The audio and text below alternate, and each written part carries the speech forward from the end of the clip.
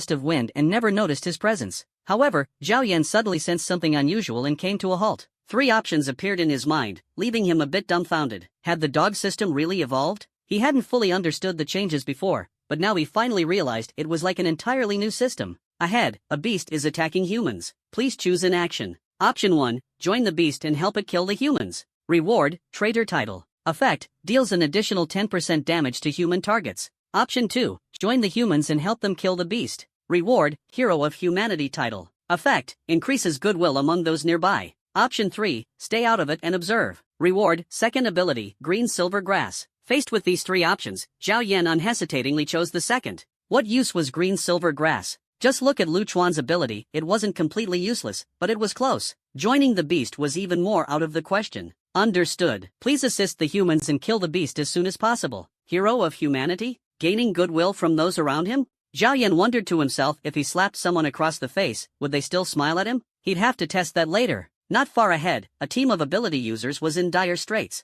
3 young men were desperately fleeing for their lives. Just our luck. We decided to go deeper into the secret realm and immediately ran into such a massive green-faced venom spider and ear-rank beast. What are we even doing here? Lu Rinjia wailed as he ran. Boss, stop talking and save your strength, or tomorrow we'll end up as poop on this land. I don't want to become poop, the short and stout man in front cried out, his heart sinking. He slowed down his pace. Boss, I'm sorry. After speaking, he suddenly shoved Lu Rinjia to the ground. Gao Yu, you. Lu Rinjia looked at Gao Yu, who had pushed him away, in despair. He never expected to be betrayed like this. Boss, better you than me. Rest in peace, and don't worry, I'll take care of your girlfriend for you, Gao Yu said, then immediately turned and sprinted away. Damn it! Lu Ringjia's heart burned with fury. What a useless team. No, I must survive and make it back alive. Lu Rinjia had decided to form a team of superpowered individuals because of his own abilities. His power was beast transformation, which allowed him to grow sharp claws, greatly enhancing his strength, speed, and even defense. However, this ability came with the risk of losing control. A single outburst of wrath can spill blood 3 feet away, he thought to himself as he immediately activated his power. In an instant, Lu Rinjia's body was covered in red fur, and his sharp claws looked particularly intimidating. Come on, he roared in anger. The blue-faced venom spider chasing him slowed its pursuit, stopping 20 meters away. It remained completely still, its 6 eyes fixed on him. Beasts like this had intelligence, some were rather dull, while others were exceptionally clever. The blue-faced venom spider was one of the clever ones. It sensed that Lu Rinjia had activated his power and chose not to provoke him for the time being, planning to wait for his ability to wear off before finishing him off. Lu Rinjia understood this well, but he had no solution, and the frustration in his heart grew. He suddenly bolted off into the distance, with the blue-faced venom spider trailing behind him at a safe distance, never losing sight of him. Such a cowardly tactic, he gritted his teeth, running with all his might, not daring to look back. Yet, no matter how hard he pushed himself, he couldn't shake off the spider. Finally, he couldn't hold back anymore and charged at it. The blue-faced venom spider, however, nimbly retreated, as if it were toying with him. When he advanced, it retreated. When he retreated, it advanced. It seemed to enjoy the game immensely. Lu Rinjia became increasingly panicked.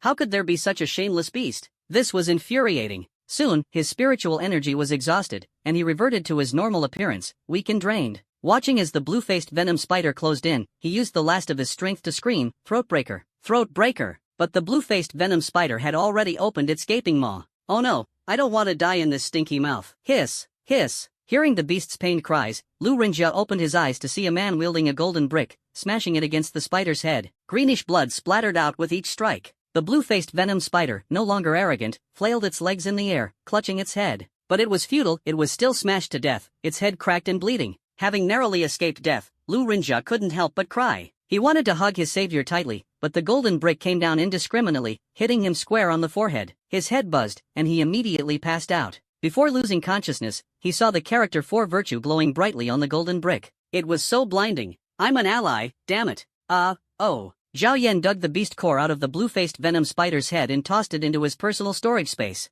Just as he was about to demand compensation from the unfortunate soul he had saved, he noticed the man lying peacefully on the ground, looking oddly serene. Strange, did he faint from fright? But what's with the brick imprint on his forehead? Could there have been a sneak attack? Forget it. Better wake him up. Slap. Slap. In his dreams, Lu Rinjia felt someone slapping his face. He opened his eyes to confirm, yep, someone was indeed slapping him. Stop. Slap. You're awake. Zhao Yan withdrew his hand slowly and inquired with concern, are you okay? Big brother, my dear brother, do I look okay? My face is all swollen, you really went all out. Lu Rinjia fumed. Hit you? I didn't hit you. Zhao Yan maintained a serious expression and said earnestly, I saved you. How do you plan to repay me? Repay? Didn't you already hit me enough? Lu Renjia asked in confusion, silently lamenting that he had avoided the venomous spider's wrath only to suffer at the hands of his own kind. Zhao Yan cleared his throat. Fine, I'll let it slide. Just say thank you, and we'll call it even. 1,000 curses ran through Lu Renjia's mind. I get slapped, and I still have to thank you? Something feels off here. Thank you, he stammered reluctantly. There was no denying it, the man in front of him was incredibly strong. He had easily defeated the blue-faced venom spider. Zhao Yan patted his shoulder. Young man, the road ahead is long. Stay steady. Ding. Congratulations to the host for earning the title Hero of Humanity. Oh, a reward. Not bad. Lu Renjia's resentment toward Zhao Yan vanished instantly, replaced by admiration. The man before him now seemed like a long-lost brother from another mother. No, he must be. Why don't you smack me a few more times? That's not appropriate. Zhao Yan was stunned. This kind of request, he'd never heard of it in his life. Bro, what's your name? Why do I feel like we're about the same age? Lu Renjia shakily stood up and followed Zhao Yan, trying to make conversation. He had been running so fast earlier that he was now completely lost. This man was his only lifeline, he couldn't let him go. He vowed to stick to him tightly. After all, he had to survive and make it back to beat up that fat traitor. How despicable. My name is Zhao Yan. Zhao Yan responded simply, glancing at him. I'm Lu Renjia, an F-tier 8th rank beast transformation ability user and a student at Linglan University. He introduced himself proudly. Bro, which university are you from? Lu Renjia asked curiously. In his mind, anyone who could easily defeat the blue-faced venom spider had to be much older and at least an E-tier ability user. Linglan University? Zhao Yan was a bit surprised. Linglan University was the only superpowered university in Linglan City. Anyone admitted there had to have some talent. Though resources for superpowered universities were supposed to be equally distributed nationwide, the reality was far different. Elite universities, like the one in the imperial capital, provided their students with a spiritual energy pill every month. Linglan University, on the other hand, was lucky if it didn't charge them for one. If he had to choose a superpowered university, Zhao Yan would pick the imperial capital university without hesitation. It had S-tier ability users and over a dozen A-tier ones. While its resources didn't particularly attract him, its stability ensured a smooth and comfortable life. I'm only 18. I'll start university this September, Zhao Yan replied after some thought, his tone calm. 18? So young and already so strong? Lu Renjia found it hard to believe in his heart. Brother, are you interested in joining my team of ability users? My newly formed team is in desperate need of someone as talented as you. Lu Renjia's small eyes were brimming with anticipation. If Zhao Yan were to join his team, they would be unstoppable in most parts of this secret realm. Thinking of this, he even drooled. Yanzi, how can I live without you? Your team? Zhao Yan was taken aback. He had just witnessed this guy's so-called team of ability users, which fled in a panic faster than rabbits when faced with a blue-faced venomous spider. Was a team like that even worth joining? How did he even have the nerve to ask? However, Zhao Yan did think it was necessary to form a team of ability users. Fighting alone was starting to get a bit dull. Besides, in dangerous situations, having others to take the brunt could prove invaluable. After all, planning an exit strategy early was the key to success for someone like him. Alright then, but I have to be the captain of the team. You'll handle all the trivial matters, and in critical moments, you'll have to listen to me. You as captain? Lu Renjia hesitated. This was not what he had envisioned. What he wanted was an employee, not to work for someone else. But in the end, Lu Renjia nodded. He had no choice. Staring at the golden character virtue floating above Zhao Yan's head, he silently chanted in his heart, he deserves to be the leader, he truly wins people over with his virtue. Green-silver bind. On the plains, Lu Chuan, dressed in a tight battlesuit with his black hair flowing, was locked in a life-and-death struggle with a beast. His opponent was a demon hound tightly entangled by green-silver grass. Lu Chuan's lips curled into a slight smile, a confident expression exuding the aura of a dragon king returning. This is a big win. I knew green-silver grass was no ordinary ability. Even though I'm only a tier 4, I can defeat an F-grade beast on my own. The thought filled Lu Chuan with immense pride. One day, everyone would have to see him in a new light. This beast belongs to us. Two melodious female voices echoed from a distance, instantly lifting Lu Chuan's spirits. Female voices. The kind that sounded sweet and charming. But his heart already had its allegiance, and he couldn't accept anyone else's attention. I said, this demon hound is ours. The girl in front, Lu Ko, waved her hand at Lu Chuan, trying to get his attention. Lu Chuan froze in place, seemingly unresponsive. Was this guy bewitched by something? Huh? What? Lu Chuan finally snapped out of it. When he saw the girl in front of him, if he had to rate her, she'd definitely score an 80. Fair skin, long legs, she was practically the epitome of beauty. But she looked too young. As for the other girl, her figure was rather impressive. Friend, we spotted this demon hound first. It just managed to run away from us. Zhao Miaomiao smiled at Lu Chuan as she spoke. Is she here to steal my spoils? Lu Chuan's mind churned. No way. I hunted this beast myself. So what if you saw it first? It's still my trophy. Look at the burn marks on the demon hound. If I hadn't scorched it, would you have been able to defeat it? Luca looked at Lu Chuan disdainfully, waving her green-silver grass as if she had a lot to say about him. Lu Chuan took a closer look. The fur on the demon hound's body was smooth, but its skin bore visible scars. It had clearly been attacked beforehand. No wonder the hound had barely put up a fight earlier. After a moment's hesitation, he said, "Fine, I'll give you the hide of the demon hound, but I'm keeping the beast core." "All right then." Zhao Miao nodded. After all, they hadn't dealt the final blow, and taking everything wouldn't be fair.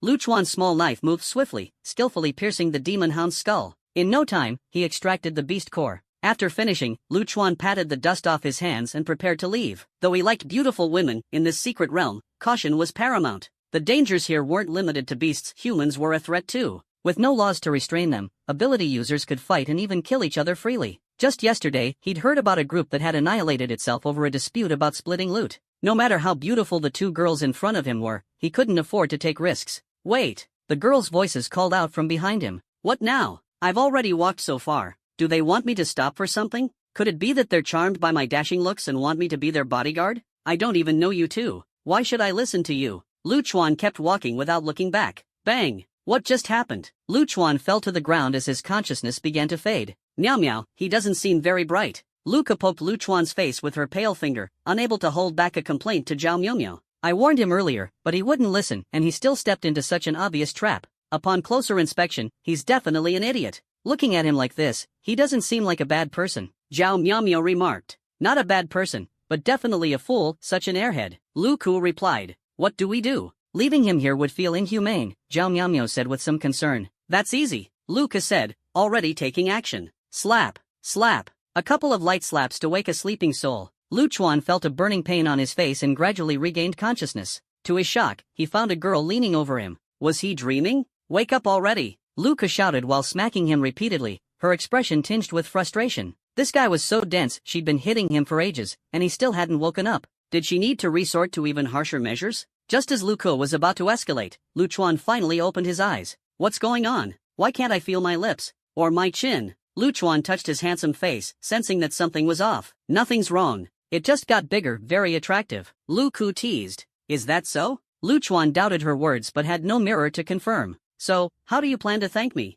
I just saved your life." Lu Ku pressed further. "Thank you?" Lu Chuan cursed inwardly, barely stopping himself from snapping. He'd vaguely seen this girl hitting him repeatedly while he was dazed. It was infuriating. "Let it go, Lu Ku," Zhao Miao intervened, knowing that Lu Ku was just having fun. After hitting him so hard, asking for gratitude was a bit much. "All right, since you're awake, we'll leave now," Zhao Miao said, and with that, the two girls departed. What a disaster. Lu Chuan sighed, questioning his life choices. Shaking his head, Lu Chuan pulled out his phone and kissed the woman on his lock screen wallpaper. With a deep sense of emotion, he muttered, "Truly, you're the only one in the world who treats me well." With that, he ventured deeper into the secret realm. His ability wasn't useless, because Lu Chuan discovered that in the secret realm, he could actually communicate with plants. Not only could this help him sense danger in advance and prepare to protect himself, but it also allowed him to rapidly level up his ability. The more plants around, the stronger the effect. Therefore, Lu Chuan decided to venture deeper into the secret realm to quickly enhance himself. The day the Dragon King returns is just around the corner. Have you ever been to the secret realm before? How are you lost again?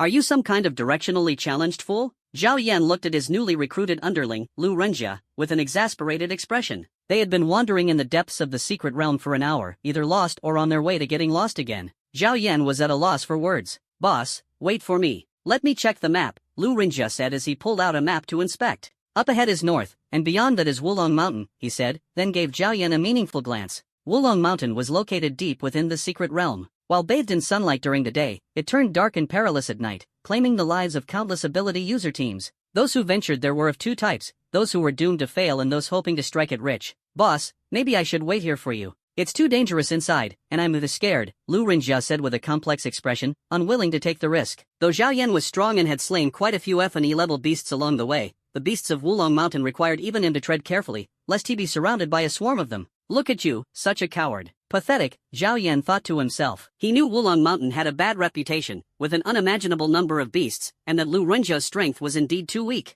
Considering that some of his methods couldn't be revealed to Lu Renjia, Zhao Yan decided not to bring him along. "All right, you can roam around as you like, but stay safe," Zhao Yan said before diving headfirst into the bushes ahead. disappearing into the distance in an instant. Though Wulong Mountain was fraught with dangers, it still attracted many adventurers. The mountain had 3 significant treasures. First was the Spirit Spring, which was surrounded by powerful beasts. The Spirit Spring nurtured spirit herbs and spirit minerals, invaluable to both beasts and ability users. Second was the Ghostly Valley, a sinister place haunted by female ghosts but rich in spirit herbs. If one could find a century-old revival herb, they could instantly become wealthy. Lastly, there was the unassuming demonic Abyss Cavern, which could only be entered by those who met specific conditions. Its existence was shrouded in doubt, as few had ever entered, and even fewer had come out. Rumor had it that those who found fortune in the cavern experienced an evolution in their abilities, a transformation so profound it was like upgrading from a bicycle to a motorcycle. It was a qualitative leap. However, the tale seemed too fantastical, and most dismissed it, unwilling to take such a risk. Today, Zhao Yan's goal was the Spirit Spring. He thought to himself, only kids make choices, I want both spirit herbs and beast cores. With this mindset, Zhao Yan swiftly leaped through the forest like a monkey, occasionally letting out a joyful woohoo. Don't ask why, it was just a vestigial ancestral trait. This sound also startled quite a few unlucky beasts. Ding! 5 beasts detected 50 meters ahead. Host, please proceed with caution. Honey Badger, E-level beast, thick-skinned and immune to venom. Honey Badger, E-level beast, thick-skinned and immune to venom. Honey Badger Cub ×3, F-level beast, thick-skinned and immune to venom. Bloodline skill, Fearless Charge. When activated, this skill grants the user a courage buff, reducing all fear and increasing combat power by 150%. Zhao Yan suddenly remembered the beast detector he had obtained earlier. What a treasure! It could detect beast information, allowing him to retreat from the strong and advance against the weak, a perfect tool for survival. But he hadn't expected honey badgers to become beasts in this world. Their bloodline skill truly matched their nature, fearless and unyielding. It seemed like this was a family of 5 out foraging for food. As the saying goes, a family should stick together. So, with no apologies, Zhao Yan decided to attack. He quietly circled close to the family. The 3 cubs were perched on a tree, raiding a killer beehive, eating one mouthful after another. They looked utterly relaxed, resembling the black bear demon from Journey to the West. Were they really just cubs? Zhao Yan thought they were bigger than him. The honey badgers paid no mind to the retaliating killer bees. Many stingers failed to pierce their thick skin, rendering the bees' attacks futile. The killer bees were clearly frustrated. This wasn't the first time these badgers had come to plunder their hive. Zhao Yan seized the opportunity, sneaking up behind one of the F-level honey badgers with a golden brick in hand. He swung it hard at the badger's head. What the? It's fine? All it got was a bump? I have 156 points of strength, and all I managed was a bump? This is ridiculous, Zhao Yan thought, grumbling inwardly. The system seemed unfazed, though. With any other brick, it would have shattered by now. This brick's quality was absolutely top-notch. The loud noise quickly drew the attention of the other honey badgers, who turned to glare at Zhao Yan angrily. Roar! The honey badger that had been ambushed shook its dazed head and turned to see Zhao Yan smiling at it while holding the golden brick. Connecting the bump on its head to the human before it, the honey badger's fury erupted, and it let out an enraged roar. Sensing the tense atmosphere, Zhao Yan remained unfazed. After all, he had come prepared. This family of badgers acted like they ruled this area, and now a human dared to cause trouble? Unforgivable. Just as Zhao Yan was about to make his escape, one of the E-level honey badgers charged headfirst into a tree. The impact was so powerful that the tree toppled instantly, causing the 3 cubs to fall from it. However, Zhao Yan didn't fall. Instead, he hovered in midair, flipping them the middle finger. The adult honey badger was momentarily taken aback. It thought to itself, this human can fly? Zhao Yan was equally impressed. Their strength was truly extraordinary, able to knock over a tree so easily. Both sides eyed each other warily until, finally, the honey badgers made the first move. Small rocks were hurled at Zhao Yan in a chaotic barrage, kicking up clouds of dust. Unfortunately for them, Zhao Yan's ability was telekinesis. The items thrown at him were sent right back, smacking the honey badgers squarely. The 5 honey badgers howled in pain, clearly finding the human impossible to deal with. Zhao Yan smirked slightly, thinking, trash. Not a single one of you is worth my time. With a flick of his telekinetic power, the ground beneath the honey badgers suddenly caved in, swallowing all 5 of them into a deep pit. At the same time, the fallen tree rose into the air under his control and began pounding down on them like a mortar pestle. At this moment, the few honey badgers lay barely clinging to life, their hearts filled with helplessness toward this human. From start to finish, they hadn't managed to inflict any real harm on Zhao Yan. It was utterly frustrating. Zhao Yan walked up to them and gave one of the beasts a resounding slap across the face. Ha! Why isn't the system giving me any rewards? He muttered, puzzled. The system's response left him disappointed. Host, this system has been upgraded. Rewards are now only granted upon triggering specific options. Can't it be reverted? I preferred the old version, Zhao Yan said, a bit helpless. The system replied curtly, no. This system is really regressing as it evolves. The days of effortless rewards were gone forever. Roar roar, are you going to kill us or not? The adult honey badger let out a despairing howl. They were on the brink of collapse, yet Zhao Yan stopped his hand. Though he couldn't understand their words, he still granted these 5 pitiful creatures a swift end, skillfully extracting the beast cores from their heads. 3 in total. While beast cores could drop upon a monster's death, it wasn't a guarantee. Zhao Yan's luck was pretty decent this time. He obtained 2 E-grade beast cores and 1 F-grade core. He scanned his surroundings and noticed a swarm of killer bees gazing at him with what seemed like gratitude. His heart swelled with pride. Finally, someone had dealt with these troublemakers. If those bees could talk, they'd surely express their thanks to Zhao Yan's ancestors for 8 generations. What are you looking at? Zhao Yan huffed as he snatched up the killer bee's nest and stuffed it into his personal storage space. Killer bee nests were rare and precious medicinal ingredients worth a good fortune. A nest this size could easily fetch tens of thousands. Indeed, the secret realm was teeming with unique wildlife. Creatures like killer bees, nurtured by spiritual energy, had already developed basic intelligence and could evolve into F-grade beasts at any moment.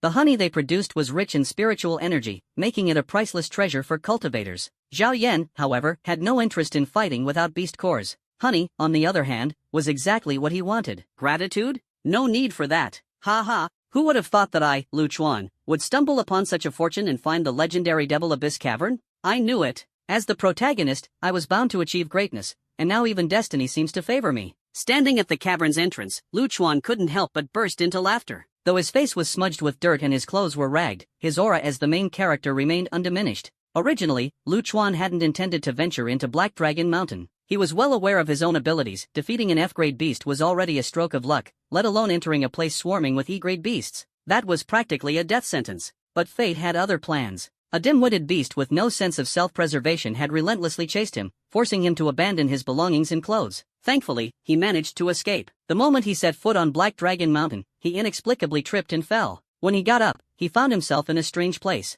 Above the cave entrance were the glowing words, Devil Abyss Cavern. He had heard of this name before but hadn't taken it seriously. To think he'd actually stumble upon it. This was said to be the most mysterious treasure trove within the Lily Secret Realm, a place where one could defy fate itself. He never imagined getting in would be so easy. Despite his excitement, Lu Chuan felt a tinge of apprehension. The surroundings were shrouded in mist, obscuring everything beyond 5 meters. The eerie atmosphere was stifling. At that moment, the cavern's massive stone doors creaked open. Fated one, enter. An old voice echoed from within the cave, as if whispering directly into his ear, a chilling sound that made his skin crawl. Was it calling me? Could it be a trap? Lu Chuan hesitated, torn between fear and curiosity. Hurry inside. Without my assistance, you won't be able to leave this place. These words struck a chord in Lu Chuan's heart. If resistance was futile, then he might as well embrace it. Steeling himself, Lu Chuan took firm steps into the cavern. The cave was deep and narrow, enveloped in darkness. Strangely, there was no sign of life, not even a single mouse scurried through the grass. Could there really be someone in a place like this?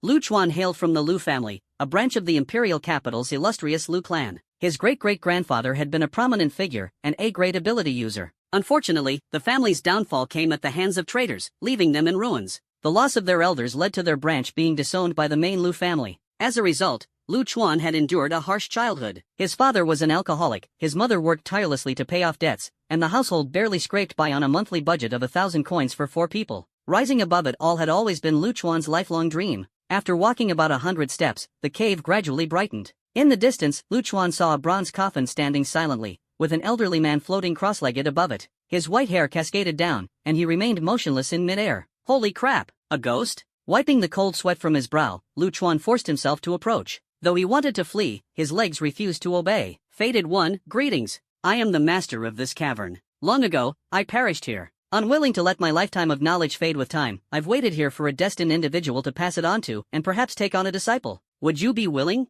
The white-haired elder opened his eyes, locking gazes with Lu Chuan as if seeking his consent. This junior, Lu Chuan, is willing to apprentice under the senior. Lu Chuan eagerly nodded. May I ask the senior's esteemed name? He inquired respectfully. Judging by the elder's ethereal demeanor, he was likely a powerful human cultivator. Becoming his disciple would surely be a boon. This was his golden opportunity for success. The elder stroked his long beard, carefully scrutinizing Lu Chuan. This boy's tattered clothing and weary face suggested a life of hardship. As the saying goes, great strength is often forged through great trials. This lad indeed fit the bill. The elder nodded approvingly. He would do. I am Lan Yunzi. You may call me master. What is your ability? Lan Yunzi narrowed his eyes, asking seriously. He wanted to confirm whether Lu Chuan possessed any abilities at all. To be his disciple, the boy had to at least have the potential for cultivation. Luck alone wouldn't cut it. On Lu Chuan, he didn't sense any power, but his luck was extraordinary, glowing red with fortune. This boy was destined for greatness. Green silver grass. Lu Chuan replied nervously. Hiss. Not bad, at least he had an ability. Ugh. Lan Yunzi said nothing further. He fumbled in his mouth for a moment before pulling out a golden bead, wiping it on his less-than-clean robe. The sight left Lu Chuan dumbfounded. Disgusting. Still, he kept a straight face, maintaining what he believed to be a refined demeanor. Lu Chuan, swallow this. Let's see how your ability evolves. Talent doesn't matter, he can enhance your talent. As for what happens after the enhancement, that remains to be seen. You want me to eat this? Lu Chuan was shocked. You spit it out of your mouth, and then you want me to eat it? However, he said it could evolve his ability. Isn't that exactly his goal? Although it was somewhat disgusting, Lu Chuan reached out, took the pill without hesitation, and swallowed it. So stinky. Damn it, the pill is too big. It's stuck in my throat. It won't go up, and it won't go down, this is unbearable. Ugh. After a fierce struggle, he finally swallowed the pill. The old man nodded. It might hurt a little, so bear with it. What the hell? Why didn't you say that earlier? In the next moment, Lu Chuan clutched his stomach with both hands and began rolling on the ground like a madman. His stomach churned, and an immense energy seemed on the verge of tearing his body apart. This old man is a ruthless character. This isn't a little pain, it's a billion times the pain. Kid, you must endure this. This is my cultivation essence, and it will bring you unimaginable benefits. You are the 10th person to consume this pill. I hope you succeed. 10th? Lu Chuan was a bit confused. What did that mean? Then he noticed the scattered white bones in the corner, exactly 9 skeletons in total. Even the walls bore claw marks left by humans. Yes, the previous ones all died from the pain. I hope you can make it through. A surge of anger rose in Lu Chuan's heart. Are you freaking kidding me? For an entire day, Lu Chuan endured unbearable torment. The old man in the abyssal cave looked at Lu Chuan on the ground, his expression somewhat surprised. He had thought this kid couldn't hold on, but unexpectedly, in this desperate situation, a flood of plants poured in from the outside world, infusing him with abundant spiritual energy. This instantly repaired his broken body, allowing him to cling to life. Could this be the protagonist's halo? What a wondrous thing! Lu Chuan underwent a massive transformation. His ability evolved into a higher-tier green-gold grass. His ability rank also instantly rose to E-level. Although it was still grass, it had undergone a qualitative change. This ability could continue to evolve at D-level, it would become green-gold vine, at C-level, life grass, at B-level, 9-colored flower, and at A-level, heart of life. Each evolution was a qualitative leap. However, each evolution came with pain that ordinary people could not endure, a blessing and curse intertwined. He now possessed the talent to become a strong contender, and with an E-level ability, Lu Chuan felt an unprecedented surge of power. From now on, I can take on 10 people at once. Kid, you're lucky to have made it through. Your future is limitless. Aren't you going to thank me? Thank you? Thank your ancestors 8 generations back. I almost died. Though dissatisfied, Lu Chuan knew he couldn't afford to offend this old man. Thank you, master. Despite his complaints inside, Lu Chuan understood that this old man was indeed his benefactor. The old man smiled with satisfaction and tossed Lu Chuan an ancient-looking book titled The Sunflower Manual. Finally, I'll give you a cultivation manual to rapidly enhance your strength. Study it as you like. There's a portal outside the cave entrance. You can leave through it. After saying so, the old man emitted golden light, his figure turning ethereal, and then he completely vanished. Did he just ascend to enlightenment? Master? No response. It seemed he was truly gone. Lu Chuan's eyes darted around, and he began tidying up the old man's belongings in the cave. Why are there so many pills here? The sheer number was overwhelming. The old man's little treasure trove was quite rich. Since master is gone, what's his is mine, and what's mine is still mine. I can't let it go to waste. With that, Lu Chuan stuffed everything he could find into his pockets. As for what he couldn't carry, Lu Chuan didn't care. Master, I'll burn the extra resources for you. May your spirit in the heavens bless me. Then, Lu Chuan lit a fire, burning the abyssal cave to ashes. What a roaring fire! He chuckled gleefully. This was his fortune now. The bigger the fire, the more prosperous he would become next year. Was it just his imagination, or did Lu Chuan see his master's figure in the flames, reaching out to him as if to say goodbye? As expected of a teacher, even after disappearing, he still worried about his safety. It's fine, I can manage on my own. From now on, he wouldn't be alone. He would enjoy life not just for himself but also for his master's share. Master, I'm leaving.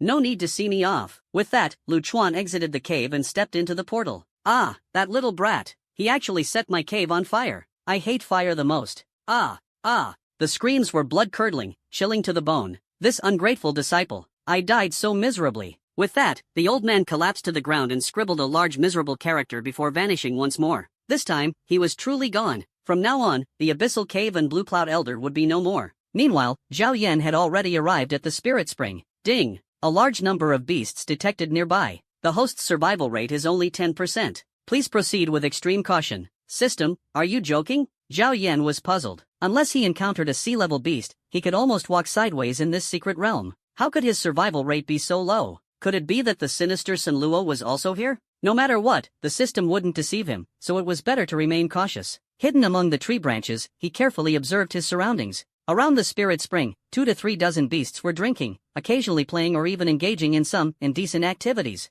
They seemed so carefree. Nearby, countless spiritual herbs grew. Although the distance made it hard to see clearly, any spiritual herb thriving here was undoubtedly top quality. Zhao Yan couldn't help but salivate inwardly. However, he dared not act rashly. Most of these beasts were D-level. If discovered, he'd be doomed. As the saying goes, 2 fists are no match for 4 hands. If these beasts took turns punching him, he'd probably be reduced to a bloody pulp. He needed a plan. Just as Zhao Yan was considering his options, the beasts below began to stir. 2 burly black gorillas started fighting over a mate. Their ferocity was astonishing. Nearby trees were smashed to bits, the ground was riddled with cracks, and the scene was utterly brutal. The other beasts gathered nearby to watch the spectacle, occasionally letting out eerie, chilling laughter. Who knew beasts could also be nosy onlookers? Well, enjoy your show. A sly smile appeared on Zhao Yan's face as he took out 3 packets of laxative powder. It was time to test the efficacy of the merchant's laxatives. He carefully aimed and sprinkled the powder into the air. Then, he activated his ability, causing the powder to float in the air surrounding the beasts.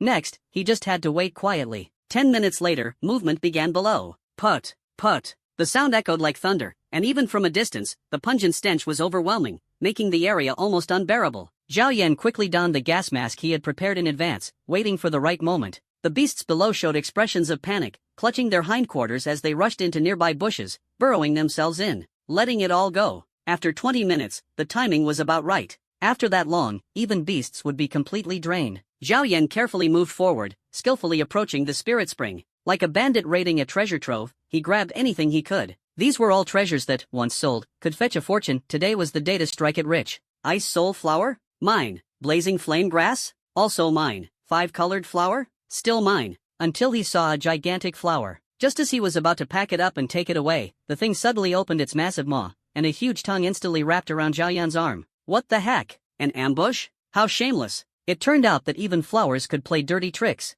This particular flower was actually a rare type of beast, a plant-type carnivorous flower. It excelled at camouflage, usually masquerading as an ordinary plant while emitting substantial spiritual energy to lure weak beasts nearby. Unexpectedly, today it decided to switch up its diet and try a human instead. It was absolutely thrilled. As the flower swayed triumphantly, Zhao Yan silently pulled out a massive spiked mace. Let go, Zhao Yan commanded. Oh, threatening me? The carnivorous flower dismissed the warning, instead speeding up its attempt to devour him. The next second, the flower burst open, spraying green liquid everywhere, drenching Zhao Yan. A burning pain spread across his face. Damn, I underestimated it. Zhao Yan didn't linger. While the carnivorous flower writhed in pain and shrieked, he seized a large rock nearby and smashed it down forcefully. If not for his strong physique, that earlier attack might have sent him straight to the afterlife. What a close call. At that moment, something stirred in the distance. What the hell happened here? A group of 10 adventurers had arrived at Wulong Mountain. They had expected a tough battle since Wulong Mountain was known for harboring D-rank beasts. Their destination was the Spirit Spring,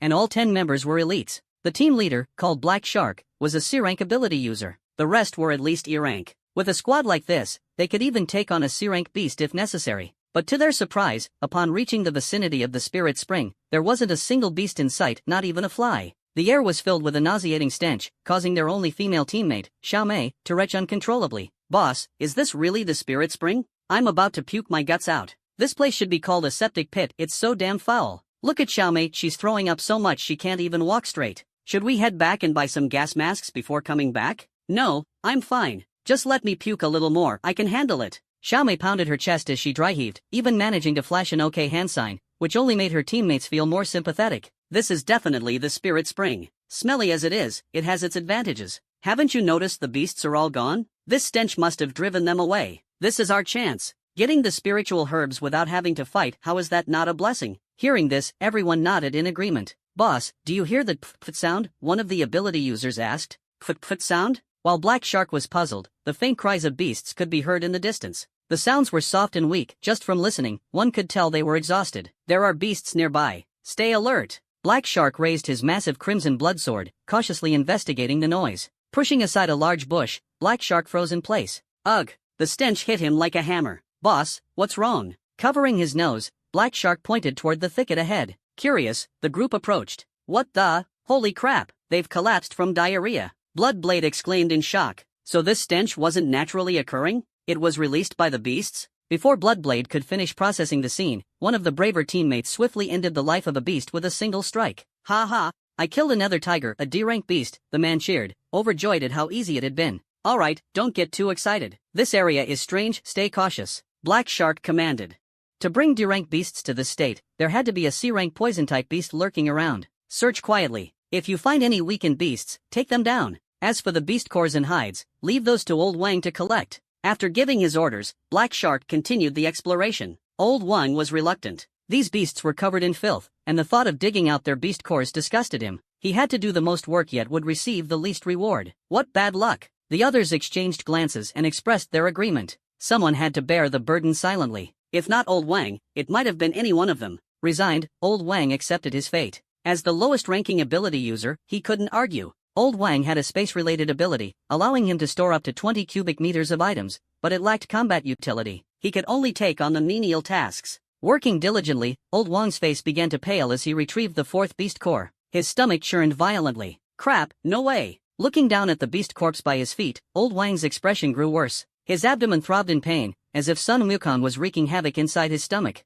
Put! Old Wang dropped the spiritual tool in his hands, clutching his rear as a warm stream ran down his thighs. He didn't dare to believe it was just a fart. He couldn't take that risk. If he gambled and lost, the consequences would be catastrophic. No, I have to go too. Fortunately, the forest was dense with bushes, offering plenty of privacy. Boss, there's poison in the air. Old Wang shouted before diving into the nearest bush. Old Wang's weaker constitution made him the first to succumb to the effects of the laxative. The others soon began to notice something was wrong. But by then, it was too late. Ugh! Xiaomei clutched her chest, struggling to find a prime spot amidst the foliage. Just as she was about to lower her pants, she heard a sound. Put! Xiaomei, go somewhere else, someone's already here. Black Shark's face darkened. He had chosen such a secluded corner, only for his teammates to discover him, and worse, it was a woman. On any other day, he might have joked, join me. But right now, he was in no mood for humor, he was at his limit. What rotten luck! Earlier, he had fought some surviving beasts. They were too weak to resist, so he had gone all out in excitement, unknowingly inhaling too much of the air.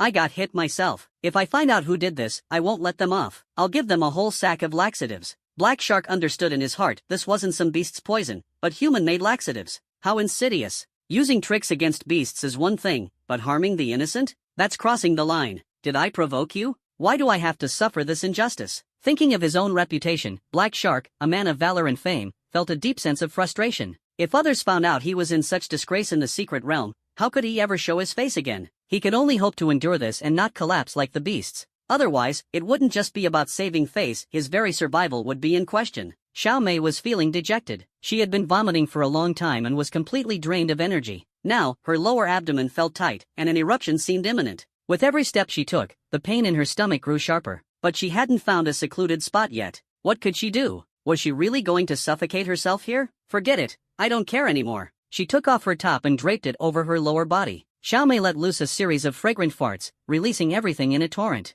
Her tightly furrowed brows instantly relaxed, and she felt immense relief. While some were in despair, others were celebrating. Haha, I've gathered 40 spirit herbs in total, what a haul. Zhao Yan had a bountiful harvest near the spirit spring. Not only did he pick a large number of spirit herbs, but he also dealt with 10 weakened beasts, obtaining 9 beast cores in the process. He left some roots of the spirit herbs intact since their growth cycle was short, they could regrow in just a few months. This way, he didn't have to worry about them going extinct. Never forget the source of your water, he thought. He wouldn't be ruthless. Such a treasure trove, visiting once a year would surely yield abundant returns. As a seasoned schemer, Zhao Yan understood the importance of sustainable development. He treated this spirit spring as his private backyard and planned to protect it well. Whenever he was short on cash, a single trip here would ensure a generous haul. But earlier, I think I heard some noises. I should go check it out. The grass was dense and the area secluded. No one here? Did I miss here? Zhao Yan scratched his forehead, puzzled. It made sense, he had already defeated the strongest beasts. What could still have the strength to cause trouble? Just as he was about to leave, something caught his attention not far ahead. A glance revealed, hiss. Such a pale backside. To encounter such a scene in the middle of nowhere was truly unexpected. Could this be a trap?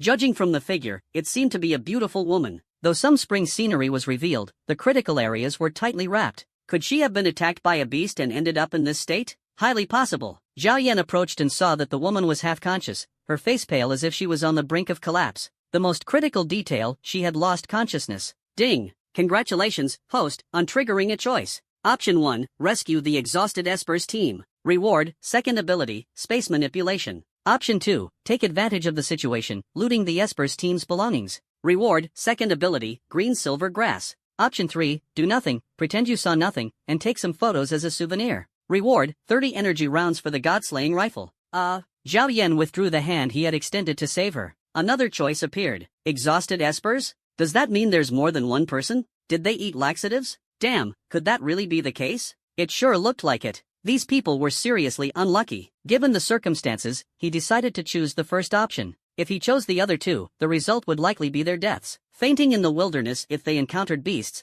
they wouldn't even last a few rounds. They had no enmity with him, and Zhao Yan didn't want to carry the guilt of innocent deaths. But he wasn't about to do a thankless job, either. If he saved them, not only would he gain some goodwill, but he might also extort a little something from them. The only thing to be cautious about was ensuring his involvement with the laxative wasn't exposed. Otherwise, there'd definitely be trouble. With that thought, Zhao Yan stepped forward to check on the woman's condition. Ugh, the stench. How was he supposed to help? Ugh. Zhao Yan held back his discomfort and helped the woman put her clothes and pants back on. His face remained expressionless throughout, but inside, he was in agony. Xiao Mei, in her daze, sensed someone nearby. Mustering her last ounce of strength, she opened her eyes and saw a young man standing before her. Wearing a mask, his face was obscured. Thankfully, it was a person, not a beast. Water, Xiao Mei croaked, her voice hoarse, she was parched. After 2 hours of diarrhea, how could she not be thirsty? Zhao Yan unscrewed a bottle of water and fed her. Gulp, gulp. He then handed her a piece of meat, acting like a considerate gentleman, which deeply moved Xiao Mei. The world still had good people. Once she returned safely, she'd make sure to thank him properly. Oh, how pitiful she was.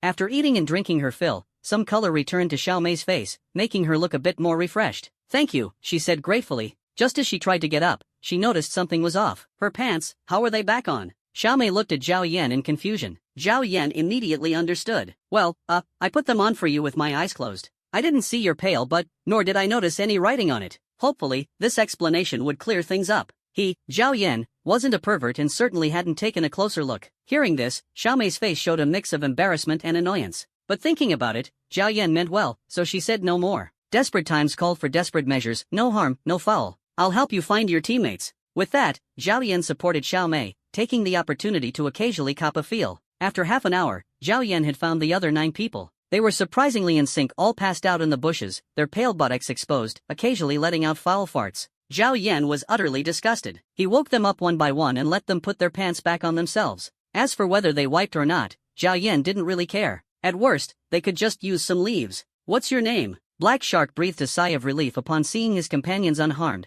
then turned his attention to Zhao Yan. Waking up to see a masked man, his guard was immediately up. In the wilderness, a masked man suddenly appearing, there had to be something fishy. He might very well be the one who drugged them. Boss, he saved us. He's our benefactor. Can't you be a bit kinder? Xiao Mei whispered. Yeah, he saved us. We can't repay kindness with ingratitude. Old Wang chimed in. I'm Zhao Yan. I was wandering outside Wulong Mountain, looking for cultivation resources, and got lost. I ended up here, Zhao Yan explained. Then why do you have a gas mask? Gas masks, lighters, food, playing cards, screwdrivers, aren't these essential survival items for venturing out? Zhao Yan said unhurriedly as he opened his already prepared backpack and began dumping its contents onto the ground one by one. Playing cards, lighters, even a wrench, and a whole pile of items that completely shattered Black Shark's understanding of what was normal. Black Shark was momentarily speechless. This kid bringing these things to the secret realm? It truly wasn't normal. It seemed unlikely to be him. The person who poisoned them couldn't possibly be this bored. Fine, whatever. Black Shark sighed helplessly. Let's retreat for now, he said weakly. He was utterly exhausted. If they encountered an E-class beast now, they'd be doomed. He had no strength left for battle. Come with us.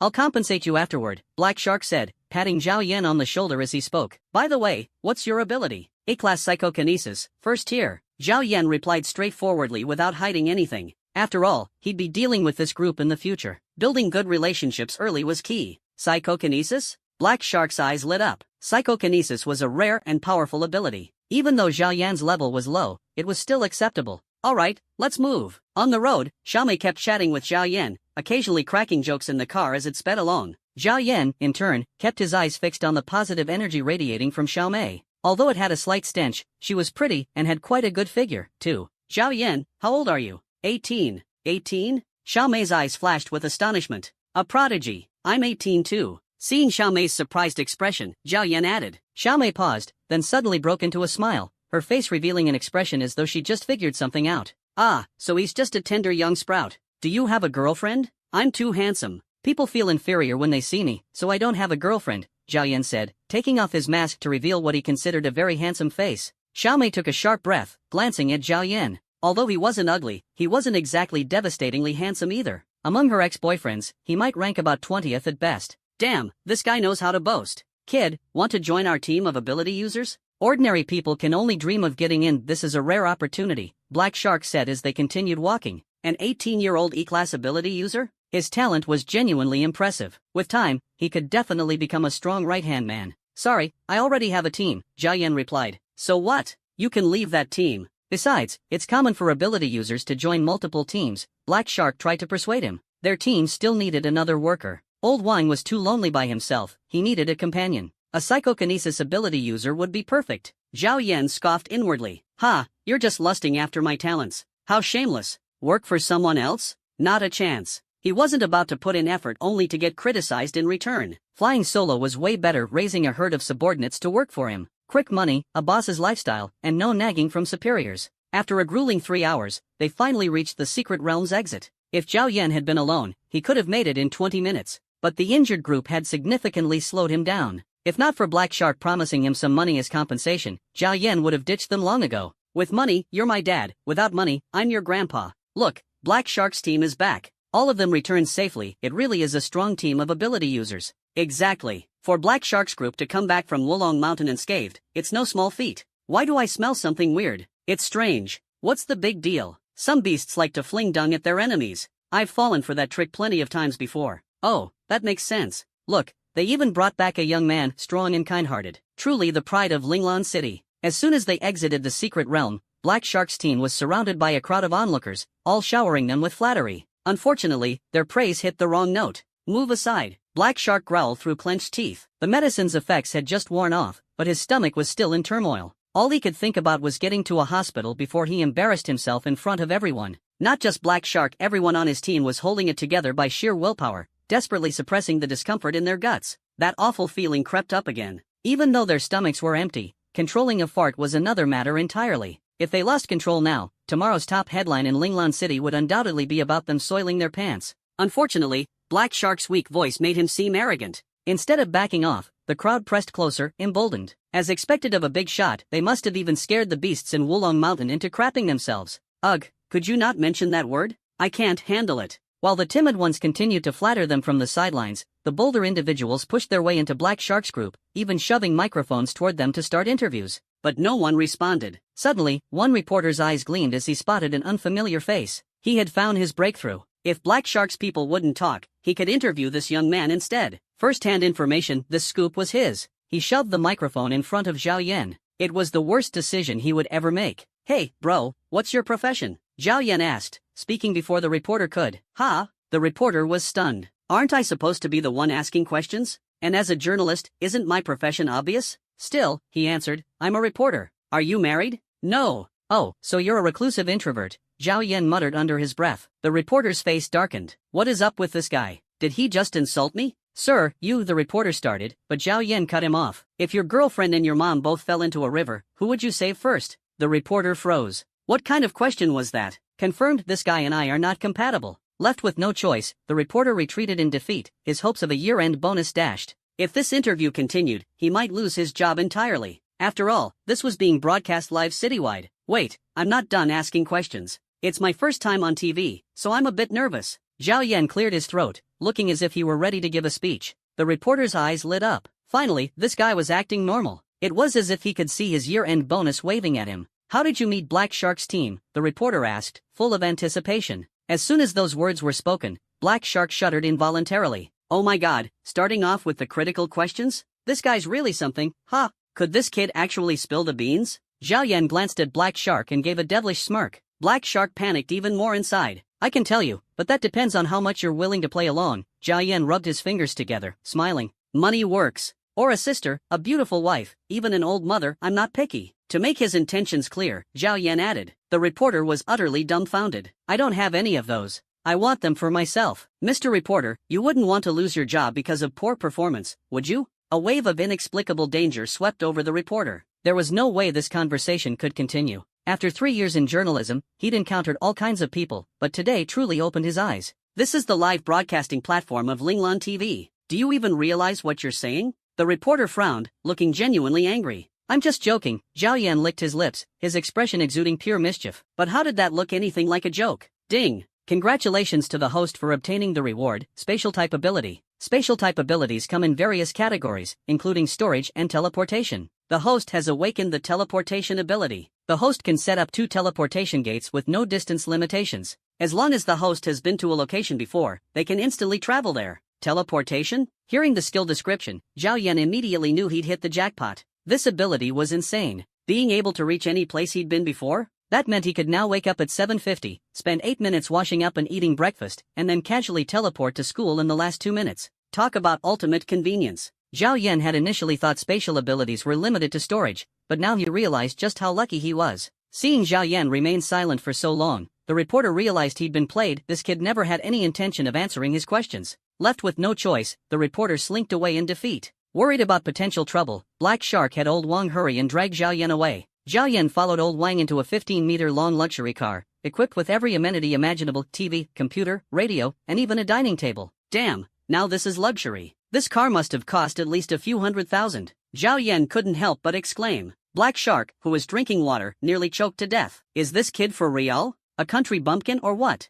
A few $100,000? This was a $1 million limited edition stretched Baoziji, with only 2 units in all of Linglan City. One belonged to the mayor, and the other to him. A few $100,000 wouldn't even get you a Mercedes-Benz. Who does he think he's looking down on? Are you really not considering joining us? Black Shark asked again. If you do, you'll have all the beauties, money, and power you could ever want. Do I look that shallow? I want to sit in your seat, man. Sigh. In the end, Zhao Yan still refused. Well, if you're unwilling to join us, I won't force it. If you ever change your mind, just contact me anytime. You'll always be welcome. Old Wang, give him 2 D-rank beast cores as a token of appreciation. Kid, I hope you'll remember everything you saw today. If even a word leaks out, at this point, Black Shark's face turned terrifyingly grim. No way, this stingy? I saved 10 of your people, and you're only giving me 2 D-rank beast cores? If that's all your lives are worth, I, Zhao Yan, won't hesitate to turn around and leave. You've got to be kidding me. Finally snagged a rich second-generation heir, and you think I won't milk this opportunity dry? A single D-rank beast core sells for, what, 600,000 at most? A measly 1.2 million to send me off? Dream on. After today, there won't be another chance. Boss, the kid's got a point. Even Xiaomei couldn't help but chime in. Zhao Yan had saved them all, and giving such a small reward really didn't seem right. 2 D-rank beast cores aren't enough? Black Shark frowned. He'd thought the kid was clueless and could be brushed off easily. After all, even though he was rich, money didn't grow on trees. Who knew the kid wouldn't be satisfied and would want more? Troublesome. Fine. I've got a property 200 square meters in the city center, great location. I'll transfer it to you in a couple of days. How about that? After all, he had plenty of properties, giving one away wouldn't hurt. A house? Zhao Yan still shook his head. How about converting it to cash? As the saying goes, the one owed money holds the upper hand. If Black Shark reneged later, Zhao Yan would have no recourse. Cash was more reliable. After all, his own wallet was practically empty. He was broke as hell. Black Shark was speechless. In the end, Black Shark transferred 5 million directly to Zhao Yan's online payment account and then let him leave. After Zhao Yan left, Black Shark held back his frustration and said through gritted teeth, "Take me to the hospital." Just then, a muffled sound echoed inside the car. "Open the windows," Xiaomei shouted, covering her mouth. "We can't. If anyone sees this, we're as good as socially dead." That night, when Zhao Yan returned home and pushed open the door, he saw 2 young girls sprawled lazily on the sofa, looking utterly dejected. They didn't even notice him come in. Well, why the long faces today?" Zhao Yan teased. As soon as he spoke, the atmosphere livened up. As their older brother, he naturally had to care about their mental state. He couldn't be too stern. Humor was essential for easing the mood. Lu Ku and Zhao Miaomiao exchanged a glance, guilt flashing across their eyes. They had ventured into a secret realm on their own, narrowly escaping with their lives, and came back with almost nothing to show for it, just 2 spiritual herbs. After deducting the entry fee, it was basically a total loss. They had even lost the beast pelts they'd managed to obtain. Don't even mention it. Today, Lu Ku and I went to a secret realm and ended up being chased all over by a beast, Zhao Miaomiao finally admitted, unable to hold it in any longer. She regretted her decision deeply, resolving to bring her brother along next time. After all, having another person meant more safety. You 2 dared to go to a secret realm? Zhao Yan's expression darkened. These 2 girls are way too gutsy. 2 F-rankers, one at tier 2 and the other at tier 3, daring to take such a risk? Are they not afraid of dying? Fortunately, nothing serious happened this time. From now on, stay home and train properly. Wait until you both reach your rank before even thinking about it, Zhao Yan said sternly. Okay. Zhao Miaomiao realized her brother was looking out for them and nodded her head in agreement. Have you finished your spiritual energy pills? Zhao Yan asked. No, they answered in unison. How could we finish such a large pill? This time, they had gone to the secret realm mainly to capture spirit pets, but it ended in failure. Then hurry up and finish them. Not everyone has the resources we do, Zhao Yan said. Oh, and if you ever need anything, come to me, he added confidently. To be honest, I'm loaded now. Money's no issue. When Zhao Yan said this, his nose tilted slightly upward, giving him the appearance of a nouveau riche. Really? Zhao Miaomia stared at him with a face full of doubt. You're unbelievable. Zhao Yan rolled his eyes helplessly, pulled out his phone, opened an online shopping app, and clicked on his account balance. Alright, watch closely, I'm about to show off. Lu Ke casually glanced at the screen and was instantly stunned. Over 5 million. That's insane. How did he make that kind of money? I need to know the secret. It turned out that a rich man had been hiding right next to her all along. Zhao Miaomiao rubbed her eyes in disbelief. Her brother had actually become so wealthy. Last time, he casually pulled out 500,000, and now he was showing 5 million. She was utterly shocked. Hello, is this 110? I'd like to report someone, Zhao Miaomiao said as she raised her phone, but before she could finish, Zhao Yan smacked it out of her hand, visibly startled. What are you doing? Zhao Yan asked, exasperated. Who are you really? You're definitely not my brother. Zhao Miaomia pressed on, already feeling that there was something off about Zhao Yan for a while now. It was as if he had become a completely different person. My brother is an idiot, always at the bottom of the class, and likes to peek at girls taking baths. How could he possibly have this much money? The more she spoke, the more agitated she became until she couldn't help but shout it out loud. Zhao Yan was at a loss for words. Inwardly, he thought to himself, well, she's not wrong. He was indeed not the same Zhao Yan as before, he was the version of himself from a parallel world. But seriously, was he really that pathetic? To think that in his sister's eyes, he was a completely worthless person. It seemed he needed to showcase some of his abilities. Actually, your brother awakened an ability a long time ago. I'm now an E-level ability user, 2nd tier. Zhao Yan then pulled out a wolf tooth club, a brick, the ice soul sword, and a pile of spiritual herbs, as well as F-level, E-level, and D-level beast cores. Whoa, you've been lying to me this whole time. Lu Ke was equally stunned and couldn't help but curse. No way, did you rob the black market or something? Goodness, that's a ridiculous amount of treasures. The little girl's eyes sparkled with amazement as she stared at Zhao Yan. So, you're really an E-level ability user? He even had 2 spiritual weapons. Spiritual weapons were incredibly difficult to craft, not only expensive but also hard to obtain. Zhao Miaomia immediately recognized that the spiritual weapons her brother held were no ordinary items, leaving her utterly dumbfounded. That's right, your brother is a genius. I've been hiding my abilities to keep you from feeling inferior, but now the secret's out, Zhao Yan said with a deliberately mysterious tone. I'm done pretending. Time to come clean. This made Zhao Miaomiao burst into laughter. I'm not talking to you anymore, she said before pulling Lu Ke along and retreating into her room, locking the door behind them. Phew, finally got through that. Zhao Yan let out a sigh of relief. After dinner, he went into his room. His phone notification chimed. Zhao Yuehan had sent him a message. What does she want from me? Zhao Yuehan, Zhao Yan, are we considered friends? This opening line made Zhao Yan feel a slight tension in his chest. Could it be that she was interested in him? Shaking his head, Zhao Yan dismissed the idea. As he was about to respond, the system's mechanical voice rang out again. Congratulations, host, you've triggered a choice. Option 1, respond like a sycophant to Zhao Yuehan, repairing your relationship. Completing the task will reward you with the Heart Chi Elixir recipe. Option 2, respond to Zhao Yuehan by declaring yourself as a man she can never have, and suggest parting ways for good. Completing the task will reward you with the 8 trigrams furnace. Why were there only 2 options this time? As the saying goes, with no woman in your heart, your blade is sharper and your mind clearer.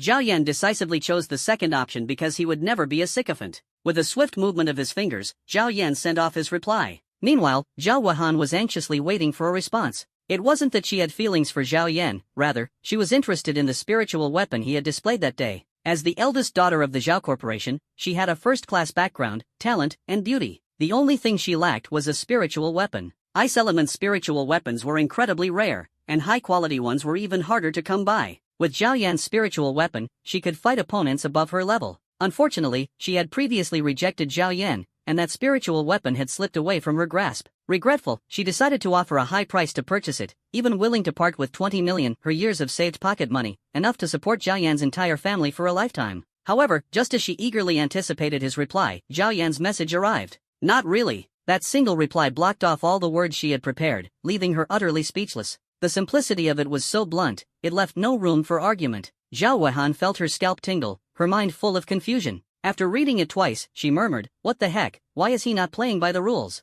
Was this guy really so straightforward? Reject him once, and he never gives another chance? Why was he being so decisive? Could it be that because she had rejected him, Zhao Yan now held a grudge and wanted revenge? After some thought, Zhao Yuan found this theory to be the most plausible. If we can't be a couple, we can still be friends, she muttered, her neck heating up as she quickly sent off the message. But then, a notification popped up. You are not friends with this user. Please send a friend request to verify your identity. Ugh, this is too much. That night, there was yet another person who couldn't sleep. Zhao Yuan tossed and turned in her bed, unable to vent her frustration, leaving her fuming. She had never encountered someone so hard to deal with. What a peculiar man. System, do you think if I used this 8 trigrams furnace to cook rice, it would turn into the perfect dish? In front of Zhao Yan was a massive antique incense burner, clearly of extraordinary value.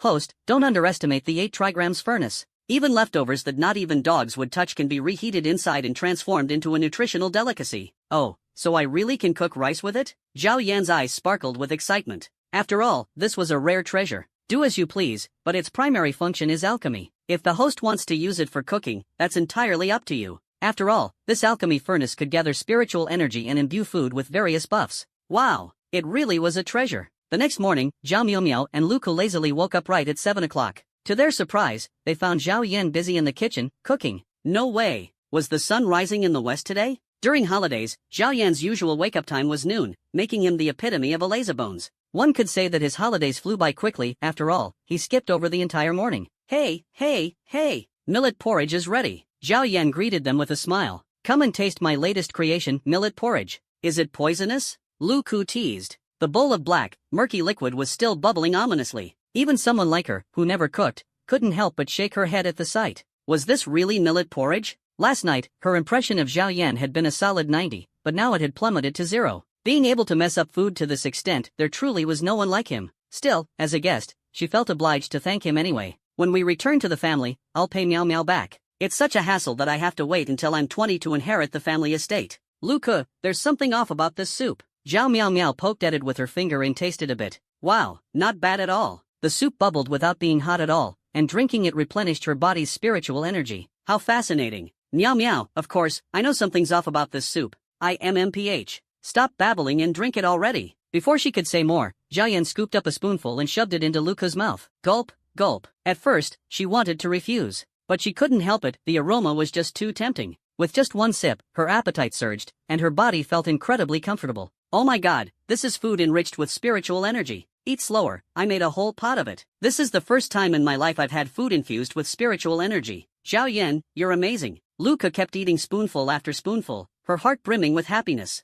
Just this one bowl, something like this can't be bought anywhere else. It's an exclusive delicacy only the wealthy can enjoy. Zhao Yan, oh, no Yanji, what did you use to make this? It's so delicious. Lu Ku asked curiously. Zhao Yan didn't answer. Instead, he pointed to the pitch-black antique 8 trigrams furnace beside him. Put. Lu Ku almost choked, a thought flashing through her mind, how filthy. Wait, don't you dare spit it out. This is precious. It took me a lot of time and effort, and I hate people who waste food. Zhao Yan said with a completely serious expression. I cleaned this furnace for ages. It wasn't easy. Hearing that, Luca's expression softened considerably. Then, she resumed eating in big gulps. What the heck? Why is there a dead rat in the kitchen? Zhao Yan's voice suddenly rang out. Hearing this, Luca's face instantly turned pale, filled with horror. No way. Can't you just let me enjoy my meal in peace? Meow meow, I need to go to the bathroom, Luca said in a panic, dashing to the restroom to vomit violently. It was just too disgusting. Huh? Where did she go? Zhao Yan walked to the dining table, carrying a bowl of food.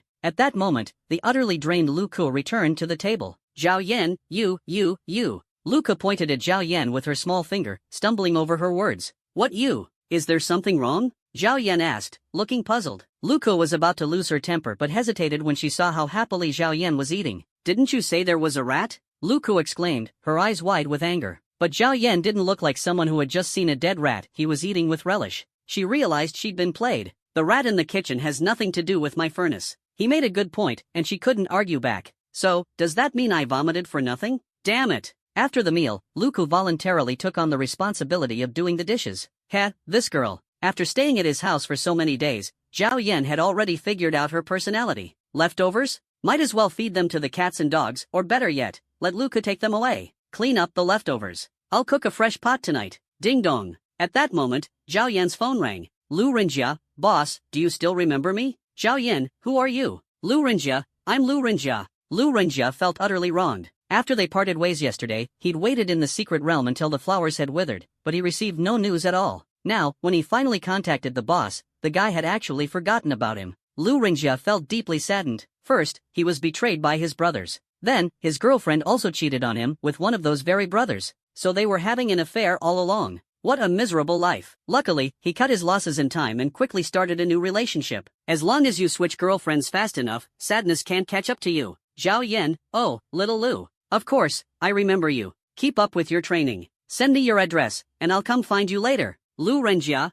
got it. Meanwhile, Lu Ke gave her brother, who was studying at Lily of the Valley University, a call. Hello, are you there, Lil sis? When Lu Ming saw it was his younger sister who had run away from home calling, he immediately picked up, wondering how she'd been doing at her classmate's place. You must be struggling to get by out there, huh? Lu Ming opened with this line, leaving Lu Ke momentarily speechless. Big brother, seriously? Where are you? Lu Ke asked with a straight face. I need you to take a look at my classmate's spirit pet and give me some money, it's an emergency. I'll be back in a couple of days. On the other side, Zhao Yan followed the address and arrived at Lily of the Valley University, only to be stopped by the gatekeeper. Show me your student ID, said Grandpa Wang with a slow drawl. Grandpa Wang, it's you again? Zhao Yan responded helplessly. This Grandpa Wang was truly something. He'd worked at Lily of the Valley Middle School, then at the black market, and now he was a security guard at Lily of the Valley University. Switching jobs so often, was he really making any money? Who are you? Grandpa Wang gripped his baton, scrutinizing Zhao Yan with suspicion. Great, he doesn't recognize me. Looks like name dropping won't work here. I lost my student ID. Fine, go on in. That simple? Zhao Yan was dumbfounded. His casual excuse actually worked? The campus security was this lax? It seemed like anyone could sneak into the university. The school leadership told me to check students' IDs, Grandpa Wang said. What if someone doesn't have one? Zhao Yan asked. Then there's nothing to check. Why ask such obvious questions? Grandpa Wang replied earnestly. Now scram, don't distract me from my work. What a character. Zhao Yan silently gave him a thumbs up. What an eye-opener, hopefully, he could hold this job for a while. The country truly needed talents like him. And so, Zhao Yan successfully slipped into Lily of the Valley University. Once inside, Zhao Yan's eyes didn't know where to look. All around him were bright, white legs, and the scene seemed to overflow with positive energy, leaving him dazzled and overwhelmed. Junior, what are you staring at so intently? A beautiful senior approached him, every feature of her striking right at Zhao Yan's heart. Her long, wavy hair and perfect figure made her a living goddess. Noticing Zhao Yan's mesmerized gaze, she smiled faintly. Junior, would you like to learn more about our club? A club? Zhao Yan blinked, thinking to himself, I'm not even a university student, how would I join a club? But he didn't reject her outright. Yes, our club is called the Symbiosis Society. Its main goal is to avoid killing and to coexist peacefully with spirit beasts, she explained enthusiastically, as if she believed that if everyone contributed a little love, the world would be full of warmth. Zhao Yan thought to himself, using love to reform spirit beasts? What kind of fairy tale is this? At best, it would just overfeed them to death. I can't believe such a bizarre club exists in a place meant to nurture top talent. It's truly exasperating. Seeing her excitement, Zhao Yan seized the opportunity to slip away. He turned around in a secluded corner and made a call. Hello, 110? I'd like to report anonymously, there's a cult operating in Linglan University. How audacious, they need to be properly dealt with. By the time he arrived at the meeting spot with Lu Renjia, it was already past noon. As soon as Lu Renjia saw him, he exclaimed excitedly, Boss, you're here. Brother Lu, is this the captain you were talking about? He looks so young. A woman in a white dress couldn't help but interject. Don't talk nonsense, he's incredibly capable. Lu Renjia quickly pulled Zhao Yan to his side. Boss, let me introduce you. This is my new girlfriend, Suehua. Her ability is enlargement, Lu Renjia proudly declared. She can alter the size of objects, he added. Zhao Yan's mind stirred. Enlargement? That ability sounded powerful, especially if used in certain situations. Ahem, of course, I'm talking about spirit tools. Who could say no to a giant brick? Impressive, Zhao Yan commended. Let's cut the chatter. Today, I'm here to discuss the development of our ability user squad, Lu Renjia said seriously. I need you to recruit Linglan University's students to join our squad. Each member will receive a monthly salary of 5,000 yuan. Suewa's eyes lit up. You get paid just for joining? That's quite a lot. We'll also provide one spirit chi pill per month for free, Zhao Yan added. Wow, so generous. Suehua gasped. You take care of recruiting. I'll provide the resources, Zhao Yan continued. Of course, the supplies aren't free, I want to see progress from you. When it's time to explore a secret realm, I'll find you.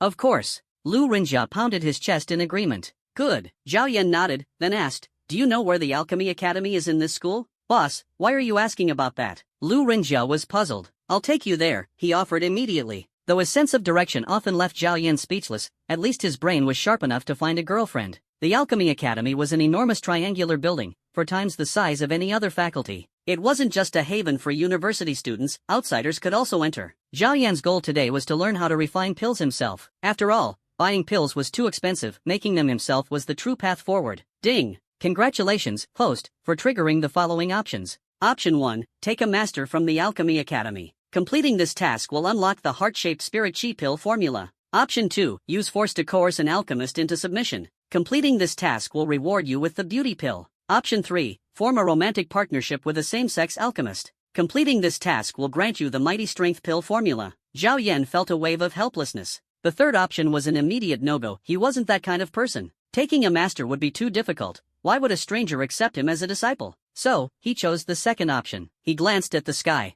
The sun was blazing high. He decided to act after nightfall. As night descended, Zhao Yan knew it was time to move. He glanced at a nearby senior who had fallen asleep and felt a wicked thrill in his heart. His first time doing something illegal, and it was oddly exhilarating. Who'd have thought that my grandson, Sun Ziming, would become a grade 2 alchemist at just 25? I must jot down today's insights immediately. Just then, a bald young man emerged from the Alchemy Academy, brimming with enthusiasm. Target locked. Zhao Yan sprang into action. Armed with a brick and sporting a borrowed black stocking over his face, he was ready for action. Sun Ziming rode off on an electric scooter, completely unaware of the danger following him. As he whistled and rode along, Zhao Yan prepared to strike only for Sun Ziming to suddenly turn around, dodging his attack. What incredible bike skills! Zhao Yan couldn't help but praise. This guy truly lived up to his reputation as the bike god of Linglan. I'm the reigning champion of the men's electric scooter marathon. You think your amateur moves can take me down? Sun Ziming boasted. If you're so skilled, then I'll get serious. Zhao Yan steeled himself and activated his theft skill. In an instant, Sun Ziming's scooter was under Zhao Yan's feet. Without your scooter, what will you fight me with? Zhao Yan bloated. Sun Ziming opened his mouth to curse but was promptly hit by the brick Zhao Yan threw, leaving him dazed and unconscious. How naive, you don't reveal your weaknesses to an enemy. Zhao Yan sneered. When Sun Ziming woke up, he found himself tightly bound in a pitch-black room, wearing only his underwear. The shame made him want to dig a hole to hide in. How much money do you want? Sun Ziming asked helplessly, thinking this guy must be some kind of pervert. I don't want money. Zhao Yan refused outright. Then, are you here for my life? Sun Ziming panicked, his heart sinking. Why would I want your life? Zhao Yan looked innocent. Then why did you tie me up? Sun Ziming couldn't help but question. I want to make you my disciple. I want to learn how to refine pills, Zhao Yan finally revealed. What? Sun Ziming was utterly shocked. This guy wanted to be his disciple? No way, he refused decisively. I'm not asking, I'm ordering. Got it? Zhao Yan threatened, raising the golden, glimmering brick. Ugh. Sun Ziming felt utterly powerless. What a humiliating situation. In the end, Sun Ziming had no choice but to accept a disciple who knew absolutely nothing. After an in-depth discussion, Zhao Yan released him. After all, Zhao Yan wasn't a bandit. This was his first time kidnapping someone, and he was admittedly inexperienced in the process. He silently vowed to do better next time. Though Sun Ziming's shared alchemy knowledge was limited, Zhao Yan still gained something. With more practice, he might just become a renowned master. Ding! Congratulations, host, on receiving the beauty pill formula. Ding! An S-grade beast cub, the Flame Hawk, has been delivered. Please sign for it, host. It arrived. While the system's efficiency was usually questionable, the rewards were undeniably generous. An S-grade beast, the Flame Hawk, just hearing the name was enough to know how powerful it must be. With a single thought, a small red hawk, the size of a fist, appeared in Zhao Yan's hand. The little hawk nuzzled against him affectionately, pecking at his fingers with its tiny pink beak. It was adorable. But, it was so small. Could it still need milk? Zhao Yan speculated. Of course, it just hatched when I snatched it. The moment it saw you, it thought you were its dad. Such a sneaky system. Zhao Yan silently mused. Still, he'd done well. He just hadn't expected the system's methods to outshine his own. It looked like he'd spend his life catching up. On the five-finger mountain of the imperial capital's first secret realm, the mother of the blazing flame eagle was puzzled. How could the child, conceived over 3 months and hatched over 2.5 years, look nothing like her? She examined it over and over, a dozen times at least, and indeed, it bore no resemblance. Woof! A puppy-like cry came from her offspring. To her astonishment, it had turned into some kind of dog. She couldn't comprehend it. Was this what humans referred to as genetic mutation? Could it even change the species? This was simply absurd. Hearing the little creature's stomach growling from hunger, Zhao Yan felt a twinge of pity. Generously, he fed it an F-rank beast core. Any food brimming with spiritual energy was a favorite of magical beasts, though in terms of taste, nothing compared to human flesh and blood. The little one, unpicky, swallowed the beast core without hesitation and promptly fell asleep. It certainly knew how to enjoy itself. Zhao Yan left a portal at this spot and stepped through it. As soon as his front foot entered, his back foot landed at home, so convenient. This teleportation ability was truly incredible. As long as he left a portal at home, he could instantly return from anywhere. "Ha, big brother, when did you get back?" Zhao Miaomia asked in surprise. Zhao Yan hadn't returned all night, hadn't replied to her messages, yet here he was early in the morning. Strangely, she hadn't heard him knock on the door. How had he gotten in? "Little sister, take a look at this." Zhao Yan pulled the blazing flame eagle out of his pocket. Though it appeared to come from his pocket, it was actually from his personal spatial storage. The little creature was still fast asleep, completely unaware that it had a new owner.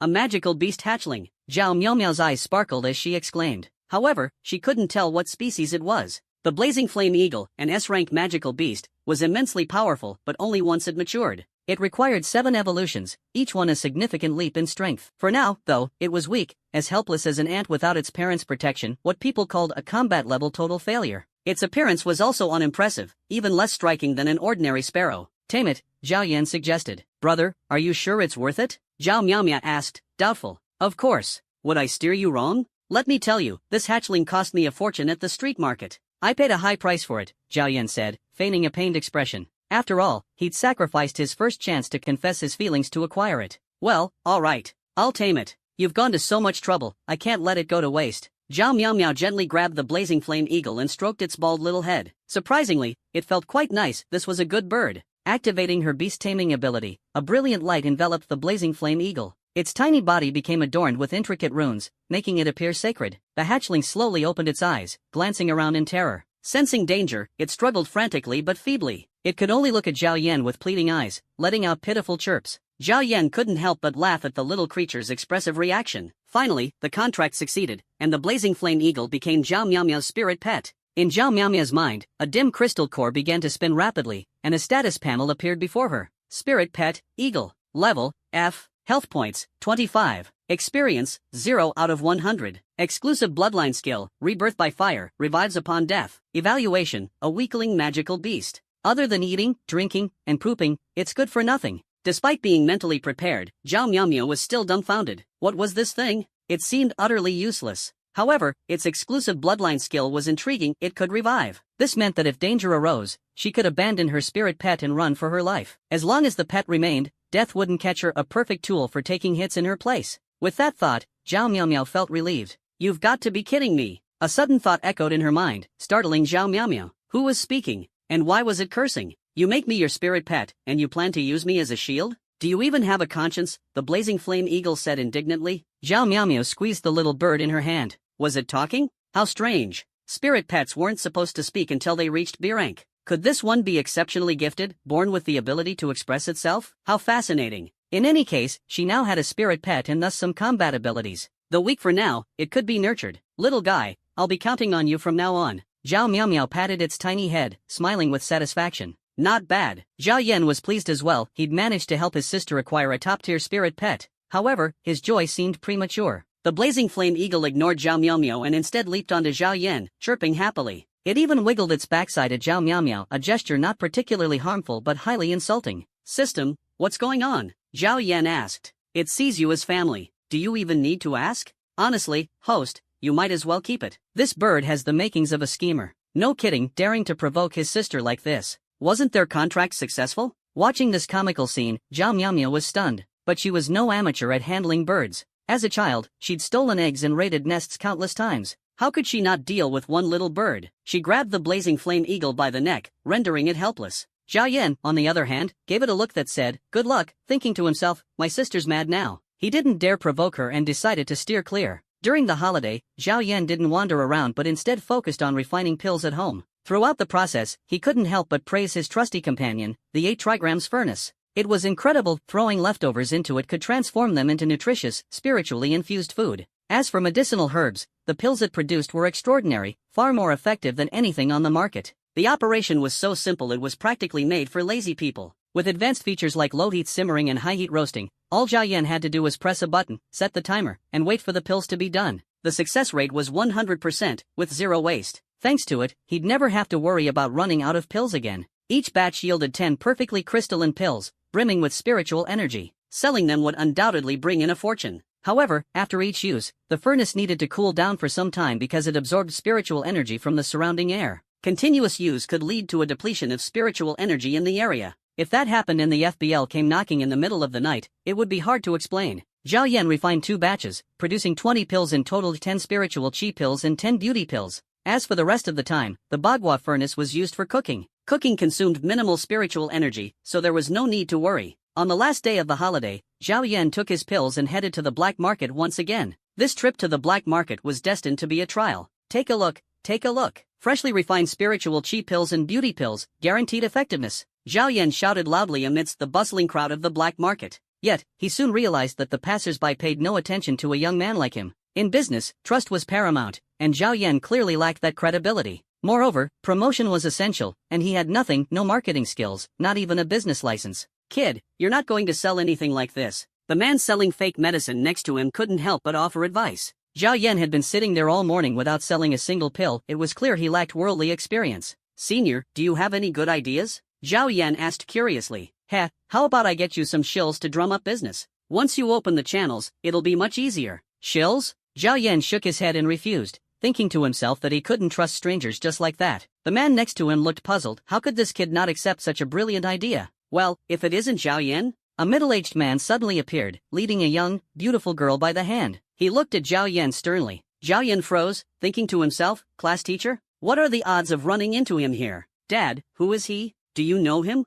The young woman curiously examined Zhao Yan and the pills on his stall. Mr. Zhao, long time no see. It's great to see you're still alive. Zhao Yan greeted him with a smile, though inwardly he mused about how his teacher seemed to have quite the secret life. The girl pouted and said, I'm his daughter. No way. My teacher's so ugly, how could he have such a beautiful daughter? Zhao Yan blurted out, causing the girl to burst into laughter. Stop with the nonsense. How much are these pills, and where did they come from? Zhao Ritian's discerning eyes immediately spotted the extraordinary nature of Zhao Yan's spiritual chi pills. Original price is 10,000, but since you're my teacher, I'll give you a discount, Zhao Yan replied without hesitation. Alright, I'll buy one. These pills don't have any side effects, do they? Zhao Ritian asked, his expression probing. No side effects at all. In fact, they're even better than the ones on the market. Zhao Yan's confident voice echoed, drawing the attention of nearby onlookers. Hey, what's this green pill here? Zhao Ling curiously picked up a beauty pill and poked at it. Be gentle. That's a beauty pill, it can make you look 10 years younger. Zhao Yan replied with pride. Wow, is that a flying cow I see in the sky?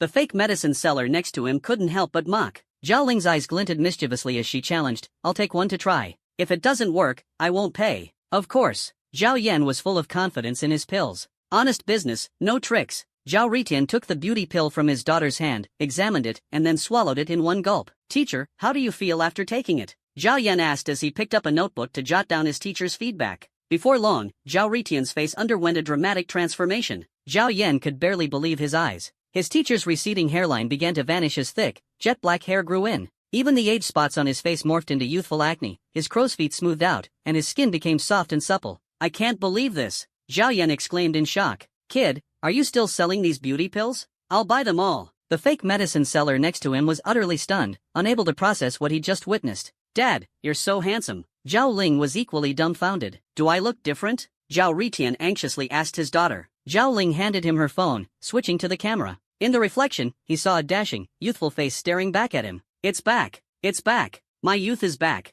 Zhao Ritian shouted in excitement, overwhelmed with joy. Zhao Yan, I'm buying all your beauty pills. How much do they cost? Zhao Ritian's eyes sparkled with eagerness. Faced with his teacher's enthusiastic gaze, Zhao Yan felt a bit flustered. Teacher, please don't look at me like that, I can't handle it. He quickly flipped open his price list, which clearly stated, beauty pill, 100,000 huaxia coins per pill. Alright, that's not too expensive. Give me 3 more. Zhao Ritian agreed without hesitation. Although he had substantial savings, he wasn't exactly swimming in money. Deal. Zhao Yan's lips curled into a satisfied smile. Payment received, 300,000 huaxia coins. Teacher, don't forget the payment for the spiritual chi pill as well. Zhao Yan reminded, delighted at his earnings. Such a miser. Payment received, 8,999 huaxia coins. The fake medicine seller next to them looked on with envy. This kid had made more in a single day than he could in an entire year. You're Zhao Yan, right? Can you save me one beauty pill? I'll come buy it once I've saved enough money. Zhao Ling grabbed Zhao Yan's hand, her eyes filled with anticipation. She realized this was a highly lucrative business opportunity. As a university student who'd always dreamed of starting her own venture, she couldn't let this chance slip by. Sure, add me on WeChat, and we'll talk later. Zhao Yan nodded, already planning future collaborations.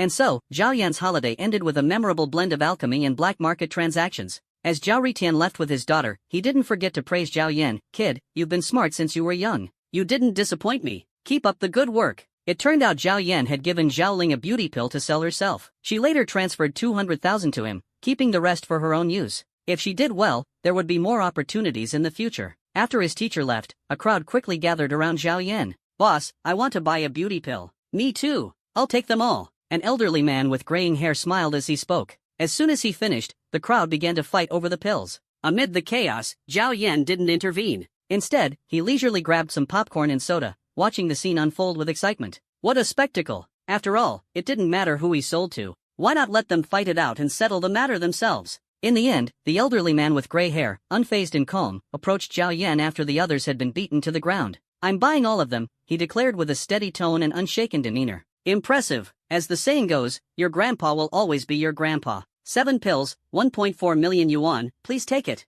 The elderly man didn't even furrow his brows and directly transferred the money to Zhao Yan. "Did you make these pills yourself?" the old man asked casually. "How could I possibly know how to do that?" Zhao Yan replied with an awkward laugh. "Stop right there." The competitor who had just run out earlier returned, dragging along a man dressed in a police uniform. On the man's left arm was a red armband with the words Urban Management clearly written on it. The urban enforcer strutted arrogantly to Zhao Yan's stall. "Do you have a business license? Setting up a stall here and selling fake medicine is illegal, you know that?" He unleashed a barrage of questions, leaving no room for response, like a mob boss coming to collect a debt. "Wait a second, this is the black market where anyone can set up a stall, and you're lecturing me about the law?" Zhao Yan tried reasoning with him. "Besides, I'm an upstanding citizen, and these pills are absolutely fine. I don't care.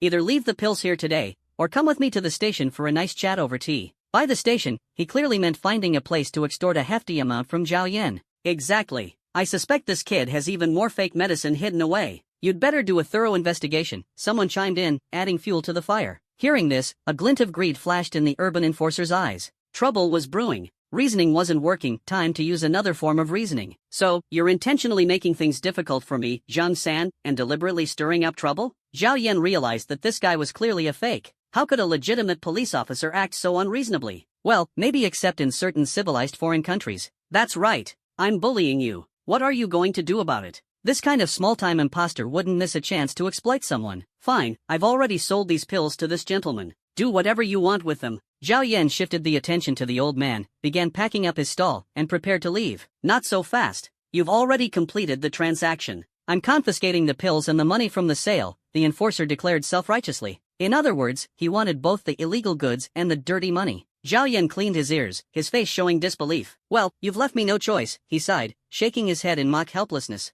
"Wait here. Make it quick. I've got things to do." The enforcer, oblivious to the impending danger, grumbled impatiently. Zhao Yan pulled back the black cloth covering his stall, revealing a shiny brick that glimmered under the light. The word virtue was prominently engraved on it. With practiced ease, Zhao Yan picked up the brick and started playing with it, instantly intimidating the enforcer. Hey! I'm warning you, assaulting an officer is a serious crime. Stop now, and you can still save yourself." "Sorry, I've got a mental illness," Zhao Yan replied, pulling out a piece of paper covered in dense handwriting. He flashed it briefly at the enforcer, who didn't get a good look but felt a pang of guilt nonetheless. A desperate man fears nothing, and dealing with a lunatic was a bad idea. "Don't trust him, man," the fake medicine seller tried to stir things up from the side. Without hesitation, Zhao Yan swung the brick down hard. Finally, peace returned to the world. "Why are there always flies buzzing around? So annoying," Zhao Yan muttered, lifting the brick and walking toward the enforcer. "Oh no, fall back, retreat." The enforcer, seeing the fake medicine seller sprawled out on the ground, panicked and shouted. "Trying to run?" Zhao Yan was about to make his move when he noticed a silver bracelet on the enforcer's arm. "Wait, what was this? Congratulations! You're under arrest for impersonating government personnel." A cold voice came from behind as someone lifted the fake enforcer like a chicken and threw him into a police car. Zhao Yan recognized the newcomer. "Brother Jie?" His leg healed so quickly. "Zhao Yan, is it?" Zhao Yan quietly put down the brick he had raised, pretending to be an innocent law-abiding citizen. "Come on, let's have a chat," Zhou Jie suggested. At first, Zhao Yan refused until Zhou Jie mentioned treating him to a meal. Who could say no to a free lunch? At the Pear Garden Hotel, well, the street food stall across from it. "Zhao Yan, order whatever you want. My treat," Zhou Jie said generously, patting Zhao Yan on the shoulder. Zhao Yan was speechless. Seriously, just this? For someone who was supposedly a big shot in the Bureau of Special Abilities, how could he be so stingy? "Bring out your most expensive dishes, all of them," Zhao Yan said boldly. From pickled radish, boiled edamame, and stir-fried peanuts to grilled squid and roasted bullfrog, he ordered everything. Can you wait a bit? My apprentice isn't here, he's in the restroom. Once he's back, he'll cook for you, the stall owner said, juggling ingredients and looking overwhelmed. Brother, we're here to eat, not to starve. Zhao Yan couldn't help but complain. I know that. What else would you be here for? By the way, if your bill exceeds 100 yuan, you get a free bowl of handmade noodles. Eat as much as you like. Wait a minute. I'll whip up a batch for you in no time, and I promise it'll taste great, added the stall owner. Brother Jie, doesn't this guy seem a bit? Just go with the flow. By the way, your college entrance exam is next month. Any thoughts? Zhou Jie suddenly asked. He had looked into Zhao Yan's background, a senior at Linglong High School, preparing for the big exam. I want to get into the Imperial Capital University. Ha! Dream on, Zhou Jie chuckled. The record showed Zhao Yan was a low-ranking student, but judging by his recent behavior, he seemed to be hiding his true abilities. Facing a Class C monster without flinching, this kind of composure was wasted if he didn't apply to a military academy. While Zhou Jie acknowledged Zhao Yan's potential, getting into the Imperial Capital University was no small feat at a minimum. He'd need to reach E-level ability, one of the basic requirements. Of course, with enough money, rules could always be bent. After all, money can turn the wheels of fate or even reverse them. No, I'm confident I'll make it. Ha! Young people shouldn't be overly ambitious. If you're not ambitious, how can you call yourself young? Just go for it, no hesitation. As the two of them bantered, a flash of steel suddenly appeared behind Zhou Jie, a gleaming blade slashing toward him. Watch out! Zhao Yan reacted instantly, shoving Zhou Jie's head down onto the table. Thanks to his quick action, the blade only managed to slice off a few strands of Zhou Jie's hair instead of his head. Hey, are you settling a personal grudge? Zhou Jie yelled, caught off guard by the sudden turn of events. Wait, no! As a representative of the Bureau of Special Abilities, Zhou Jie quickly realized the situation. It was the cultists from the evil spirit sect. In the chaos, Zhou Jie grabbed a stool and swung it at the attacker, only for the stool to be sliced cleanly in half. There's too many of them. Zhao Yan, you go first, I'll hold them off, Zhou Jie said, staring nervously at the 10 black-clad figures in front of him, his legs trembling slightly. No one responded to him. Officer Zhou, your companion has already fled, a man in a black robe sneered. Impossible. That kid wouldn't abandon me. Zhou Jie turned to look. Zhao Yan was nowhere to be seen. That kid really ran off? Just outright fled? Where is he? Faced with danger, Zhao Yan's first instinct was to run. 10 against 2? He never fought battles he wasn't confident in. Staying would have just earned him a spot in a coffin. Still, he hadn't expected Zhou Jie wouldn't follow him. Cursing inwardly at the reckless fool, Zhao Yan turned back and ran along the same path. Damn, my phone's still on the table. Hey, let's talk this out, alright? As the saying goes, a gentleman uses his words, not his fists. What's the point of so many of you ganging up on me? If you've got the guts, fight me one-on-one. Zhou Jie, staring at the overwhelming number of adversaries before him, could only resort to stalling with his words. Inwardly, he prayed desperately, hoping his teammates would arrive soon. Otherwise, he was certain he wouldn't make it out alive today. Alright, Zhou Jie, you're a real man. I'll give you a choice, said one of the leaders of the evil spirit cult with a sly grin. You can choose to take us all on at once, or we'll take you on one at a time. Your choice. He thought to himself, I'm just a fish on the chopping board. No one's going to save me today. Boys, get him. Yes, boss. The next second, 10 men brandishing massive machetes charged at Zhou Jie with murderous intent. You guys have no sense of honor, Zhou Jie said with a bitter smile. He recognized a few of the men. They were all wanted criminals from the Bureau of Abilities. The leader, known as Blood Demon, was also a D-rank ability user like him. Just dealing with Blood Demon alone would be a struggle, let alone the others. 3 D-ranks and 6 C-ranks, such a lineup could easily take down 2 C-rank beasts. Zhou Jie felt a chill run down his spine. Why me? Why not someone else? He thought helplessly. Indeed, since ancient times, good-looking guys have always had it rough. Frustrated, he thought, damn it, I just came out for a meal and got caught up in this disaster. What terrible luck. Faced with such a brutal group from the evil spirit cult, Zhou Jie didn't dare to let his guard down. He quickly activated his ability. His ability, called hardening, allowed his body to become as tough as stone, earning him the admiration of many women and a solid reputation within the Bureau of Abilities. Once activated, his ability made him nearly impervious to weapons. Was it powerful? Extremely. But the downside was a significant loss in speed, effectively turning him into a stationary target. On missions, his teammates would always have him take the brunt of the initial attacks, treating him like a tool. Initially, he resisted, but the rewards from his superiors were too tempting to refuse. He still remembered the last mission with the lightning leopard. The shocks had left him numb, as if he were about to break into an electric dance. While he could withstand brutal beatings, he couldn't defend against electrical attacks. Hardening, he shouted, and a thin layer of metallic armor instantly covered his body. He then engaged in a fierce battle with the members of the evil spirit cult. Wait, put the machetes away. Blood Demon raised a hand to stop his men. Zhou Jie's heart tightened. Could it be that they were going to let him go? Bring out the hammers. Blood Demon ordered. The cultists immediately swapped out their machetes for giant hammers. Clearly, they had come prepared. While the hammers couldn't break through his hardening ability, they could shake him to death. Having stalked Zhou Jie for some time, they had meticulously planned for this encounter. Damn it! Zhou Jie cursed inwardly, sensing the danger. He turned to run, but Blood Demon, with his superior martial skills, quickly caught up and delivered a fierce kick. Zhou Jie was sent flying, while Blood Demon clutched his foot, massaging it. Damn, he's really tough, he exclaimed in surprise. Hit him with everything you've got, Blood Demon roared. The cultists swung their hammers and began to pummel Zhou Jie. At first, he managed to hold on, but as the beating continued, the pain became unbearable. He wanted to scream. This was the second time he had been overpowered with no chance to fight back, the first being against the lightning leopard, and this time was even more dangerous. Despair filled Zhou Jie's heart. He scanned his surroundings, hoping against hope for a good Samaritan to appear. He was only in his 30s, he didn't want to die. Unfortunately, as soon as the fight broke out, the people at the cold dish stand had all fled, faster than rabbits, leaving him no chance to call for help. He couldn't blame them, any normal person would have run. Just as he was about to give up, he spotted a familiar figure. The man was sneaking around, wearing black stockings on his head, looking every bit like a criminal. Xiao Yan, you came back to save me. Zhou Jie's heart surged with joy, and tears welled in his eyes. He had finally found a lifeline. However, Xiao Yan hadn't expected to be recognized and thought to himself, does Zhou Jie have the nose of a bloodhound? Sneaking around, Xiao Yan had assumed no one would notice him, but Zhou Jie's shout alerted everyone in the evil spirit cult. They all turned toward him, thinking, this guy actually came back? Big brothers, carry on. I just came back for my phone. Xiao Yan grabbed the black Huawei phone from the barbecue table and, without a second thought, bolted. You think I'm an idiot? You're not leaving that easily. You three, go after him, Blood Demon ordered. 3 cultists immediately chased after Xiao Yan. Initially, the gap between them was 10 steps, but 10 seconds later, it had widened to 50 steps. Damn, is he even human? How can he run so fast? Forget it, let's stop chasing. A minute later, the 3 men returned dejectedly. Boss, that guy's like a rabbit. We couldn't catch him. Forget him. Let's just kill Zhou Jie and get out of here, Blood Demon said. He had noticed Xiao Yan's exceptional speed, far surpassing his own, which suggested a speed-related ability. The pressure fell back on Zhou Jie. At this point, he was bleeding from all orifices as the cultists targeted his head with their hammers. Don't they know you're not supposed to hit someone in the face? Zhou Jie thought bitterly. That little bastard Xiao Yan is so unreliable. I even treated him to a meal once, well, almost treated him, but still, how could he just leave me like this? He could have at least drawn some attention away to give me a chance to escape. Zhou Jie was barely hanging on, his life hanging by a thread. Boss, something's not right.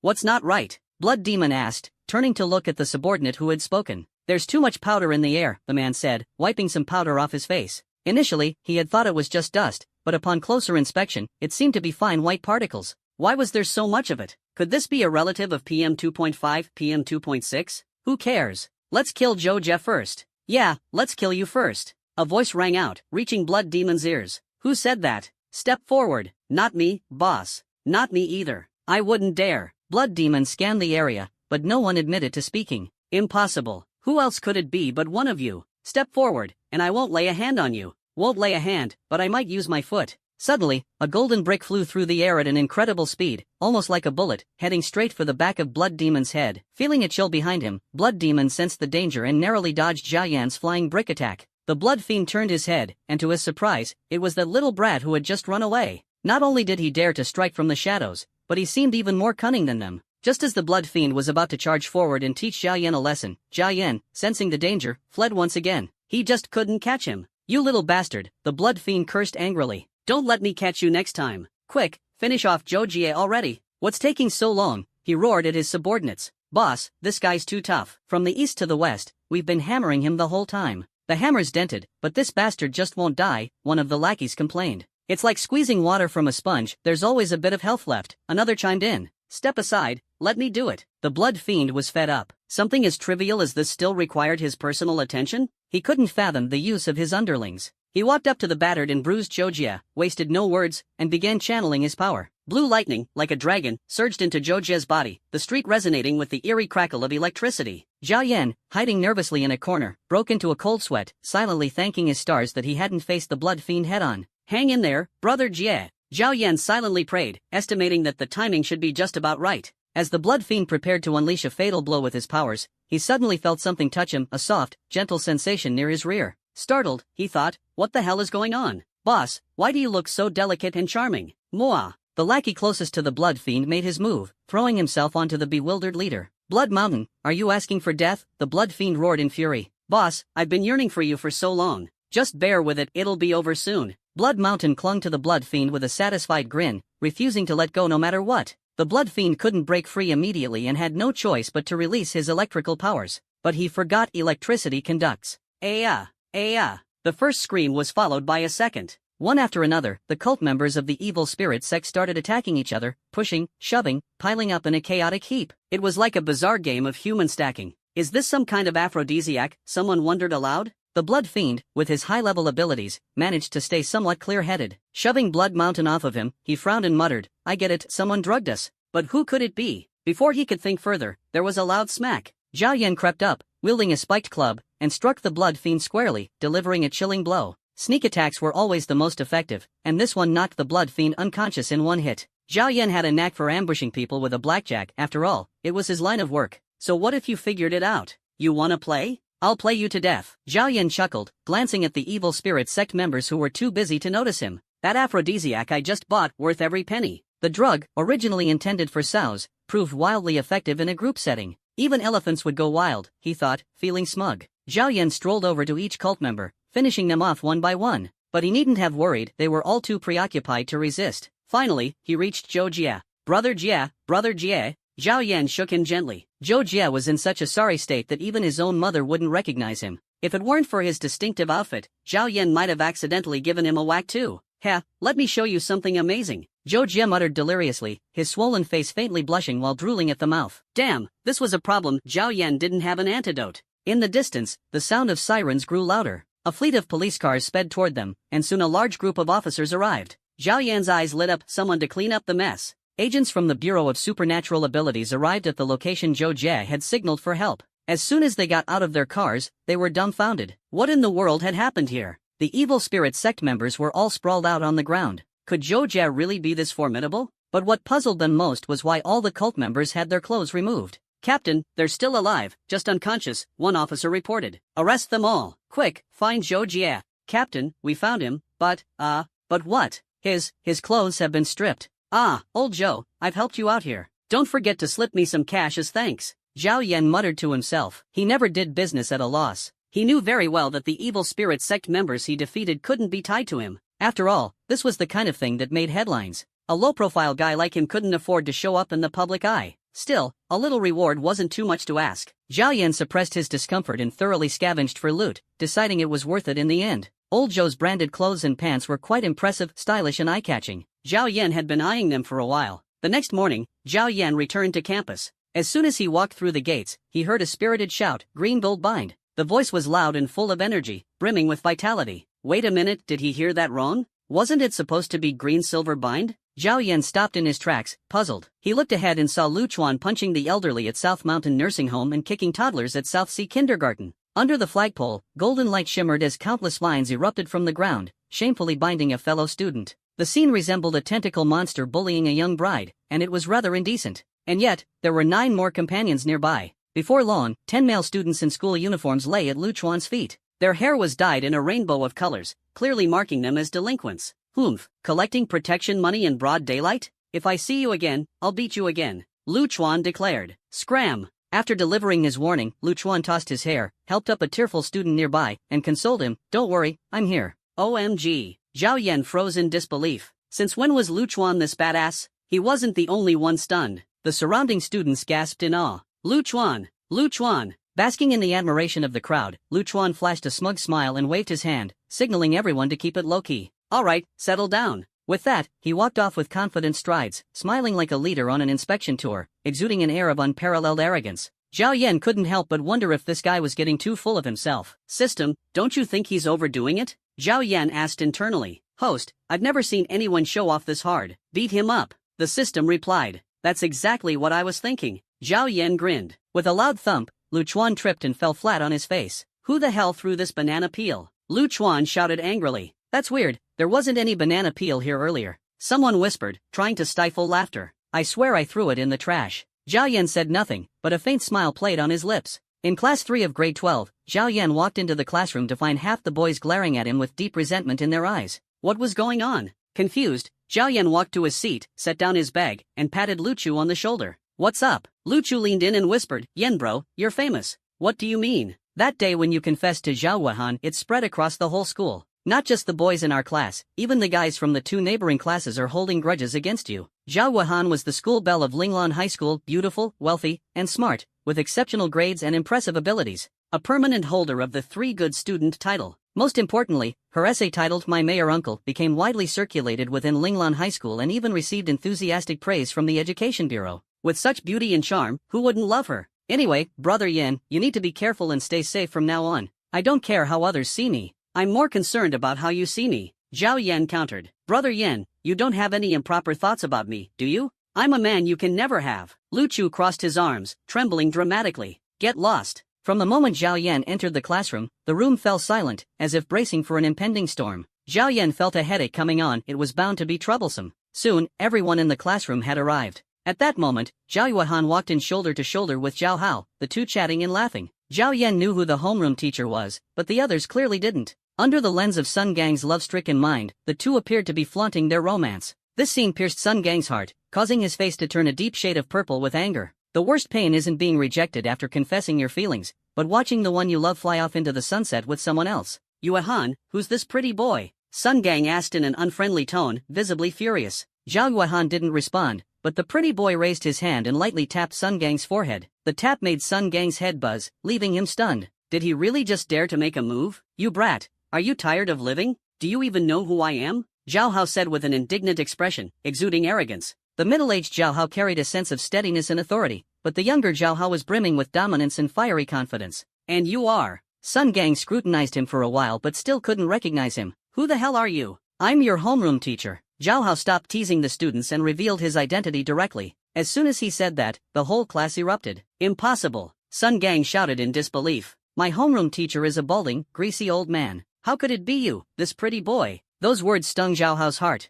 Was he really that unimpressive before? Fortunately, I've become young again. Don't doubt it, he really is our homeroom teacher. Zhao Yuhan spoke up to help explain. Don't be so shocked, everyone. I've just gotten younger, that's all. No need to overreact. Zhao Hao followed up with an explanation. Zhao Hao's gaze landed on Zhao Yan sitting in the corner, filled with gratitude. This sent chills down Zhao Yan's spine. Teacher, you're too handsome, don't look at me like that. The rest of the class, however, was utterly stunned. Goodness, this isn't just getting younger, it's like a species transformation. Even the bald spot is gone. This is just absurd. Though the process was a bit convoluted, with Zhao Yuhan's help and the teacher's efforts, everyone eventually accepted this bewildering reality. Teacher, you're so handsome. The girls in the class couldn't help but blush over the teacher's dramatic transformation. There was no helping it, he was just too good-looking. Alright, let's start the lesson. During the following class, Zhao Hao gave a series of lectures. The Temptation of Superpowers. 3 years of beasts, 5 years of powers. How excellent superhumans are trained. Though the content wasn't particularly useful, everyone was thrilled and listened attentively.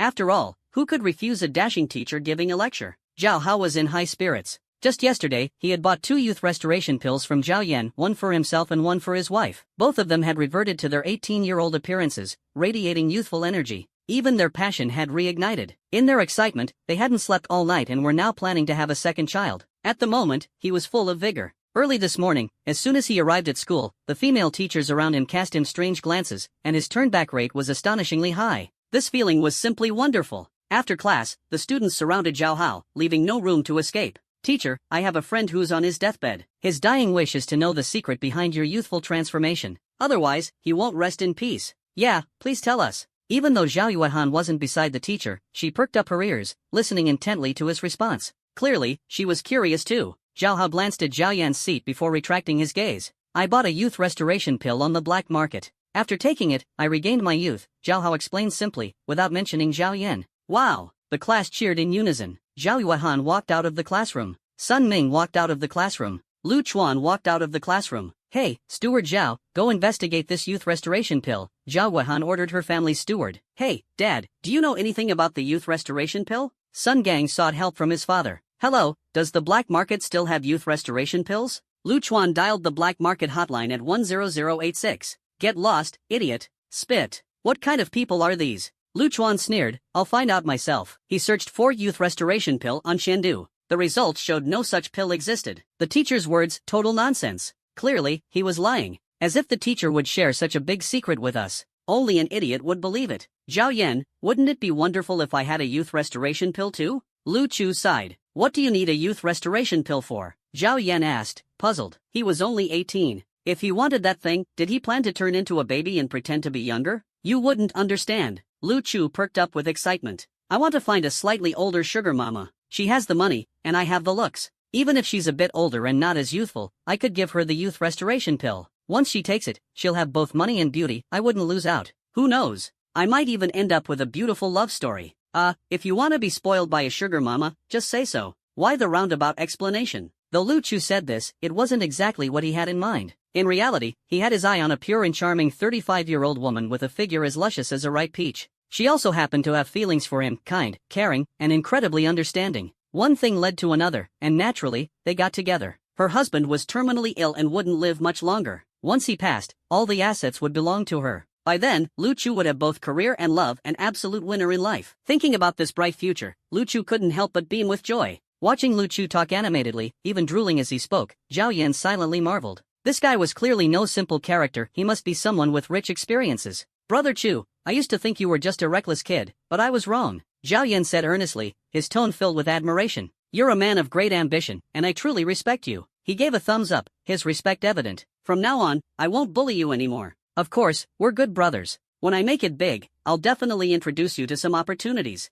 Lu Chu responded. No need for that. After school, Zhao Yan turned on his phone and discovered two intriguing trending topics. Both of these topics were familiar to him, as he had personally experienced them. The first headline boldly read, A People's Hero Emerges in Linglan City, Zhoujia. There were photos, evidence, and even videos to back it up. In the photos, the mayor was presenting an award to Zhoujia, who wore a bright smile, looking radiant and triumphant, a stark contrast to his disheveled appearance the previous night. It seemed this was likely his moment of glory. The video had already garnered over 500,000 views and was still climbing rapidly. Out of curiosity, Zhao Yan clicked on it. The content was a television interview. Mr. Zhou, could you briefly describe the events of last night's evil spirit cult incident? The reporter asked. That's simple. Zhou Jia replied with a smile. Last night, I was patrolling near the Liyuan Grand Hotel, ensuring the safety of the residents. It's our duty as government personnel, after all. Through my relentless efforts, I noticed something unusual. 40 men dressed in black robes hiding in a corner, laughing sinisterly. I immediately realized the gravity of the situation. Without hesitation, I charged forward, Zhou Jia said confidently.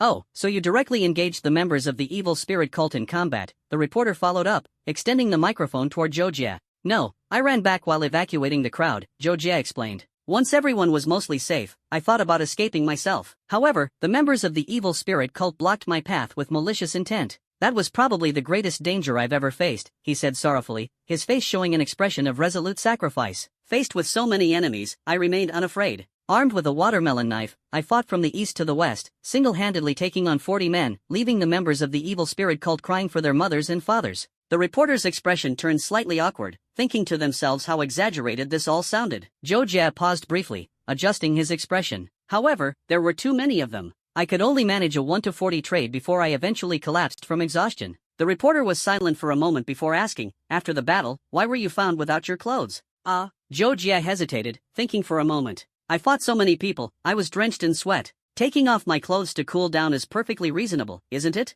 And your pants too, the reporter pressed. Cut that part out. The video abruptly ended. Zhao Yan couldn't help but curse inwardly, what a braggart. In reality, Zhou Jia had been pinned down and beaten. Without Zhao Yan's intervention, he wouldn't even be here now. Still, Zhao Yan didn't dwell too much on it. After all, Zhou Jia's compensation had been more than generous. Meanwhile, in a room at the Bureau of Special Abilities, Zhou Jia looked a bit uneasy as he spoke to Director Wang. Director Wang, is it really okay to exaggerate my deeds like this for publicity? Isn't this just outright provoking the evil spirit cult? Although I got carried away and embellished a bit during the recording, thinking back on it now, I'm feeling a little scared. Xiao, this is called a strategy to lure the enemy. I'd bet anything that after this, the evil spirit cult won't be able to sit still and will definitely take action. We've already set up a flawless plan to completely uproot them. Wang Defa's excitement grew as he spoke, imagining a future promotion and pay raise, and perhaps even the position of bureau chief. Zhou Jia's expression darkened. He thought to himself, you're thrilled about this, but when the evil spirit cult retaliates,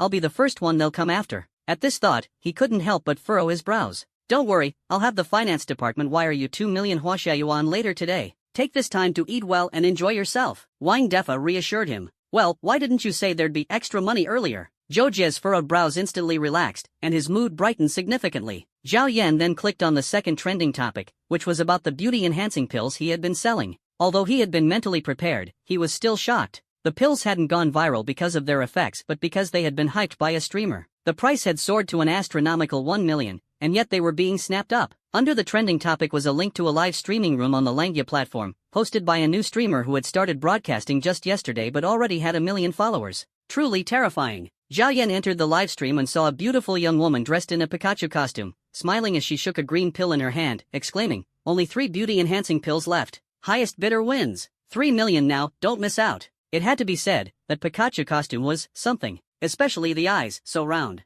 Zhao Yan immediately recognized the girl as Zhao Ling. "Thanks for the airplane, big brother. Love you, moi." Zhao Ling blew a kiss to a viewer who had gifted her an airplane. The viewer, whose username was "Send another plane and I'll cut it off," quickly sent 10 more planes. The chat erupted with cheers. "Big brother, 666. But how did she end up with 3 beauty-enhancing pills?" Zhao Yan was utterly baffled. At noon, when Zhao Yan returned home, he plopped onto the sofa. Before he could get comfortable, his phone rang. It was a message from Zhao Ling on Super Chat. "Zhao Yan, I sold that pill you gave me," the message read, followed by a transaction receipt showing 800,000 yuan. Zhao Yan silently accepted the payment and replied with a simple smiley face. And that was it. Zhao Ling had transferred the money to Zhao Yan, keeping 200,000 yuan for herself while sending him 800,000. Zhao Yan had only asked for 200,000, saying she could keep the rest. However, Zhao Ling knew that if she wanted to continue selling beauty-enhancing pills in the future, she had to let Zhao Yan take the lion's share. She could settle for the scraps. She had expected Zhao Yan to praise her and propose further cooperation, but after waiting for ages, all she got was a smiley face with no mention of the pills. What did that mean? Zhao Ling grew anxious. She had just sold another pill during her live stream, and the shipment was due tomorrow. If she didn't have the pills, wouldn't she be labeled a fraud? Do you need me to sell more beauty-enhancing pills?" Zhao Ling nervously sent another message. But Zhao Yan was busy playing with his bird and didn't see it. Strangely enough, ever since his younger sister had disciplined the flaming eagle, it had become much more obedient. The bird was even standing in a military posture. It seemed that training needed to start young even for birds. However, the flaming eagle was inherently sly and cunning. It never hesitated to slack off when no one was watching. Whenever someone passed by, it would immediately resume its stance. "Not bad." Zhao Miaomia walked over, patted the flaming eagle on the head, and praised it. Zhao Yan noticed a hint of fear in the bird's eyes and couldn't help but feel curious. "Sis, how did you train it? It seems much more well-behaved now." "Oh, that's easy. Last night, I stayed up all night watching videos with it. Bird clips, to be exact," she said nonchalantly. "Bird clips?" Zhao Yan was puzzled. "Yeah, a compilation of gourmet bird dishes from around the world. Oh, I also showed it a desert butcher streamer. That beautiful woman can slaughter a small bird in just half a minute, plucking every feather cleanly. So appetizing." Zhao Yan was startled in his heart. Turns out, watching too many videos had caused some side effects. For the flame eagle, it was truly a pitiful child, bearing pressures it shouldn't have to face at this age. "Little sister, I'll transfer you 2 million. Use it to give the kid some nourishment later. It looks so scrawny from hunger that even if you cooked it, it wouldn't make a full meal." The terror in the flame eagle's eyes deepened. "Payment received, 2 million. The mechanical voice chimed from Zhao Miaomia's phone. "Thank you, big brother." Zhao Miaomia was overjoyed by this unexpected windfall. She gave Zhao Yan a big hug. Perfect. This money could now fund her pet cultivation plan. Damn. Lu Ke had just finished using the restroom and was stunned at the scene before him. Truly, the rich envy the newly rich. 2 years, huh? Guess he'd just have to tough it out. System, open the panel. Name, Zhao Yan. Abilities, E-level telekinesis tier 3, F-level teleportation ability tier 2. Strength, 180. Agility, 170. Mental power, 170. Constitution, 170. Experience, 30 to 500. Techniques, lazy cultivation method, swift steps level 1. Special trait, heartless. Titles, dog lover, outlaw, non-human, human hero. Only one title can be active at a time. Weapons, spiked club, debrick, ice soul sword, godslayer gun, no ammunition. Occupation, level 1 alchemist. Assets, 4.208899 million yuan. Unlock the tycoon quest upon reaching 100 million. Inventory, Robber Jack's wallet, Zhou Jie's wallet, Blood Demon's wallet, Sun Ziming's broken electric scooter, teddy bear underwear, torn black stockings, beast detector, several beast cores, various spiritual herbs, 10 kilograms of enhanced laxatives. Reference, F-level ability user stats are at 15. E-level ability user stats are at 30. D-level ability user stats are at 60. C-level ability user stats are at 130. B-level ability user stats are at 300. A-level ability user stats are at 400. S-level ability user stats are at 500. SS-level ability user stats, unknown. Evaluation: the host can punch a cow to death and kick a dog to death, but that's about it. While there's been improvement, it's not enough to act recklessly yet. Wow, some new things popped up this time. Zhao Yan couldn't help but compliment as he stared at his panel. Comparing the stats, purely based on numbers, his strength was already superior to some C-level ability users, though there was still some distance to B-level. However, abilities were the real trump card. For instance, if he went head-to-head with the Blood Demon and got electrocuted even once, he'd probably go down immediately. For now, he had to remain cautious and seize opportunities to leverage others' strengths. System: why is there no detailed information on SS-level ability users? Zhao Yan stared at the reference column, puzzled. The human body cannot reach that domain. No reference available. However, beasts can. Then can I stop being human? The host already isn't acting very human. The boat of friendship sinks just like that. Truly exasperating. Still, the evaluation section had finally shown some improvement. At least it no longer compared him to cows and dogs, an epic level upgrade, perhaps. By the time Zhao Yan picked up his phone again, 5 hours had passed. Meanwhile, Zhao Ling had been anxiously waiting at home, unable to eat or drink for a full 5 hours. She busied herself concocting pills and organizing her inventory. Now, she faced a pressing issue: the materials for beauty pills were severely lacking. Other ingredients were manageable, but the spiritual herb known as green gold grass was particularly scarce. She had only 3 stalks left. Green gold grass had sturdy roots, and its golden leaves were incredibly beautiful. When Zhao Yan first found it, he didn't recognize its value. He just thought it looked nice and casually picked it in a secret realm. Little did he know it was an essential ingredient for refining beauty pills. With the current supply, she could only make 3 batches, totaling 30 pills, a quantity that felt insufficient. Green gold grass, green vines entwined. Lu Chuan, sh*T. A brilliant idea struck Zhao Yan. Could Lu Chuan's plant-growing ability help him? This thought lingered in his mind, refusing to dissipate. It seemed he needed a proper chat with Lu Chuan. Lu could handle the planting, and Zhao could handle the harvesting. This way, there'd be no shortage of herbs. Calming himself, Zhao Yan picked up his phone. No battery? Sigh, Huawei phones really were a bit unreliable. After just 5 years of use, it couldn't even last the morning. Time for an upgrade. As he plugged in the charger, the screen lit up, revealing countless messages. Zhao Ling, Zhao Yan, are you there? Zhao Ling, Zhao Yan, why aren't you replying? Zhao Ling, are you with someone else, you scumbag? Zhao Ling, Omega, answer me. Zhao Ling. A total of 60 messages. Zhao Yan immediately realized this girl had lost her composure. The last message read, Zhao Yan, just you wait. I'm telling my dad. Tell your dad? That's overkill. Zhao Yan silently sent a reply. Do you still want to sell the beauty pills? He thought Zhao Ling might still be sulking and would take a while to respond, but she replied instantly. Ooh, you finally replied. Who could stay mad at money? Zhao Yan, you waited this long, not mad at me, are you? Zhao Ling, not at all. 5 hours is nothing, I could wait a whole month for you. Zhao Yan, alright then, I'll contact you next month. At home, Zhao He was enjoying a pleasant evening with his wife when he suddenly heard his daughter outside, cursing loudly and smashing objects. Looks like it was time to train a backup account. In her room, Zhao Ling was completely dumbfounded. How could this guy be so unpredictable? It was infuriating. Ding dong. Her phone chimed again with a new message. Where are you? I'll deliver the beauty pills to you. Zhao Ling, I'm freaking losing it over here. Despite the twists and turns, Zhao Ling finally achieved her goal. The two agreed to meet at the entrance of Lily of the Valley High School. Big brother, you're heading out again? Zhao Miao Miao softly asked, watching Zhao Yan leave in a hurry. If someone gives you money, you naturally have to treat them nicely. Starting today, she vowed to be a good little sister. Oh, it's nothing. I'm going out to watch a game. I'll be back later, Zhao Yan said as he rushed out the door. Watch a game? Zhao Miao Miao was left scratching her head in confusion. Lily of the Valley High School wasn't far, just 5 kilometers away. Zhao Yan pulled out Sun Ziming's prized electric scooter from his personal storage. As soon as he flipped the switch, it shot forward like a rocket. This electric scooter's speed was astonishing. With Zhao Yan's telekinesis enhancing it, it was no less impressive than a race car on the track. Baby, this is the new Lamborghini Sports Edition I just bought.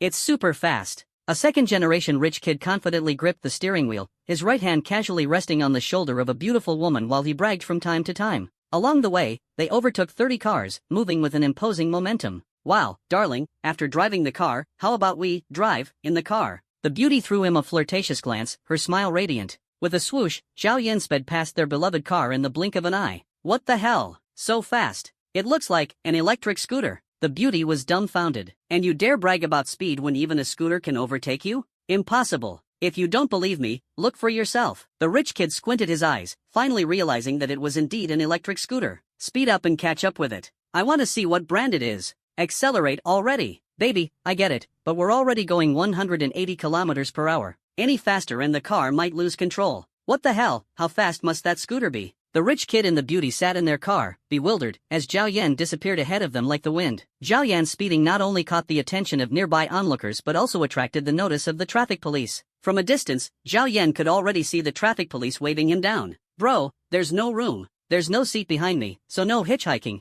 Zhao Yan understood their intention and decisively refused. With a swoosh, Zhao Yan vanished from sight in an instant. "What do you mean no room? You're speeding, okay? Who would have thought that in this day and age, even electric scooters could break speed limits? Unbelievable." The traffic police, riding the latest model of motorcycles, chased Zhao Yan for 2 blocks. But the distance between them only grew until, eventually, Zhao Yan disappeared entirely from their view. This speed, it's absolutely insane. 3 minutes later, Zhao Yan parked the electric scooter at the school gate, fatally noticing smoke rising from the 2 tires, as though they were about to catch fire. Bang! With a loud noise, one of the tires burst. "Oh shoot, I forgot. The speed was too high, and the tires are almost worn out. Probably can't use them anymore." Zhao Yan muttered to himself, completely unconcerned. After all, it wasn't his scooter. Replacing it with better tires wouldn't be a problem. When Zhao Yan arrived, Zhao Ling had just stepped out of her house. "I'm here. Hurry up, don't dawdle, I have things to do." Zhao Yan sent a message. "Zhao Ling? Zhao Ling, we agreed on a meeting spot 5 minutes ago, and you're already there? Isn't that a bit early?" After waiting for about 10 minutes, Zhao Yan saw a woman riding a black motorcycle toward him. She was dressed in a colorful mini-skirt, a large Pikachu shirt on top, and wore a pink helmet.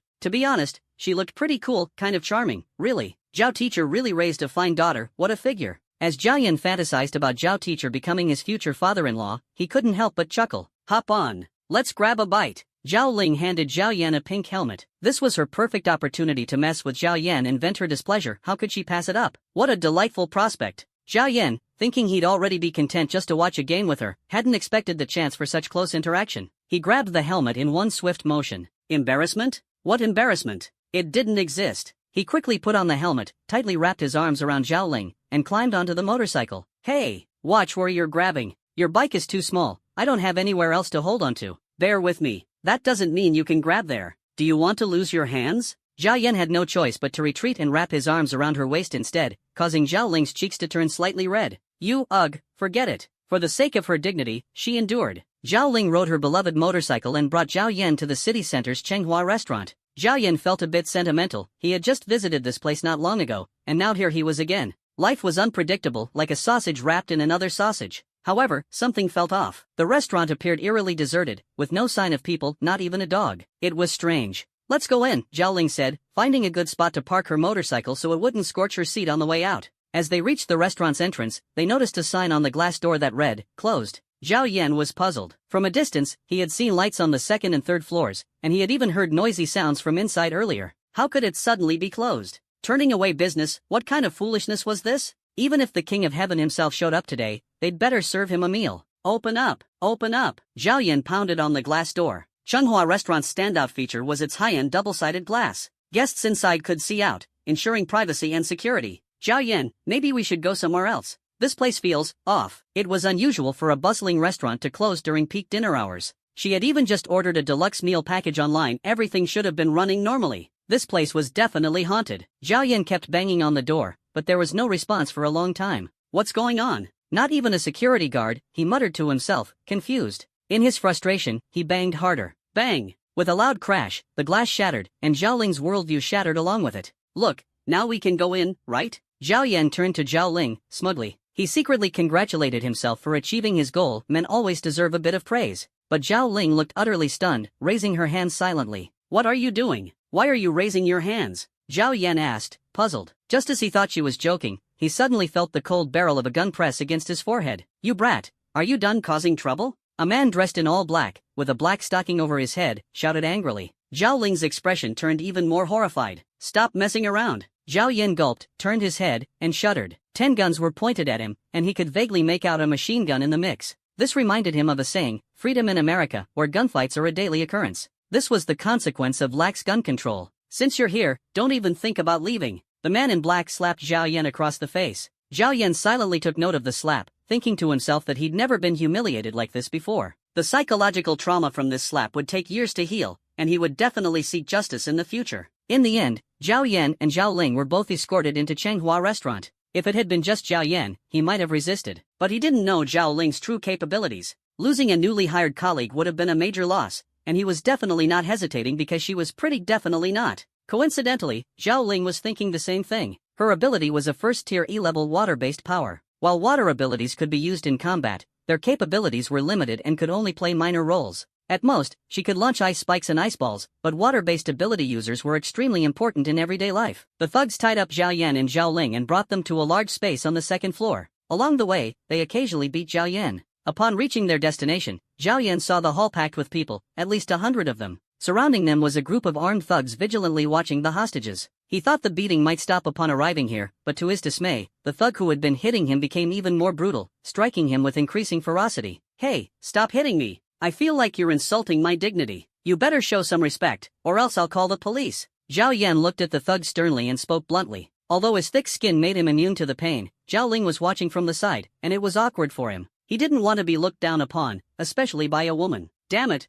what are you going to do about it if I hit you? You're asking for it." The thug sneered and slapped Zhao Yan again. Zhao Yan couldn't help but wonder, since when did robbers start justifying their actions? If this was the case, why not just turn themselves in at the police station? After taking another hit, Zhao Yan's mood soured even further. Talk if you want, but why resort to violence? He had endured long enough. The thug before him clearly lacked education and needed to be properly taught the meaning of death. "You've got a death wish." The thug struck him again, furious that a mere hostage dared to talk back. Zhao Yan had finally had enough. "I've been putting up with you for a while now." With a sudden burst of strength, he broke free from the ropes binding him, caught the thug's swinging hand with ease, and, in the blink of an eye, twisted the arm into a grotesque 7-segment fold. With his other hand, he clamped down on the thug's mouth and nose. The entire process took less than a second. Unfortunately, the thug still managed to let out a blood-curdling scream. "What's going on?" The other thugs, alarmed by the noise, rushed toward Zhao Yan. The hostages instinctively parted to clear a path, some even shooting Zhao Yan looks of disbelief. Zhao Yan and Zhao Ling were now fully exposed to the thug's sightlines. "Damn, now I see why you all got taken hostage in the first place," Zhao Yan muttered, unable to hold back his sarcastic remark. Zhao Ling, on the other hand, was astonished by Zhao Yan's swift and decisive action. He had broken free from the ropes and subdued a thug in mere seconds. It was undeniably impressive. However, she couldn't help but worry. Had he thought this through? Could he really handle so many armed thugs? Bang! A gunshot echoed, the bullet tracing a graceful arc through the air. Startled, Zhao Yan quickly used the injured thug as cover. "Sorry, buddy," he whispered, patting the thug on the shoulder before ducking behind him. With no proper cover available, the injured thug's body was the only option to shield against the hail of bullets. Realizing what was happening, the thug frantically shouted to his comrades, "Stop shooting! Stop!" But it was too late. And then, there was nothing more for him. He never expected to die at the hands of his own comrades, all because of a single slap. "Keep firing," barked the leader of the thugs. "That guy's not normal, don't let him get close." Another barrage of bullets rained down. "Boss, it's no use, all the bullets are hitting old Wang," one thug shouted in frustration. "Are you kidding me, skinny dog?" Zhao Yan mocked as he hauled old Wang's lifeless body, using it as a makeshift shield. "You hostages over there, listen up," the thug leader yelled. "Catch the troublemaker for us, or we'll start shooting indiscriminately. You have 30 seconds. Anyone who brings him in, we might consider letting you go." The moment he finished speaking, many of the hostages were enraged. If catching him meant they could escape, why not do it? But the people in this room weren't ordinary. Anyone capable of spending time in a place like this was either wealthy or influential, a successful individual. Among them, there were plenty of clear-headed thinkers who had long grown tired of sitting idly by. They had already devised a plan. Zhao Yan's arrival had undoubtedly increased their chances of success. "Go!" Dozens of hostages near the thugs launched a surprise attack, engaging the armed thugs in combat. Zhao Yan's eyes lit up. This was his chance. He moved swiftly. His already impressive speed was further enhanced by his martial arts technique, allowing him to cover dozens of meters in an instant. Within moments, he was face to face with the thug leader. However, Zhao Yan noticed a sly smirk on the leader's face, and his heart sank. At a time like this, could he actually have a backup plan? "Stand down, kid," the leader said nonchalantly. "You wouldn't want me to detonate the bombs and take everyone here down with me, would you?" With that, he revealed a remote detonator hidden up his sleeve. He pressed a button, and a deafening explosion erupted behind Zhao Yan, sending the dense crowd of hostages into chaos. The shockwave roared through the room, accompanied by screams of terror. These people were insane. "Humph. We may be ordinary people without abilities, but we have dreams. Who wants to live as a nobody?" the leader sneered. "Today marks the first strike of our anti-ability terrorist organization." The more he spoke, the more arrogant he became. "You might be a powerful ability user, but so what? A single spark can't start a wildfire," he said with disdain, glaring at Zhao Yan. Zhao Yan had no time for his self-congratulatory speech. Drawing on his old skills as a bike thief, he used his ability to manipulate objects from a distance. In the next second, the remote detonator was in his hand. This move, a true God-tier skill, never failed him. Shut the hell up. Zhao Yan cut him off, gripping a golden brick and smashing it down fiercely. Aren't you afraid of the bombs I have? The leader stammered, now panicking as he patted his sleeve. Where was the detonator? Looking for this? Zhao Yan waved the device mockingly. Under the leader's horrified gaze, Zhao Yan crushed it with a single hand. What the? Big bro, I admit I was a little loud just now. Arg. Zhao Yan wasn't in the mood to entertain him. After all the slaps he had endured, he was brimming with anger and needed an outlet. Zhao Yan, help me. Zhao Ling's voice rang out as she ran toward him, shouting for help. Zhao Yan turned to see her. Dressed in a yellow Pikachu costume, she bounced toward him with an adorable look. Though the scene was charming, Zhao Yan had no time to admire it. She looked panicked, with 3 criminals wearing black silk masks chasing her closely, resembling a frightened young bride being pursued. Ding! Congratulations, host. You've triggered an optional task. Option 1, be a hero and save Zhao Ling. Completing the task will earn you the spiritual artifact, Holy Spirit Armor. Holy Spirit Armor increases your body's defense attributes by 50% when worn. Ordinary firearms cannot penetrate it. Option 2, stand by and watch. Let her run, let her scream. Completing the task will reward you by upgrading the lazy cultivation technique to the autonomous cultivation method. Autonomous cultivation method grants your abilities self-awareness to cultivate autonomously. Note, the cultivation speed is proportional to the host's motivational methods. Note, Zhao Ling will not face any life-threatening danger. Zhao Yan, save me. Zhao Ling cried out as she unleashed ice spikes to slow down her pursuers, running for her life. With so many people around, why did they have to chase her specifically? It felt like there was no escape. Although he wanted to save her, the system's rewards were too tempting to ignore. Zhao Yan hesitated not even for a second and decisively chose the second option. No life-threatening danger? Then why bother saving her? After making his choice, Zhao Yan put on an act, feigning weakness and helplessness. Seeing Zhao Yan in such a state, Zhao Ling immediately changed her escape route. In her mind, Zhao Yan must have used up all his energy earlier and was now completely drained, without a trace of spiritual energy left. Sometimes, you just have to rely on yourself. Help! Somebody, help! Zhao Ling continued shouting. The 3 criminals locked their eyes on her, refusing to let go. To die under the peony flower is still blissful as a ghost. This situation? Totally worth it. Zhao Yan squinted his eyes, carefully observing Zhao Ling's movements. If anything went wrong, he would definitely intervene. Green gold grass, bind them. A roar of righteousness echoed as someone decided to take action. Lu Chuan, who had just rescued several beautiful women earlier, stumbled upon another damsel in distress. This one deserved a score of 95, she only lost 5 points for being too perfect. Faced with the criminal's relentless pursuit, how could he stand idly by? Green gold grass surged from all directions, ensnaring the 3 criminals tightly. After finishing the deed, Lu Chuan grinned smugly. Another mission accomplished. The real reason Lu Chuan had come to Chenghua restaurant today was to honor his master. His master, who had never experienced the luxury of foot massages, spa treatments, or any such wellness services in his life, evoked deep sorrow in Lu Chuan. Such a kind-hearted man deserved better. So today, Lu Chuan came to enjoy these services himself, hoping to share in his master's blessings. He even purchased 2 packages. May his master bless him from the heavens above. Unexpectedly, disaster struck. Faced with such ferocious criminals, Lu Chuan dared not resist directly. Earlier, everyone joined forces, so he naturally joined the fray too. There's strength in numbers, no doubt about that. This evolved green gold grass was truly extraordinary. Lu Chuan had mastered the binding technique to perfection. He could think of 18 different ways to tie up even a dog. With this divine ability, he was confident he'd stand out in the upcoming college entrance exams in a month. The Imperial Capital University was no longer just a dream. As he watched the criminals bound in green gold grass, Zhao Yan's eyes gleamed as he silently pulled out the kitchen knife he had prepared. If I'm not mistaken, today might just turn out to be a bountiful day. Pathetic! Lu Chuan looked down at the criminals he had tightly restrained, his face full of disdain. Is that all? However, in his moment of triumph, Lu Chuan failed to notice a masked criminal lurking behind him. Zhao Ling, who had paused her escape, turned back urgently, wanting to see who had saved her. At that moment, Zhao Yan's voice rang out, "Watch out!" The system prohibited him from saving Zhao Ling, but it didn't stop him from saving Lu Chuan. Seeing Lu Chuan's life in danger, Zhao Yan wouldn't just stand by and do nothing. In Lu Chuan's terrified gaze, Zhao Yan moved like lightning, appearing in front of him instantly and delivering a powerful kick. The kick caused Lu Chuan to spit out a mouthful of old blood, nearly vomiting up last night's leftovers. Damn, this hurts too much. At first, he was furious, but, in the next moment, he saw bullets raining down on the spot he had stood just moments ago.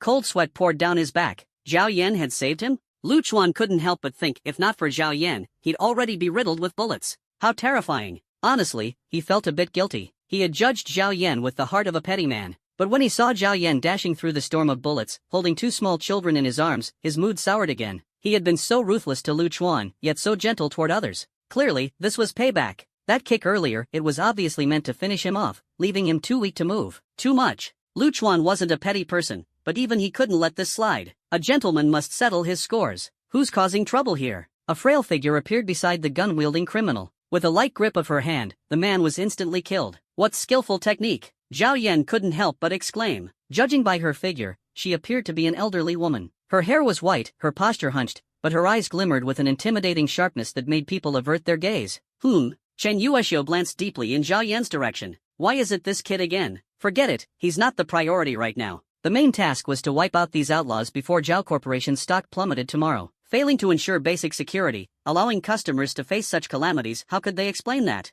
Seeing the powerhouse step in, Zhao Yan quieted down completely. By chance, he spotted a thick blue leather book on the ground. The cover bore 4 large characters, the Sunflower Manual. Judging by the packaging, it didn't seem fake. As if guided by fate, Zhao Yan picked it up. In times like these, you can't just leave good stuff lying around, it'd be disgraceful. Thanks to the Zhao family's big shot detecting something amiss, they arrived first and swiftly dealt with the criminals with overwhelming power. Shortly after, the Bureau of Abilities also arrived. Guess we won't be having that meal after all, Zhao Yan sighed as he walked over to Zhao Ling, who was still shaken, a hint of regret on his face. While calling her father, Zhao Ling rolled her eyes at Zhao Yan. After such a major incident, how could he still think about eating? You were the first to step up against the criminals just now. So young yet so talented. A dignified middle-aged man approached, offering praise. Such courage and strength at such a young age, truly remarkable. Oh, it was nothing, Zhao Yan waved modestly. I'm Sunan, the younger brother of the chairman of the Sun Corporation. I see great potential in you. Would you consider joining our company as a security officer? We're in need of talent like you. The man smiled. Put. Zhao Ling couldn't help but burst into laughter. She had received special training in college and would generally not laugh at others unless she couldn't help it. 200,000 a month, Sunan added. This time, Zhao Ling's smile froze. How is this even a security guard? With this kind of salary, it could easily surpass 90% of people out there. But Zhao Yan would definitely refuse. I earn more than 100,000 in minutes, and you want to talk money with me? Sorry, I'm not that shallow. But I refuse, he declined without hesitation. Here's my card. Come find me when you change your mind. Ah, young people, too headstrong. Once you step into society, you'll realize what you're giving up. Sun An's father, Sun Yunfei, and his brother, Sun Gang, were blood brothers yet mortal enemies. To secure his position in the Sun Corporation's assets, he needed to rally his strength. Let's go. Yes. Zhao Yan, wait. A familiar voice called out. Zhao Yan turned his head. Crap, it's Brother Jie. What a coincidence, Brother Jie. Zhao Yan greeted Zhou Jie with a smile. As a hero of the people, he naturally deserved extra respect. You little rascal, you ran pretty fast last night, Zhou Jie said, somewhat annoyed. Do you know who stripped off my clothes? Zhou Jie lowered his voice to ask. Last night, he had lost consciousness in a daze. But before passing out, he vaguely caught sight of Zhao Yan's figure. When he woke up, all his clothes were gone. Luckily, his dignity was intact. However, his reputation was in tatters. The entire Special Abilities Bureau saw him stark naked. It was utterly humiliating. Fortunately, whoever did it was merciful enough to leave him a pair of floral boxers. Otherwise, life would have been unbearable. Now seeing Zhao Yan, he suspected something and wanted answers. I have no idea. Zhao Yan replied with an innocent face. All right. Zhou Jie gritted his teeth. Don't let me catch you. Oh, by the way, you fought with those evil spirit cult people yesterday and saved the folks at the Chenghua Hotel today. Our bureau decided to reward you with 10,000 yuan as encouragement, Zhou Jie added. Ugh. Zhao Ling looked unimpressed. So stingy. 10,000? 10,000 is already a lot. When I fought the evil spirit cult yesterday, the bureau only rewarded me 30,000. Be grateful. Brother Jie, come on, you and I are like family. Do you think I'm that kind of person? I'm giving this 10,000 to you, Zhao Yan said generously. Yesterday's haul was quite fruitful. He had confiscated plenty of wallets and dozens of pills from the evil spirit cult. Fair enough, I'll keep it for you and spend it for you while I'm at it. Zhou Jie chuckled and gave Zhao Yan a bear hug, clearly in a good mood. This kid's not bad. Alright, I've got things to do. I won't chat with you any longer, Zhou Jie said, excusing himself before heading off. Bring another stretcher here. This young man has 4 broken ribs, one of the rescue workers said, pressing against Lu Chuan's upper abdomen. The pain nearly made Lu Chuan jump out of his skin. Could you be gentler, please? Brother Lu, are you okay? Zhao Yan walked over, concern written all over his face. And you still have the nerve to ask? Isn't this all because of you? Lu Chuan was so furious he was about to explode. If Zhao Yan hadn't kicked him earlier, he'd probably have won over the girl by now. Brother Lu, you're accusing me wrongly. I saved you. It was an emergency, I didn't have a choice. Looking at Zhao Yan's fake sympathy, Lu Chuan's face darkened, his rage reaching its peak. You were clearly settling a personal grudge. Alright. It's just a few broken ribs, it's no big deal, Zhao Yan said dismissively. No big deal? I'm so mad I could die. Take this emerald gold bind. In a fit of rage, Lu Chuan unleashed his ability. A massive wave of emerald gold grass surged toward Zhao Yan, its momentum overwhelming. Whoa, this kid, the medical staff exclaimed in shock. This trip was totally worth it. Zhao Yan thought to himself, secretly thrilled. Looks like I've got my hands on some beauty-enhancing pills now. Baiting with a basic attack to draw out a big move? Totally worth it. Bound tightly by the emerald gold grass, only Zhao Yan's nose and mouth were visible. Finally, Lu Chuan felt a sense of release. My emerald gold grass is indestructible. How dare you go against me? Lu Chuan took a deep breath, his mood instantly improving. Get me to a hospital. As the paramedics carried the injured Lu Chuan away, Zhao Yan finally began to move. Zhao Ling saw a kitchen knife floating in the air. The blade struck, and the emerald gold grass Lu Chuan was so proud of was cut cleanly into uniform lengths. Every piece was the same size. What precision! What exactly is your ability? Zhao Ling asked, full of doubt. Zhao Yan's strength was astonishing. He easily broke through thumb-thick ropes, and his speed was so fast it left afterimages. And now, he could even manipulate objects? She recalled her father mentioning he had a flying-type ability. Looks like the rumors might be wrong. Satisfied, Zhao Yan collected the emerald gold grass. Zhao Ling, watching from the side, was dumbfounded. Where's the grass? Spatial storage ability? Her understanding of the world crumbled in an instant. Ahem, don't get any funny ideas. Don't fall for me, I'm a man you can't have, Zhao Yan said, casually flipping his hair, sending a shiver through Zhao Ling's heart. Let me tell you a secret. I have multiple abilities. Telekinesis and spatial manipulation included. You're bluffing. Though she said that, a part of her secretly believed him. Oh, right. Here are 10 beauty-enhancing pills, go sell them. Zhao Yan handed her a trash bag containing the pills, today's primary objective. Absolutely not to be forgotten. Zhao Ling carefully took the bag, her expression complicated. Something so valuable, and you put it in a trash bag? She didn't even know what to say. Still, she felt a bit touched. Something this precious, aren't you afraid I'll take off with it? Zhao Ling asked softly. She believed a single beauty-enhancing pill could sell for at least $1 million. If sold well, the price could go even higher. You wouldn't do that. Zhao Yan glanced at her chest and replied confidently. With those big assets, she's definitely not that kind of person. Pervert. Zhao Ling made a face at him, then took off running, her long legs covering 1.3 meters with each stride. Nice legs. So long. Zhao Yan muttered to himself. When Zhao Yan returned home, it was already 9 p.m. Zhao Miaomia was leisurely eating sunflower seeds, while the flame eagle beside her was helping peel them. The scene was peaceful and harmonious. What an obedient bird. Zhao Yan patted the flame eagle's little head and fed it a beast core from an F-rank monster. The previously listless flame eagle instantly perked up, its eyes sparkling with energy. What a treasure. The little guy abandoned its mundane task and clutched the core tightly, starting to gnaw on it. It whimpered, thinking about how tough its life was exploited by its owner every day, like a tool forced to work tirelessly. Quick, eat up. There's another bag of sunflower seeds waiting for you when you're done. Zhao Miaomia shouted to the blazing flame eagle. This woman, she's a devil. The blazing flame eagle grumbled internally. Doesn't she worry I might rebel?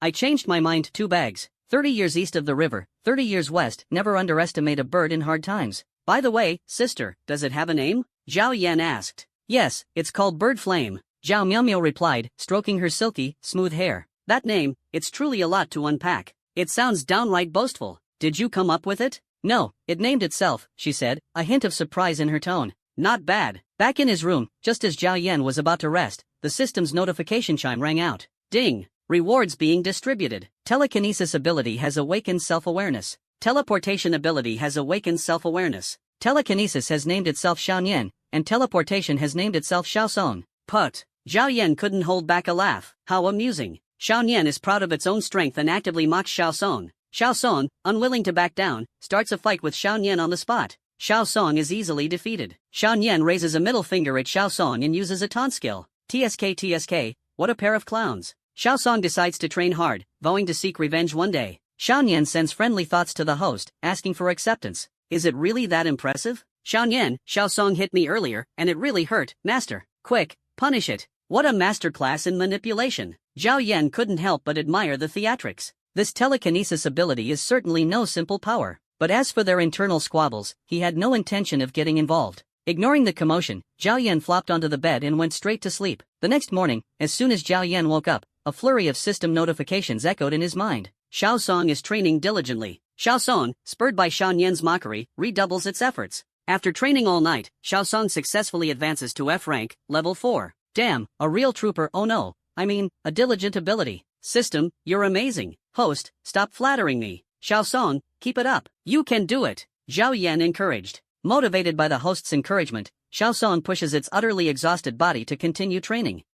Is this really okay? It won't burn out, will it? Xiao Yan, well done. Keep mocking it. Zhao Yan seized the opportunity, adding fuel to the fire. Xiao Yan responds to the host enthusiastically, mocking Xiao Song once again. What a duo of troublemakers. The next 2 weeks passed without any major events. The only noteworthy development was Zhao Yan's growing wealth. With Zhao Ling's promotion efforts, the beauty elixir had reached its true potential. She marketed it as a luxury product, selling each pill for 1,000,000 yuan. Despite the exorbitant price, buyers flocked to get their hands on it, creating a one-pill hard-to-find phenomenon. On the black market, the resale price of the beauty elixir skyrocketed. Most buyers were women, driven by their natural desire for beauty, especially young women, who pursued flawless looks relentlessly. No matter how effective commercial cosmetics were, they couldn't compare to the radiant charm of 18-year-old youth. As a result, wealthy women scrambled to purchase the elixir, often leaving empty-handed. Some young women even declared, "Forget extravagant dowries, I just want one beauty elixir, and that's enough." That cunning Zhao Ling. Every day, she dangled the elixir like bait, selling just one pill at a time. She understood the principle of scarcity well. If she flooded the market, the elixir would lose its value. Starting from Linglan City, the influence of the beauty elixir spread across the entire Huaxia nation. Leaders from other cities, and even prominent figures from the imperial capital, expressed great interest in it.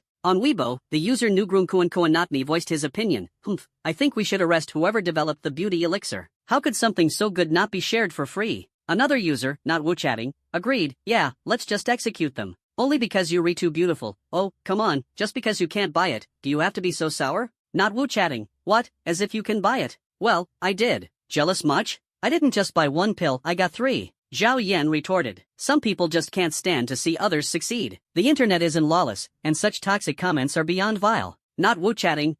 Yeah, right. 3 pills? You must be drunk. Attaching a photo as proof, Zhao Yan replied, uploading a picture. Definitely fake. Holy crap, that sheen, that look, it must be real. Did you all see this? Agreed. Same here. Before long, Zhao Yan's Weibo exploded with activity. His DMs flooded like a tidal wave. Handsome, sell me one. Name your price. I'll take it tonight. Bro, do you need a boyfriend? In response, Zhao Yan could only sigh. I'm out of ingredients again. Out of ingredients once more, Zhao Yan's thoughts turned to Lu Chuan. What was brother Lu up to these days? Achoo! Who's thinking about me? Lu Chuan, lying on a hospital bed, wiped his nose and felt a sudden excitement. Today was an important day, his discharge from the hospital. 2 weeks ago, Zhao Yan had landed a vicious kick that left him with broken ribs, forcing him to recuperate in bed. Fortunately, as an ability user, such injuries weren't fatal. Within half a month, he had mostly recovered, and his abilities had significantly improved. Now, he had reached E-rank, level 2, a rare talent at Linglan High School. At 18 years old, being an E-rank ability user meant he could easily defeat first and second-year university students at the Ability Academy. But one thing still irked him. Why was Zhao Yan so strong?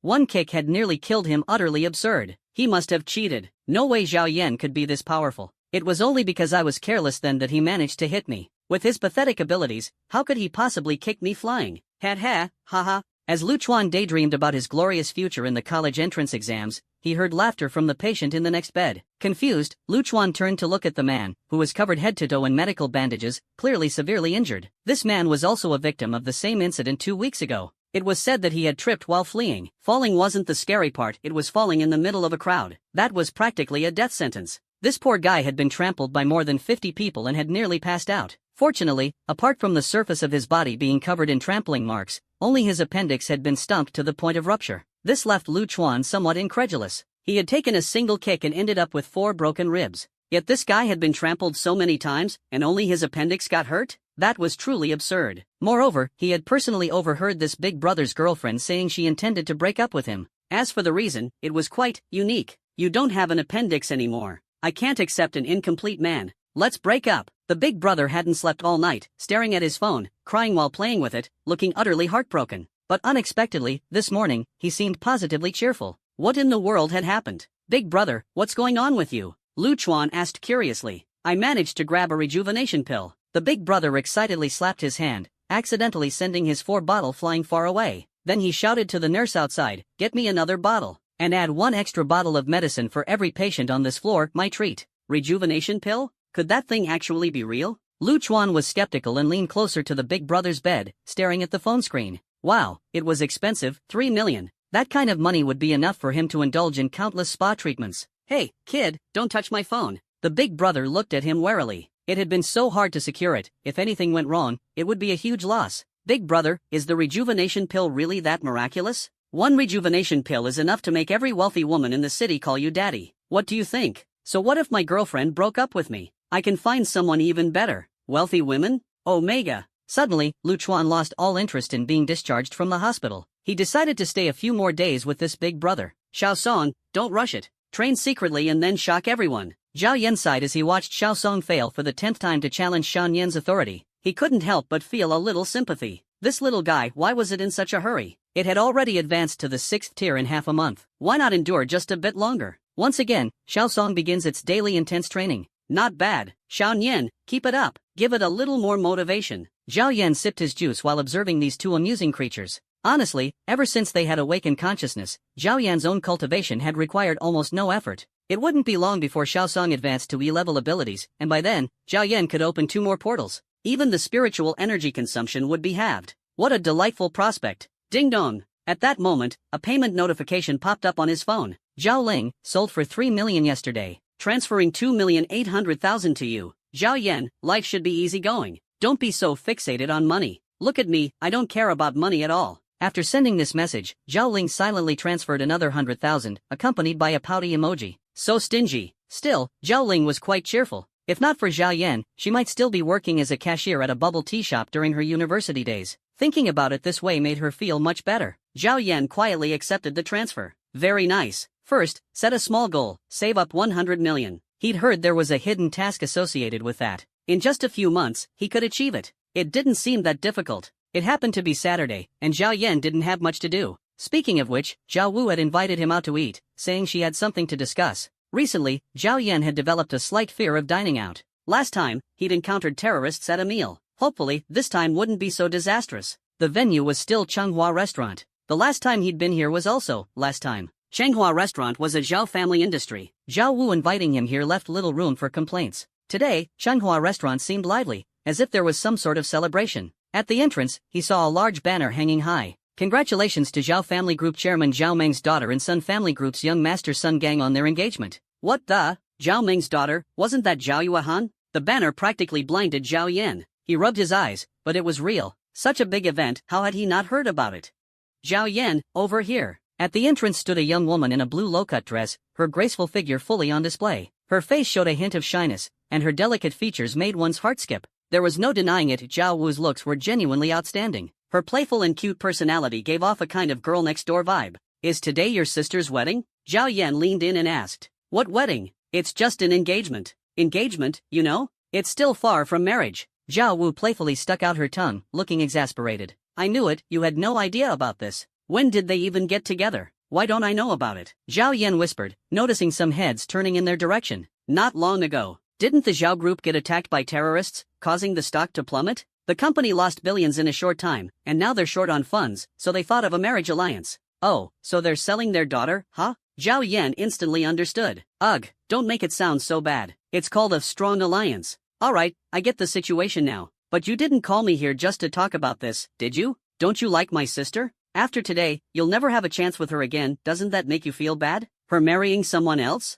Isn't that even better? Zhao Yan raised an eyebrow and retorted indifferently. Zhao Wu was speechless. What kind of logic was this? I overheard my dad mention that you and my sister were betrothed as kids, Zhao Wu said, carefully watching Zhao Yan's reaction as she spoke. Wait, what? Why don't I know about this? Zhao Yan was genuinely taken aback. The parents in this world were a bit of a mystery, and his memories of them were very vague. They had passed away early, leaving many things unexplained. He only remembered that they had been incredibly powerful ability users. Otherwise, how else could they have produced such a talented pair of siblings like him and Zhao Wu? Ah, ding. Congratulations, host, you have triggered a choice. Option 1, sneak away quietly, acting as if nothing happened. Completing the task will grant you a green hat as a reward. Green hat, a must-have for any self-cuckolding man. With it, you'll never have to worry about others not cuckolding you. Option 2, offer a rejuvenation pill to fan the flames even higher. Completing the task will upgrade your outlaw title. Outlaw LV2, when sentenced to prison, the host can reduce their jail time by half. Option 3, do nothing and quietly observe. Completing the task will reward you with 100 rounds of Godslayer gun energy bullets.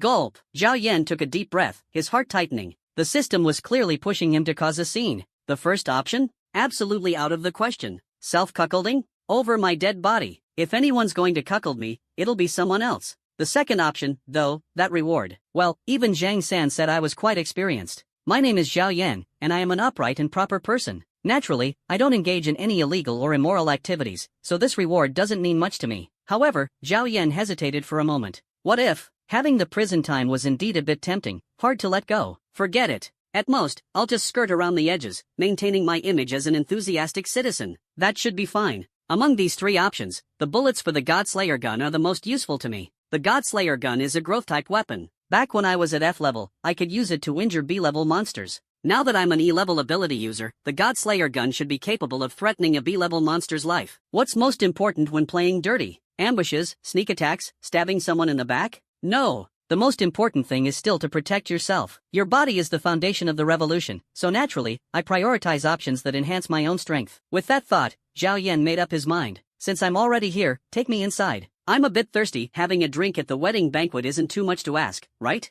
Zhao Yan said seriously. Zhao Wu was speechless. I called you here hoping you could help stop this, and you just want to drink at the banquet? But knowing Zhao Yan as well as she did, she was certain this guy wasn't as simple as he appeared. With that thought, Zhao Wu's furrowed brows relaxed slightly, and her mood improved. Fine. Zhao Wu pulled Zhao Yan into the hall. By the way, you're pretty close to Zhao Yuan, huh? Always thinking about her. Although they were half-sisters with different mothers, they didn't have the kind of scheming and backstabbing rivalry often seen in novels. In those novels where the heroine outsmarts the White Lotus villainess, Zhao Yan had read plenty and naturally paid extra attention to such matters. At the mention of this, Zhao Wu's mood darkened immediately. No, I'm not close to her. Zhao Wu responded angrily. Then why? Zhao Yan stopped in his tracks, staring at her blankly. What's going on? Sniff, sniff, I've been engaged too. It's just that I'm younger, so it hasn't been publicly announced yet, Zhao Wu said pitifully. What? Only 16 years old and still a minor, and they dare? This might just be the tragedy of being born into a powerful family. Up next, it's probably going to play out like a scene from a novel, huh?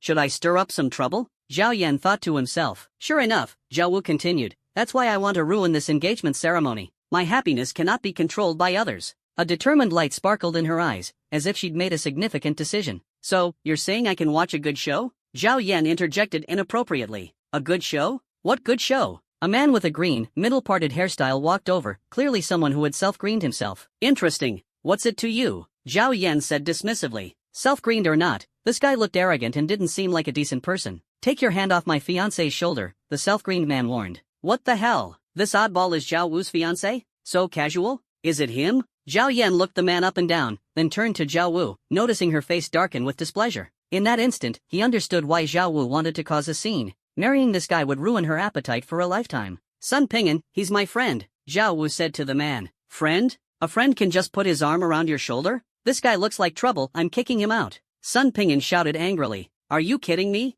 I worked so hard to secure an engagement with the second miss of the Zhao family, and now you dare to touch her? You're asking for it. Sun Ping'an was clearly furious, and the consequences were serious. Oh, so it's Ping'an. I know your brother, Sun Gang, he talks about you all the time. Truly, appearances can be deceiving. Zhao Yan chuckled, trying to smooth things over. At these words, Sun Ping'an's expression immediately soured.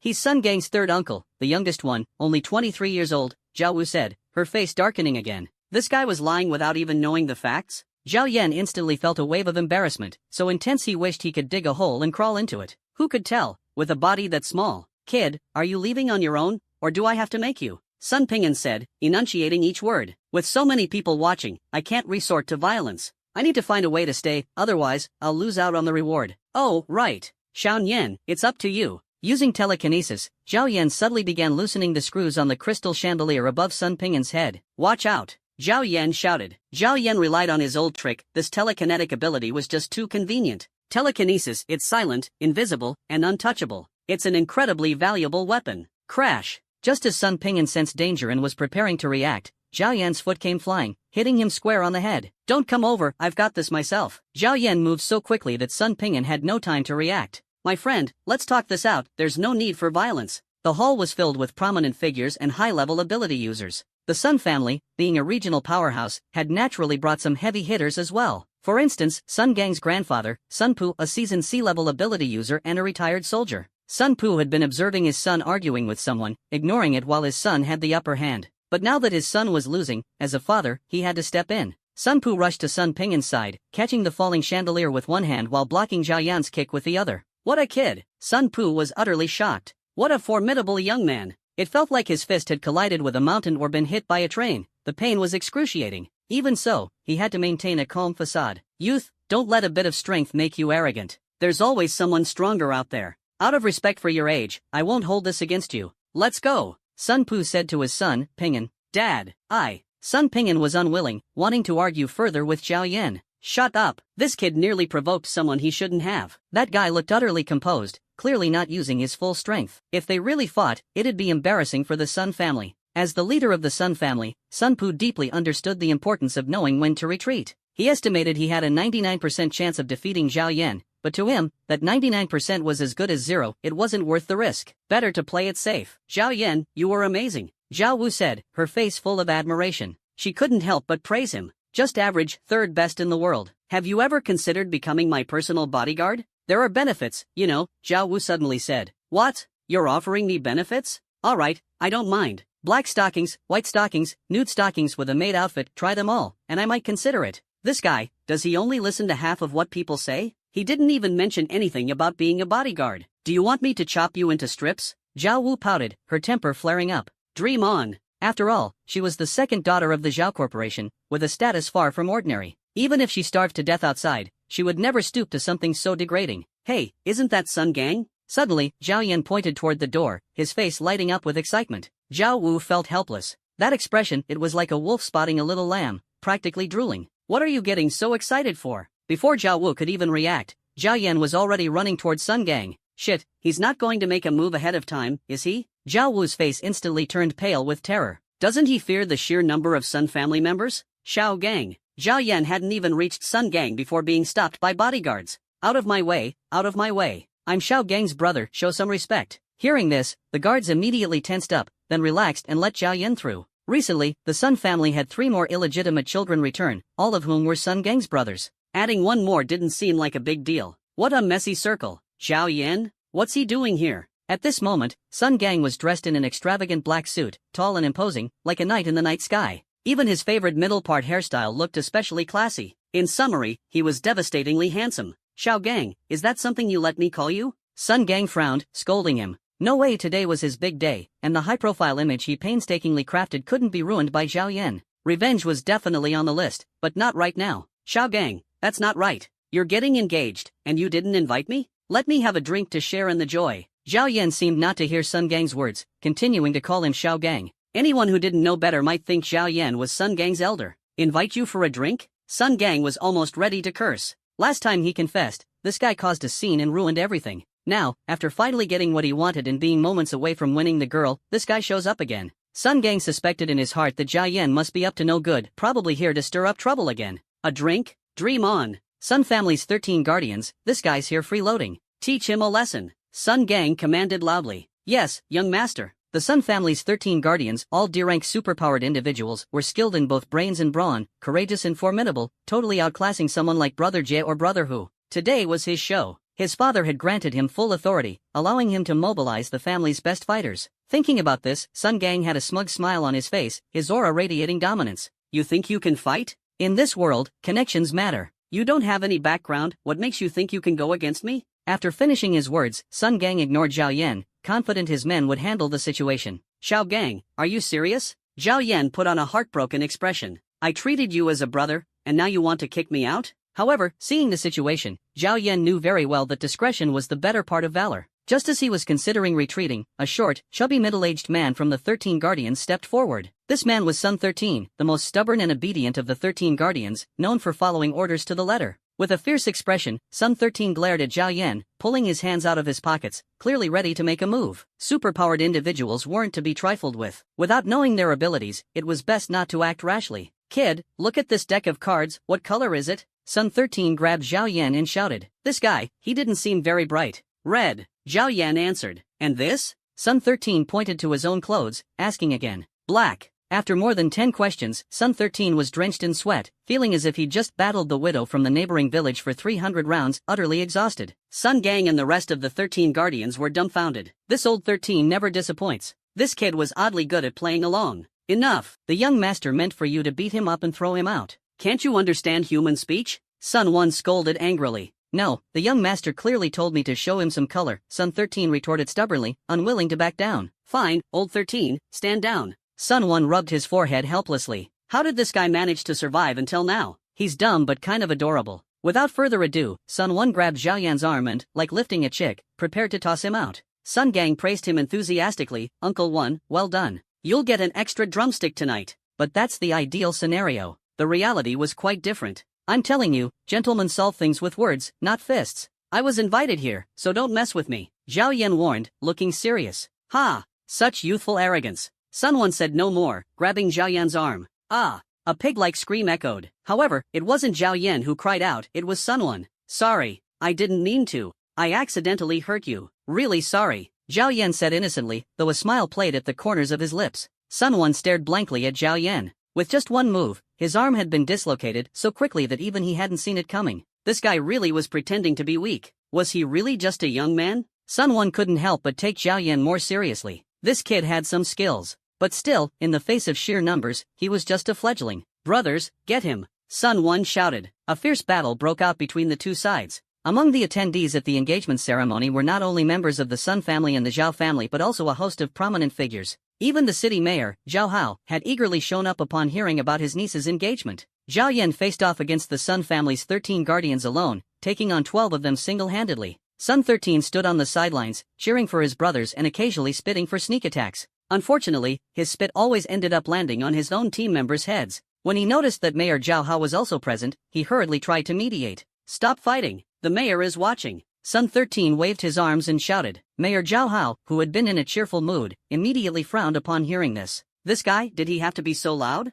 I was trying to pretend I didn't see anything, and now you've dragged me into it. What a headache. Stop. An elderly figure approached from afar, accompanied by a beautiful woman. It was Zhao Wu. Worried that Zhao Yan might get beaten to death, she had brought her grandmother, Chen Yueshio. But it seemed the outcome of the fight was already clear. 12 of the 13 sons of the Sun family were all lying motionless on the ground. Only Zhao Yan stood proudly, like a victorious champion. Zhao Wu and Chen Yueshio were dumbfounded. Even Sun Gang was stunned. 12 D-rank ability users, even if they didn't use their abilities, how did you manage to knock them all down? This is just too incredible. Could it be they drank fake alcohol? Feeling the countless gazes around him, Zhao Yan's cheeks couldn't help but flush. It seemed he might have gone a little overboard. Perhaps he should act modestly? Isn't the weakling theory popular these days? He put on an innocent look and said, it's lucky my skills were just a bit better, or else I would have been, done in by these villains. The people around him all rolled their eyes, thinking to themselves, who are you kidding? Just now, it was clearly you who easily beat all 12 of them without breaking a sweat.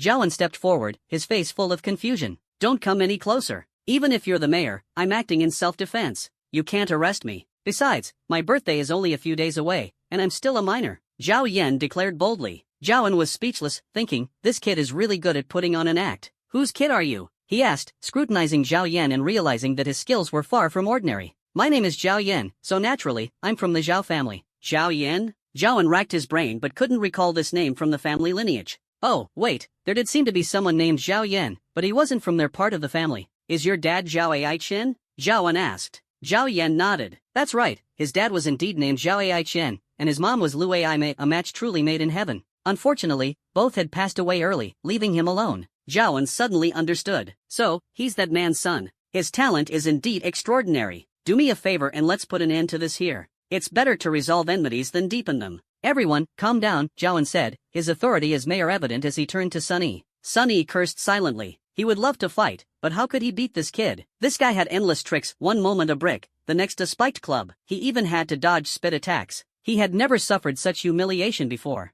Alright, I'll give the mayor some face and let this kid go, Sunny said, trembling as he stood, feeling utterly helpless. Girl, looks like I won't need to step in after all, Chen Yueshio said, spreading her hands with a calm expression. But inside, she was anything but calm. One person taking down 12 D-rank ability users, this was unbelievable. How old was this kid? Even with the help of spiritual fruits, pills, or food, it still shouldn't be possible to be this powerful. Go over there and keep an eye on him. Make sure he doesn't cause any more trouble, Chen Yueshio suddenly instructed. With Zhao Yan's intervention, no one dared provoke Zhao Yan anymore. They couldn't beat him, and the mayor was on his side, so they decided to leave him alone. Mom! Zhao Yan bowed respectfully to Chen Yueshio, his face full of deference. Humph, you still know how to come back? Chen Yueshio said, anger rising at the mention of her second son. Living so close, yet only coming home once every 6 months, always claiming to be busy with work. And it's not like he's turned Linglan City into some paradise. Fine, I'll leave then, Jiaoyan quickly changed his tone, grinning as he moved behind Chen Yueshio to massage her shoulders. Her expression softened, and she handed him a big red envelope, thinking to herself, this kid's still worth pampering. Grandma! Zhao Yan mimicked Jiaoyan, greeting her respectfully. This almost made Chen Yueshio explode. Who are you calling grandma? Don't kneel, don't kneel. She frowned, thinking, I didn't prepare a red envelope for you, don't think you can extort one from me. Sorry, force of habit. Zhao Yan quickly explained. But, Zhao Yan suddenly changed his tone, pausing mid-sentence. But what? Chen Yueshio's heart tightened. Could he be planning something inappropriate? But, where's the bathroom? I overexerted myself earlier and need to go, Zhao Yan finally said. Over there. Zhao Wu pointed in the direction. Zhao Yan thanked her and turned to leave, but instead of heading to the bathroom, he made his way to the dining table. This kid seems so unpredictable, always going off script. Chen Yueshio couldn't help but complain. I find him quite interesting. Actually, Zhao Wu interjected. That's because you have no taste. Chen Yueshio retorted. Grandma, you wouldn't want anyone to know you don't even know how to use a smartphone, would you? Zhao Wu said seriously. This fish is pretty good, so fresh and flavorful, Zhao Yan commented as he tasted a dish, occasionally making sounds of appreciation. Yeah, I think so too. But it's a bit salty, if only we had some juice to go with it, Sun 13 chimed in, coincidentally eating at the same time and hearing someone share his opinion. Exactly. Zhao Yan turned his head. Sun 13 also turned his head. Their eyes met, and it felt like a moment of mutual understanding. Kid, you're not bad. Sun 13 patted Zhao Yan on the shoulder, complimenting him. Zhao Yan wasn't one to hold back. He patted Sun 13's shoulder in return, wiping his greasy hand in the process, thinking, this should be fine, right? Brother Sun, why do you look so beaten up? Zhao Yan pointed to the bruises on his face, genuinely curious. I don't recall hitting him just now. Could it be I unknowingly struck him with some hidden force? Don't even mention it. My own brothers did this to me, Sun 13 said, rubbing his face with a look of grievance. How could they? I'll go confront them, Zhao Yan said, indignant. By the way, why did they hit you? Could it be because he didn't join the fight and got punished? Well, I tried to spit at you earlier, but it ended up landing on my brothers instead. Trust me, it wasn't intentional, Sun 13 explained. Hearing this, Zhao Yan's eyes widened in realization. So that's what happened. Well, in that case, they were entirely justified. If I were Sunny, I wouldn't stop at slapping him, I'd probably go for something even harsher. Brother Sun, don't blame yourself. You meant well, trying to help your brothers. You did nothing wrong, Zhao Yan said, encouragingly. Brother, you're right. Let me get you some juice. Let's drink together. Sun 13 immediately offered. Alright. Zhao Yan watched as Sun 13 left, only to return shortly after with 2 glasses of juice. One was crystal clear, while the other was murky and unappetizing. This Sun 13 was truly a character, a sly one at that. He clearly had some tricks up his sleeve, but not many. As Sun 13 handed over the juice, he hesitated, seemingly unsure which glass was poisoned and which wasn't. Brother Sun, please. Zhao Yan accepted the clear glass. You drink too. No, you first. No way, we'll drink together. The two argued endlessly until Zhao Yan couldn't hold back any longer. He thought to himself, why all the drama? Just drink it already, he said, raising his hand and pouring both glasses of juice straight into Sun Shisan's mouth. Hey, what are you doing? Sun Shisan flailed like a girl walking alone at night encountering a thug, struggling with all his might, but in the end, he ended up drinking quite a bit of the juice with tears in his eyes. Well, now he no longer had to figure out which glass was drugged. Brother Sun, how are you feeling? Does it taste good? Zhao Yan blinked his big eyes, his face full of concern, as though he had nothing to do with what just happened. Get out of my sight. I treated you kindly, and this is how you repay me with such brutality? As a seasoned schemer, Sun Shisan never thought he'd have a day where he tripped up, and it was all because of this little brat. What frustrated him even more was that the kid had the audacity to act as if nothing had happened. Put your pants back on and pretend we don't know each other, huh? What a headache. From the looks of it, his bitter ploy had failed. Luckily, he'd taken the antidote beforehand, preparing for both outcomes. Otherwise, things could have gotten messy today. Just thinking about it was terrifying. Since the kid hadn't escalated things, he decided to play along and act as if nothing happened, too. After exchanging a few polite words, Sun Shisan used the excuse of protecting the young master to take his leave. Brother Sun, you should head back. With you protecting Sun Gang, he's truly blessed. Zhao Yan waved at him with a smile, watching him return to Sun Gang's side. Of course. Uncle 13, how did it go? Was the plan successful? Sun Gang asked, feeling a bit more at ease seeing the smile on Sun Shisan's face.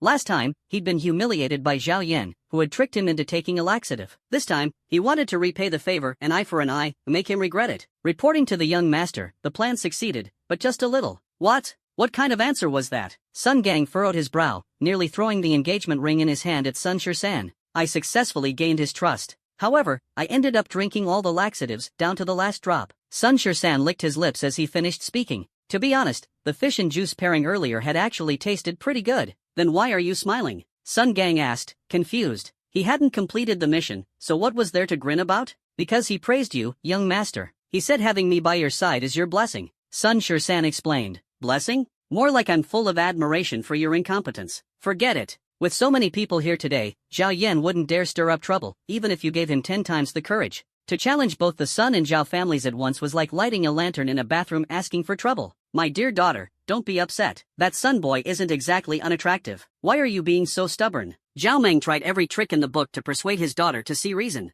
If worst comes to worst, I promise you this, once the Zhao Corporation gets through this rough patch, you can dump Sun Gang, and we'll find someone better. The most urgent matter right now is to secure the marriage alliance with the Sun family. Once we get the funds, I guarantee that the Zhao Corporation will be back on its feet within a year. Zhao Wuhan, dressed in a flowing white gown, buried her face in a plush teddy bear pillow, lying motionless on the couch. She looked somewhat defeated. She understood what her father was saying, but this was akin to selling her off. Getting engaged was easy, breaking it off would be much harder. Would she have to pull a 3-year promise cliché like in those CEO novels? She'd read plenty of stories about daughters being sold off, but she never imagined it would happen to her. And to make matters worse, she was the last to find out about it. Early this morning, her father had announced they were hosting a wedding. She'd been delighted at first. Weddings were a joyous occasion, but then her father told her it was her wedding. And her fiancé? None other than Sun Gang, the guy she'd recently rejected. Her good mood instantly plummeted. The only consolation was hearing that her younger sister also had a fiancé lined up. At least she wouldn't be suffering alone. Fine, I'll go out and make an appearance.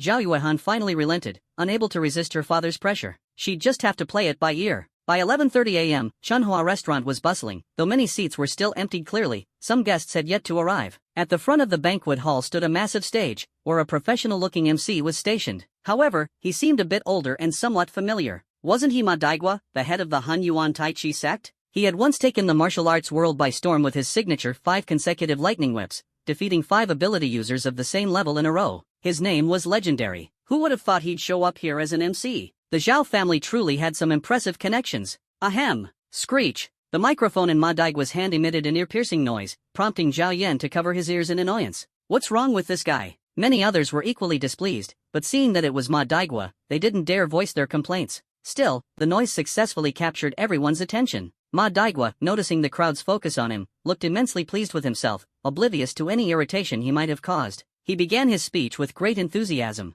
I, Ma Daigua, have the honor of serving as your MC today. If my performance falls short, I ask for your forgiveness. Also, let me take this opportunity to promote my Han Yuan Tai Chi sect. Training with us isn't just about mastering supernatural abilities, it's about attaining enlightenment beyond the immediate. I promise you this, for a mere 1 million, you'll have the chance to learn a simplified version of our sect's ultimate technique, the Lightning Whip. And if you sign up now, you'll also receive a $5 discount coupon for our partner app, Bing Xing Xing. Act fast, spots are limited. With that, Master Ma began demonstrating his martial arts skills on stage. Watching him move, Zhao Yan had to admit it wasn't half bad. Whether there was any whip involved was unclear, but the lightning was certainly visible. Truly impressive. Master Ma then launched into a vivid recounting of his past glories, his storytelling so animated that it moved himself to tears even if no one else cried along. That Master Ma, huh? My nephew enrolled in his Rocket Quick Learn program last year. It cost my brother 3 million. When my nephew came back, guess what he'd learned? Master Ma's essence, perhaps? Don't even get me started. He didn't master the 5 consecutive lightning whips, but his bragging skills sure improved. The first thing he did when he got home was say 3 sentences that cost me 18,000 in damages. What 3 sentences? Old geezer, hurry up and make me dinner, or I'll whip you with my lightning whip. How does that add up to 18,000? I thought he had learned some real martial arts to challenge me, but I slapped him into the wall with one hit, costing him 180,000 yuan. Afterwards, I found out that my nephew had been living a simple life of plain meals and endless naps under Master Ma. He didn't learn a thing, except for the act of lifting his leg to kick. Master Ma's response was that the kid lacked talent and couldn't gain enlightenment on his own, so it wasn't his fault. Zhao Yan listened intently to the conversation of the man and woman at the next table, and was momentarily stunned. The martial world? Scammers? You can make money like this? On stage, Ma Daigua wiped the sweat off his forehead, looking somewhat exhausted. I've been talking for half an hour, and I'm a bit thirsty. Hurry up and get me some tea. I need to continue, he said irritably. Master, the ceremony has already started. Please hold on a moment, Zhao Meng persuaded. These young folks nowadays, not even letting an old man finish his words. Fine, never mind. Ma Daigua wore a look of displeasure, as if he'd just swallowed a fly. The crowd below sighed in relief. It was finally over. What a chatterbox. Who hired this MC? Absolute advertisement material. So unreliable, let's hope he can at least handle the actual job properly. Before long, the engagement ceremony officially began. Zhao Wuhan appeared in a luxurious white crystal princess gown, her perfect figure stunning the young men in the audience. Wow, is she the bride? She's gorgeous, someone exclaimed. Of course. Zhao Wuhan is the eldest daughter of the Zhao Corporation, she's their pride and joy, a dream girl for so many, a blue-haired young man echoed. Look, even Sun Gang, the eldest son of the Sun Corporation, has shown up. He's good-looking, but still not quite at Zhao Yuhan's level. What? Did you just say our young master is ugly? Come with me for a moment. Sun Shirsan grabbed the person who insulted his master, ready to take him to the restroom for a lesson. The young master's latest task for him was to punish anyone who spoke ill of him. Bro, I didn't say he was ugly. I don't care, I don't care. Sun Gang slowly walked up to Zhao Yuhan, his hand trembling as he gazed at her with deep affection. After all these years, his wish had finally come true today. Seeing Sun Gang, Zhao Yuhan's emotions were a mix of bitterness and helplessness. She had just rejected him, clearly telling him they had no future together. Yet in the blink of an eye, he had become her fiancé. She felt resigned, as if her words had come back to slap her in the face. Just as she was accepting her fate, she unexpectedly spotted a familiar figure, head down and eating. Zhao Yan? Why is he here? Not long ago, she had told him they weren't even friends, and he had deleted her from his contacts without hesitation. Now, at her engagement party, he had shown up. Could it really be because she had rejected him, leaving him bitter and resentful, yearning but unable to attain her? Perhaps she could use this opportunity to her advantage. A glint of light flashed in Zhao Yuhan's eyes. Show some reaction. Sun Gang withdrew his outstretched hand, but he didn't blame her in his heart. It must be that his posture wasn't sincere enough to move her. In the next moment, Sun Gang dropped to one knee, his deeply emotional proposal touching everyone present. Now this should be sincere enough. Below the stage, Sun Gang's father, Sun Yunfei, nearly burst out laughing. Truly, like father like son. This move deserved full marks in his eyes. He couldn't resist giving a thumbs up and silently cheering. 666. Now that's the way. With sincerity, any obstacle can be overcome. However, letting Sun Gang kneel for too long wouldn't be good, so Zhao Yuhan had no choice but to pull him up herself. Sun Gang was secretly overjoyed. My goddess is actually holding my hand. But outwardly, he maintained a calm demeanor, displaying modesty. The two walked side by side onto the stage. Walking toward us now are the groom, Mu Zigong, and the bride, Mu Moyuhan. Truly a perfect match, handsome and beautiful. Let's give them a round of applause. Mu Zigong? Who's that? Mu Moyuhan? I'm dying of laughter, aren't those Japanese names? Could it be that Master Ma doesn't know their names? Wait, oh crap, I forgot. Master Ma dropped out of school in 2nd grade. Could he actually be illiterate? He talks fine in casual situations, but why does he mess up at critical moments? Damn it! I shouldn't have been stingy and hired this old man. Zhao Mang cursed inwardly. A few days ago, when sending the invitation to Master Ma, he had asked if they needed an MC. In a moment of carelessness, Zhao Mang had said no. Under Master Ma's insistence, the MC role had fallen into his hands. Hadn't he claimed to have hosted over 100 weddings himself? But this level of performance, Sun Gang, who had been basking in his moment of glory, suddenly froze when he heard Master Ma call out the wrong name. He almost couldn't hold back from yelling out in frustration. Could you be a bit more serious? You had no issues while talking about yourself, but the moment it's about others, you can't even get their names right? What kind of professionalism is this? Master Ma quickly realized his mistake. I noticed the atmosphere was a bit dull earlier, so I decided to make a little joke to lighten the mood, he explained. Sun Gang was filled with helplessness. Let me just say, thank you.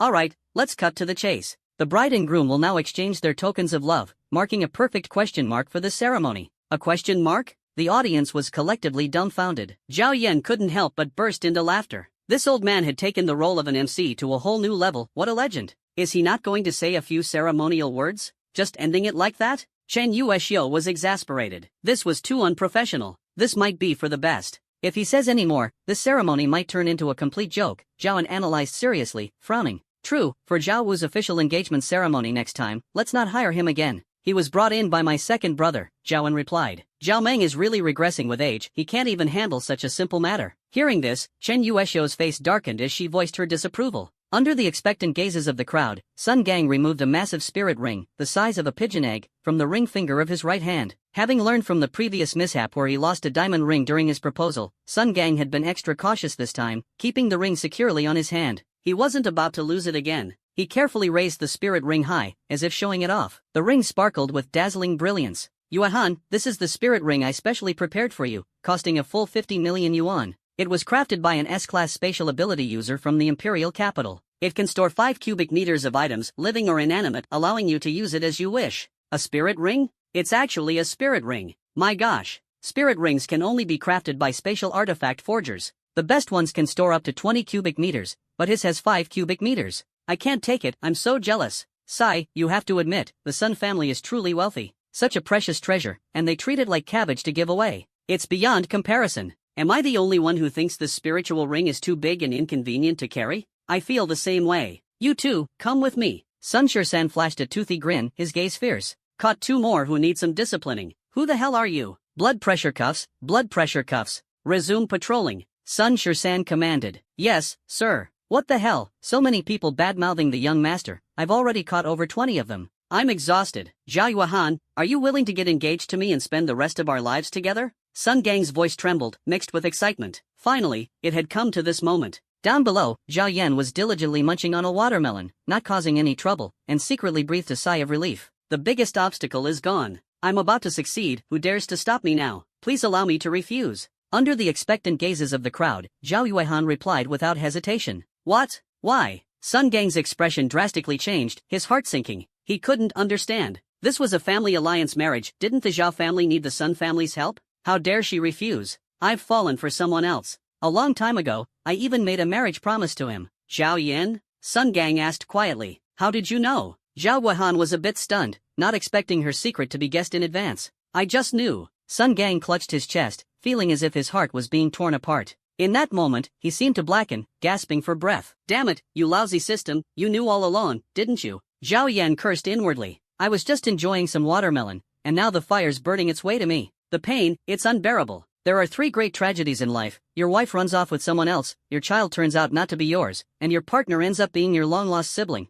And now there's a 4th, being publicly humiliated in front of friends and relatives. How am I supposed to face anyone after this? Moreover, as the eldest young master of the Sun family, I have money, I have power, and I'm not even bad-looking. How could I possibly lose to that Zhao Yan? Sun Gang roared silently in his heart. Seeing his son suffer such humiliation, Sun Yunfei clenched his fists tightly. The teacup in his hand shattered into pieces, his fury blazing. He wished he could immediately sever ties with the Zhao family and ignite a full-scale family feud. Let them see that the Sun family is not to be trifled with. But as the saying goes, a lean camel is still bigger than a horse. While the Zhao family might be facing some financial troubles, their strength, particularly their abilities in supernatural powers, shouldn't be underestimated. Wealth means little in the face of true power. Besides, Mayor Zhao and his present clashing with him publicly would be unwise. If they angered him, the Sun Group might not escape unscathed. After weighing his options, Sun Yunfei's eyes regained clarity, his fury subsiding slightly. If overt actions are unwise, then resort to covert ones. His expression betrayed no emotion, making it impossible to discern his thoughts.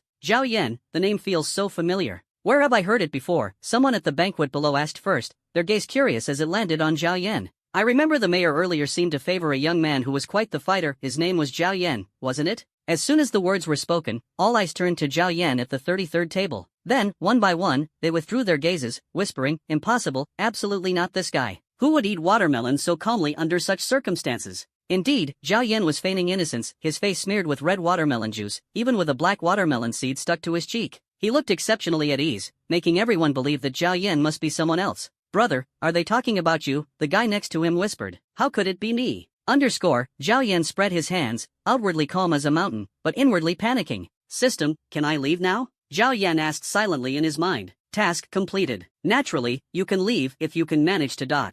What does that mean? While most people didn't recognize him, some certainly did. Zhao Yan, you have the guts to steal my woman but not to speak up? Are you even a man? Sun Gang pointed at Zhao Yan, his voice trembling with agitation. Since he'd already lost so much face today, he figured he might as well drag Zhao Yan down with him. If I'm ruined, you won't have it good either. We'll all go down together. Holy crap, it really is him. The crowd's gaze converged once again on Zhao Yan. Even the guy next to him was momentarily stunned. Zhao Yan, and you said it wasn't you? Almost fooled by his earlier act. Zhao Yan elegantly picked up the jacket of the guy next to him, wiped his mouth, and smiled faintly. That's right, it's me. The guy felt bitter inside. That's my new LV jacket. But fine, I'll endure it for the sake of enjoying the drama. Zhao Yuan sighed in relief inwardly. Finally, there was a reaction. Come on, get me out of here. What a mess. Chen Yueshio almost burst into tears. Why is it this troublemaker again? The second Lu girl seemed fond of him, and I didn't even get a chance to properly deal with him. At such a public occasion, for the eldest Lu girl to disrupt 2 major family alliances, it's bound to cause serious trouble. Zhao Meng was equally dumbfounded. After painstakingly persuading his daughter,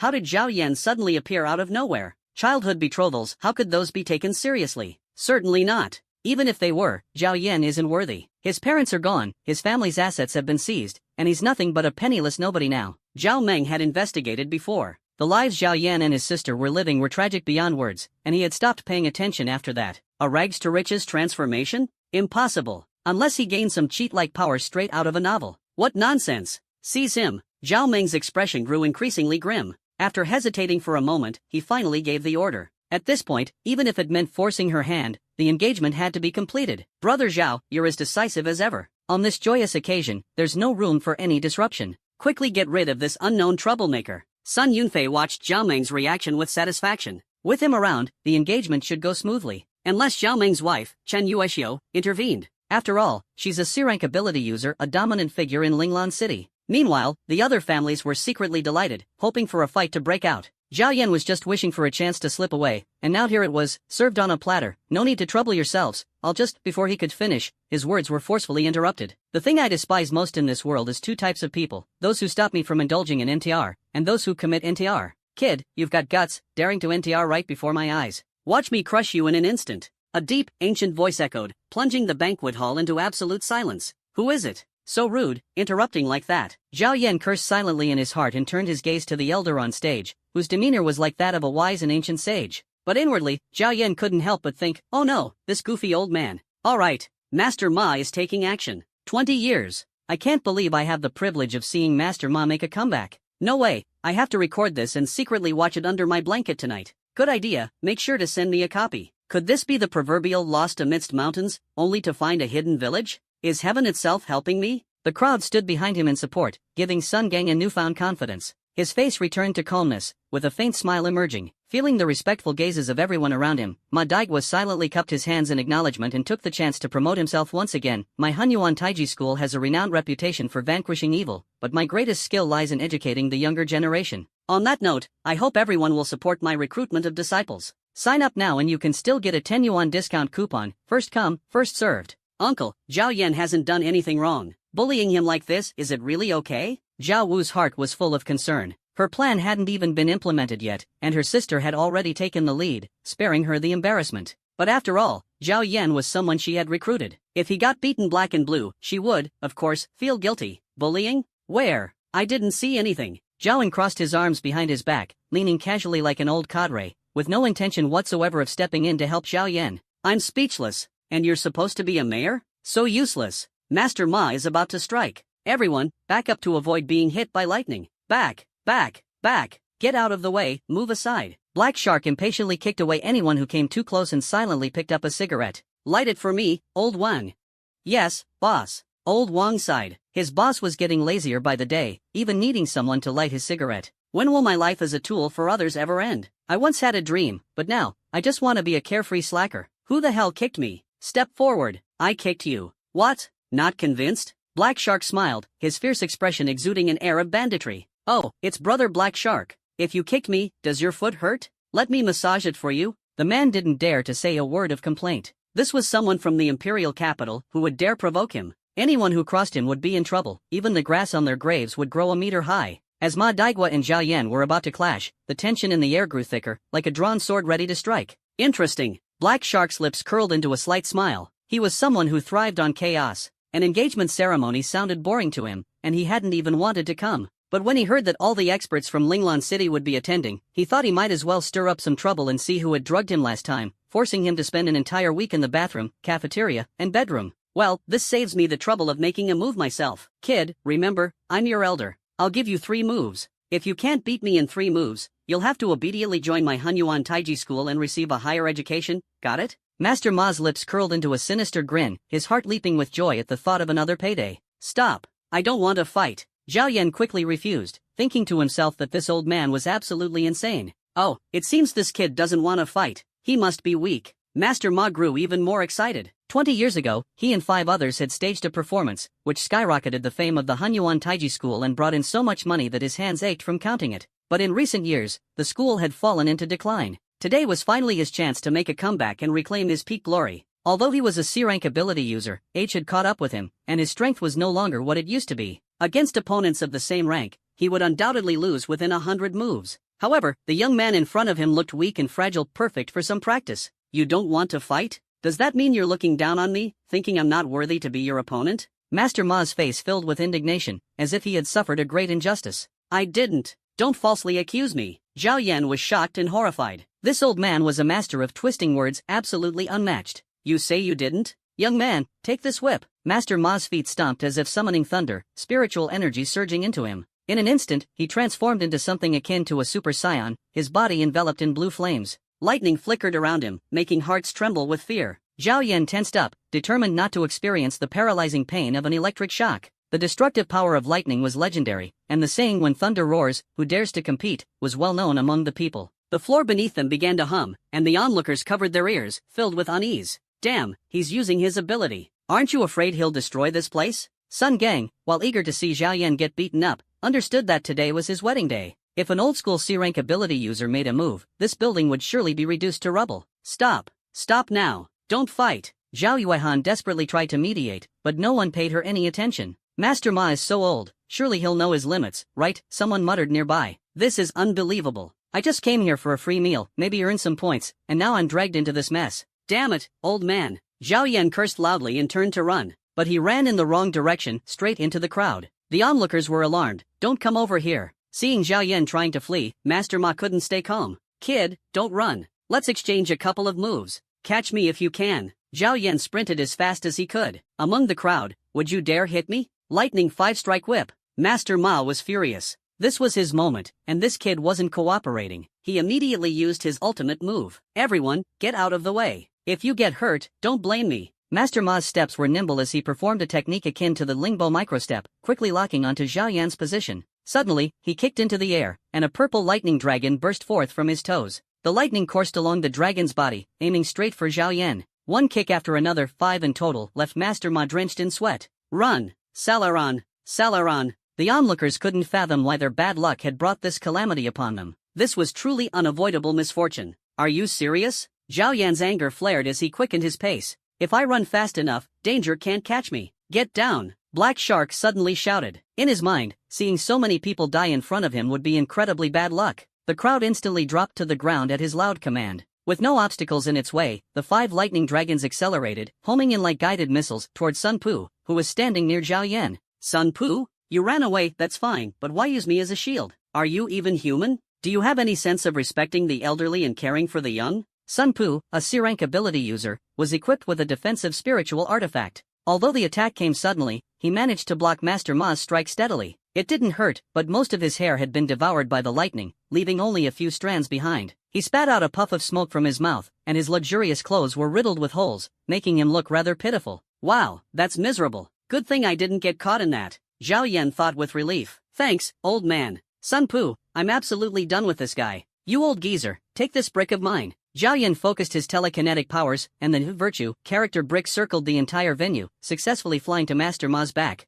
Gently awaken the sleeping soul. Bang! The crisp sound of impact echoed, a clear indication of a solid hit. Bang! Bang! Zhao Yan couldn't help himself and struck a few more times. Master Ma clutched his head, wailing in pain. Ah! It hurts so much. Youngsters these days lack any sense of decency, resorting to sneak attacks. Just as Master Ma tried to grab the brick, he realized it was like a boomerang, swiftly flying back into Zhao Yan's hand at an astonishing speed. What the hell? That's way too sneaky. Yeah, look at that technique, he's definitely done this before. Must have hit a lot of people with that brick. Right. Someone should report him to the police for a record. This is too much. The onlookers jeered, expressing their disdain for Zhao Yan's underhanded tactics. Utterly shameless. Master Ma was furious, unable to hold back his reprimand. If you've got the guts, face me head on. Sneak attacks don't count as skill. Zhao Yan was about to retort when a sudden crack of thunder interrupted him. Master Ma's body flew like a kite with a broken string, landing heavily. He coughed up blood intermittently and was clearly out of commission. Another sneak attack? Do you have no sense of integrity? Sun Gang couldn't help but curse. For Yuehan to take a liking to you, she must be blind. Zhao Yuehan froze in confusion, unsure who Sun Gang was even scolding. Nonsense. I didn't do it. Zhao Yan raised his hands, feigning innocence. If it wasn't you, then whose Sun Gang was about to argue further when a sinister laugh cut through the air. Kihihi, of course, it wasn't him. It was us who opened fire. As the voice fell, everyone looked around in confusion. Who was speaking? Bang! The sharp crack of gunfire broke the silence again. Chen Yuexiu reacted quickly, pushing Zhao Wu and Zhao An aside. It's the evil spirit cult. Her expression turned grim as her eyes scanned the restaurant windows. A horde of black-clad figures appeared before their eyes, each armed with heavy firearms and radiating murderous intent. Even a fool could tell that weapons capable of injuring a C-rank ability user had to be spiritual artifacts. This was bad, they were completely surrounded. Ma Daigua, are you alright? Zhao Meng clutched Master Ma's trembling, battered body, his grief palpable. Do you have any last words? Don't worry, I'll take care of your wife and daughter. Get lost. Master Ma nearly cursed out loud. I'm not dead yet. Don't you understand the concept of playing dead? He had just spotted the members of the evil spirit cult and was about to shout a warning when he got shot down. With so many enemies, he had planned to play dead and slip through unnoticed only for Zhao Meng to ruin everything. Truly, some people just have nothing better to do. The evil spirit cult? What kind of lousy luck is this? System, was this part of your plan too? Zhao Yan asked helplessly, silently cursing that his system was a sly old fox. Correct. This is a total setup. If I'd known, I would have put on that green hat ages ago. Who cares if I like it or not? At least it would have kept me alive. More than 30 evil spirit cult members filled the room, each exuding a menacing aura. None of them were pushovers, especially the man in the lead. His presence alone gave Zhao Yan a chilling sense of life or death danger. This was going to be a problem. But with so many people here, they probably wouldn't target me first, right? Zhao Yan's eyes darted around, and he instantly dropped to the ground, pretending to be dead. Hey, buddy, mind lending me some blood? Screw you. Get lost. I don't even have enough for myself. Come on, just make do. Zhao Yan muttered under his breath. Meanwhile, the evil spirit cult began to move. As the saying goes, villains always talk too much, and the evil spirit cult was no exception. I am Shura. I came here today for one purpose, to find Zhou Jie. The burly man at the forefront spoke, his voice cold and commanding. Zhou Jie? Who's that? Who's Zhou Jie? Step forward now. Hey, kid, come out. If the evil spirit cult doesn't beat you to death, I'll do it myself. The crowd erupted into chaos, everyone looking around for someone named Zhou Jie. They're looking for Brother Jie? Zhao Yan froze for a moment. He's with the Ability Bureau, why would the evil spirit cult come here for him? He isn't even here. Could they mean that Zhou Jie, the one recently honored as one of Linglan's top 10 inspirational figures, a hero of the people who once took on 40 enemies single-handedly, someone whispered. Bang! Shut up! Shura coldly silenced the speaker with a single shot, a disdainful smirk playing on his lips. Hero of the people? He's unworthy. I'd like to see how he plans to fight 40 people today. Shura sneered, his lips curling into a sinister grin. Random bystander, I swear, why did I even open my mouth? Shura, Zhou Jie isn't here. You've come to the wrong place. Zhaoan, the city mayor, finally stepped forward. If you have any other business, we can discuss it. Don't hurt anyone. Sensing the dire situation, Zhaoan attempted to negotiate with Shura. Zhaoan recognized him. The leader of Linglan City's evil spirit cult, Shura was an enigmatic figure, as elusive as a dragon. He was notorious for his crimes, his methods brutal, and his disregard for human life absolute. The government had once placed a bounty of 50 million on his head, attracting countless powerful ability users. However, anyone who accepted the bounty was found dead on the streets the next day, their bodies dismembered into 8 pieces. Since then, no one dared to take on the bounty. After all, anyone who did was guaranteed to die. Who would risk it? I can't stand nosy people, Mayor. Bang! Shura raised his blood-red pistol again, firing a shot at Zhaoan without hesitation. This guy's completely unreasonable. Zhaoan's heart sank as he tried to dodge, but the bullet still managed to pierce his abdomen. Blood stained his hands as pain racked his body, cold sweat breaking out on his forehead. He silently cursed his spiritual artifact for being utterly useless. Pathetic! A mere D-rank ability user dares to negotiate with me? Shura sneered, his gaze sweeping across the crowd with ridicule. Come on, fight back. If you don't, this is too boring. Are these Linglan City's so-called big shots? If Zhou Jie isn't here, then you can all go to hell in his place. Random onlooker, I don't even know Zhou Jie. Oh, so you think you're tough, huh? A voice rang out as Black Shark stepped forward from the crowd, his face brimming with defiance and amusement as he eyed Shura. In his right hand, a massive crimson blood sword had appeared at some point, exuding an overwhelming aura of dominance. Dare to take me on? As expected of Black Shark, truly fearless and formidable. That's right, Black Shark is here. What are we afraid of? As soon as these words were spoken, everyone immediately found their backbone. Black Shark was a big shot from the Imperial capital, only in his 30s yet already a C-rank superhuman. His ability, named Phoenix Spirit Icefire, was extraordinarily powerful. It was rumored to be a mutated ability, with traces of the Phoenix lineage embedded in the flames. Although the flames appeared blue, their temperature far exceeded regular fire, reaching up to 3,000 degrees. However, Black Shark had a fiery temper. He was the type to ignite at the slightest provocation. Now that he was up against the cult of malevolent spirits, this was a sure win. Challenge you one-on-one? Hearing this, Shura immediately laughed. He scratched his head and turned around. Just as everyone thought he had chickened out. Fire! Shura suddenly ordered, catching everyone off guard. Black Shark swung his blood-red blade, attempting to deflect the hail of bullets that was about to rain down. However, he quickly realized the bullets weren't aimed at him at all. Damn it! Most of the people present couldn't dodge in time. More than 10 unlucky ones were shot dead on the spot. Others were beaten to a pulp by the cult of malevolent spirits, collapsing to the ground as their breaths grew weaker. Run for your lives. The venue descended into chaos, with people fleeing in all directions. Why are you hiding behind me? Zhao Yuehan looked back at Sun Gang with disdain. This guy really left her speechless. He wanted to get engaged to her, but now, in a life-or-death crisis, he was using her as a human shield? She was almost amused by the absurdity of it. Yuehan, I was just so scared earlier, it was a reflex. I'm sorry. Sun Gang regretted his actions deeply. How could he use his goddess as a shield from bullets? You just stay out of the way. I'll help. Zhao Yuehan cast a cold glance at Sun Gang before rushing onto the battlefield. Yuehan, don't go. You'll die for real. Sun Gang hastily tried to stop her, but she paid him no mind. Knowing they would surely die if they didn't fight back, the Zhao family, the Sun family, and the other attendees all revealed their true strength. The enemy has spirit guns with immense power, so we can only engage in close combat. As long as we get close, we can win. Chen Yueshio shouted to everyone. Charge together. C-rank superhumans from the Zhao family, Chen Yueshio, the Sun family, Sun Pu, the Ma family, Ma Dagua, and Black Shark, all 4 C-rank superhumans were enough to take on the cult of malevolent spirits. Leading numerous D-rank superhumans, they charged toward the cultists. The distance was only a few dozen meters, seemingly so close yet feeling so far. The cult of malevolent spirits' spirit guns were no joke. A threat to C-rank superhumans, they could easily kill D-rank superhumans in a single shot. Within just a few seconds, 11 D-rank superhumans had fallen. 5 of the Sun family's 13 guardians were dead, a truly tragic scene. If they had a defensive C-rank superhuman, the casualties wouldn't have been this severe. Master Ma, zap them. Sun Yunlong anxiously shouted to Ma Dagua. Ha ha ha. Master Ma unleashed 5 consecutive kicks, summoning 5 lightning dragons that spiraled forth with great momentum. This time, Master Ma guaranteed he wasn't holding back. Not at all. The 5 lightning dragons struck the cult of malevolent spirits members, only managing to push them back without causing any real harm.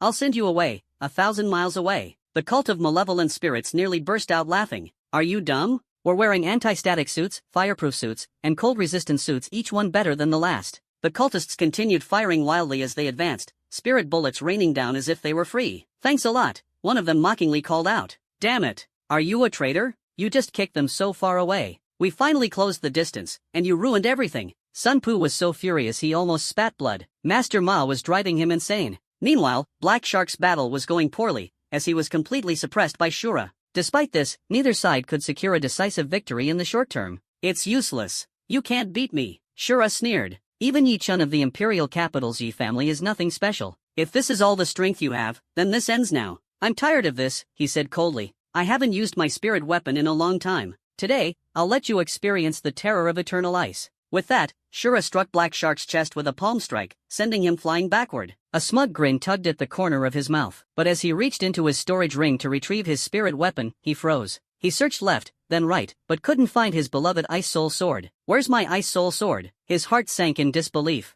How could the spirit weapon he usually cared for so much be missing today? This was beyond embarrassing. Who stole my spirit weapon? Which bastard? I'll tear you to pieces. Shura lost it completely. Furious at the loss of his cherished sword, his anger boiled over, and his combat power surged. He launched a fierce assault on Black Shark, leaving him in a miserable state. Damn it! This guy has an ice-type ability, a natural counter to me. Black Shark cursed inwardly. Ice counters fire, although fire can also counter ice. Yet Shura's ability overwhelmed him completely. Black Shark had never been humiliated like this before. Enraged, and despite being beaten bloody, he refused to back down. Determined to take a piece of Shura with him, he swung his blood blade viciously at Shura's neck, though Shura dodged it. This situation looks like a good opportunity. Can I leave now? Zhao Yan calculated in his mind. From the start, he had only come to enjoy a meal and had no intention of helping. He'd been observing from the shadows, waiting for his chance to slip away unnoticed. Suddenly, Zhao Yan sensed someone behind him. He quietly picked up a brick, ready to give the intruder a nasty surprise.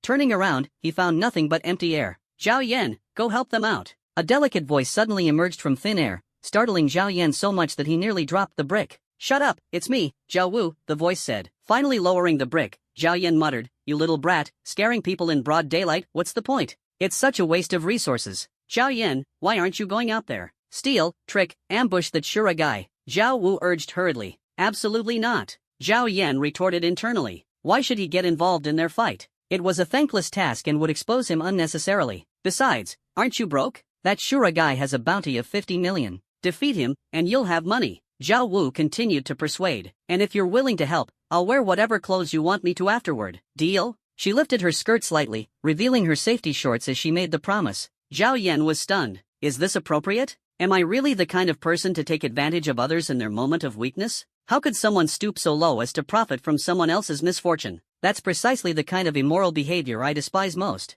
Ding! Congratulations, host, you've fallen for the trap. Triggering the options now, please make your choice. The system's voice rang out. Option 1, be heartless, ignore Zhao Wu's pleas, and employ the retreat is the best strategy tactic. Upon completion, you'll earn the honorary title of scumbag. Option 2, offer assistance and fight against the evil spirit cult. Upon completion, you'll obtain the divine skill 50-50 chance. Option 3, neither run away nor intervene. No reward will be granted. System, did you just let something slip? You set me up in a trap within a trap, didn't you? Zhao Yan fumed internally. I choose option 2, he finally made up his mind. Reward granted, the divine skill 50-50 chance. The reward was decent, which slightly comforted him. Alright, I'll intervene. Zhao Yan gently tapped Zhao Wu on the nose and smiled faintly. But let me make this clear, I'm stepping in not for you, not for money, but for justice. Zhao Wu was instantly moved to tears. She had assumed Zhao Yan would charge forward and bash the villains' heads in, but instead, he silently pulled out a massive sniper rifle. Its luxurious body gleamed with an aura of dominance, and the words Godslayer were engraved on it, sending chills down one's spine. This big? Zhao Yan was momentarily puzzled. The last time he'd used this rifle, it had been only a meter long. Now, it had grown to 1.5 meters. Clearly, it had evolved. Quietly, he aimed at the Shura not far away. At that moment, Shura was locked in a fierce battle with Black Shark, neither gaining the upper hand. The blood blade in Black Shark's hand had vanished, leaving the two burly men grappling each other, their muscular physiques straining in silent contest. Faintly visible were their 8-pack abs. Why has this fight turned into a strip-off? Zhao Yan couldn't help but complain. Zhao Yan, aim carefully. Don't hit Black Shark by mistake, Zhao Wu said worriedly. Before she could finish speaking, Zhao Yan had already pulled the trigger. The thunderous gunshot startled Zhao Wu so much that she fell onto her backside. This gun has some serious recoil. Zhao Yan, however, stood steady as a rock, showing no sign of wavering. Zhao Wu had intended to give him a thumbs up, but then a series of thunderous booms echoed from the rifle's barrel. Black Shark felt a sharp sensation pass overhead. With a whoosh, he caught a faint whiff of something burnt. What the hell? From the moment Shura heard the gunshot, he had a bad feeling. Now he finally understood someone was launching a sneak attack. He jerked his head to the side as 5 bullets grazed past his temple, missing him by only a millimeter. Shura's heart sank. Today, he felt he had exhausted all the luck of his lifetime. That was close. But it also meant there was a backstabber lurking around. Who is it? Black Shark roared furiously. A thick patch of hair from the middle of his head was now completely gone. I told you to aim carefully, but you wouldn't listen. Every shot of yours seemed like it was aimed at Black Shark's head. I regret asking for your help now, Zhao Wu scolded. What's the rush? Let the bullets fly for a while, Zhao Yan replied, his tone calm and composed. Who'd believe that nonsense? Bullets can't change direction, can they? Zhao Wu asked, looking at him suspiciously. Can't they? Zhao Yan countered, patting her on the head. Just then, the sound of bullets piercing flesh could be heard, drawing Black Shark's attention. Shura was now riddled with 5 bloody holes, the wounds gaping and grotesque. These bullets, they're this powerful? Black Shark was dumbfounded. Shura stared at the wounds on his body, utterly bewildered. His mouth hung open wide enough to fit an egg. For the first time in his life, he had been shot.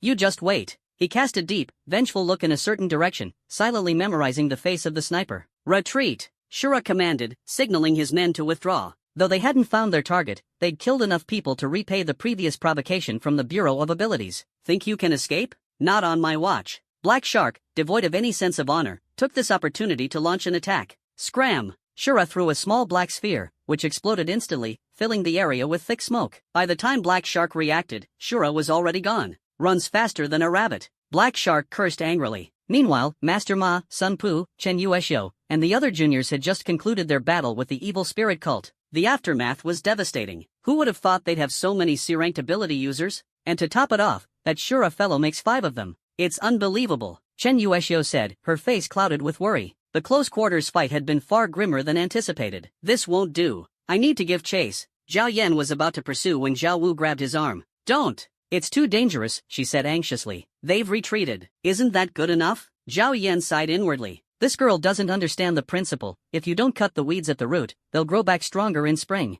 That guy had seen his face. If he didn't kill him today, what would he do when Shura came looking for him later? The thought made Zhao Yan uneasy. Damn it! I aimed for his chest but somehow hit lower instead. I really need to practice. At that moment, the Bureau of Abilities arrived on the scene. You guys always show up after the trouble's over. What's the point of coming now? Someone grumbled. I'm Zhou Jie. What happened here? Please cooperate with my investigation, Zhou Jie said sternly, ignoring the complaints. The crowd glared at him with disdain, and someone finally shouted, so it's you. Zhou Jie's heart skipped a beat. Facing their furious gazes, he felt as though he'd committed an unforgivable sin. Brothers, attack! Aim for the smoky area. Zhou Jie thought bitterly to himself but could only shout orders. Meanwhile, Shura issued an icy command to the evil spirit cult, fall back for now. Once we're back, I want every detail on that sniper. I swear I'll tear him limb from limb. His followers nodded silently, a chill running down their spines. That's enough. If this continues, someone might actually die. Wang Defa, the director of the Bureau of Abilities, walked out briskly, his face dark as he hurriedly intervened. The agents exchanged glances, thinking to themselves, classic director Wang always looking out for his subordinates.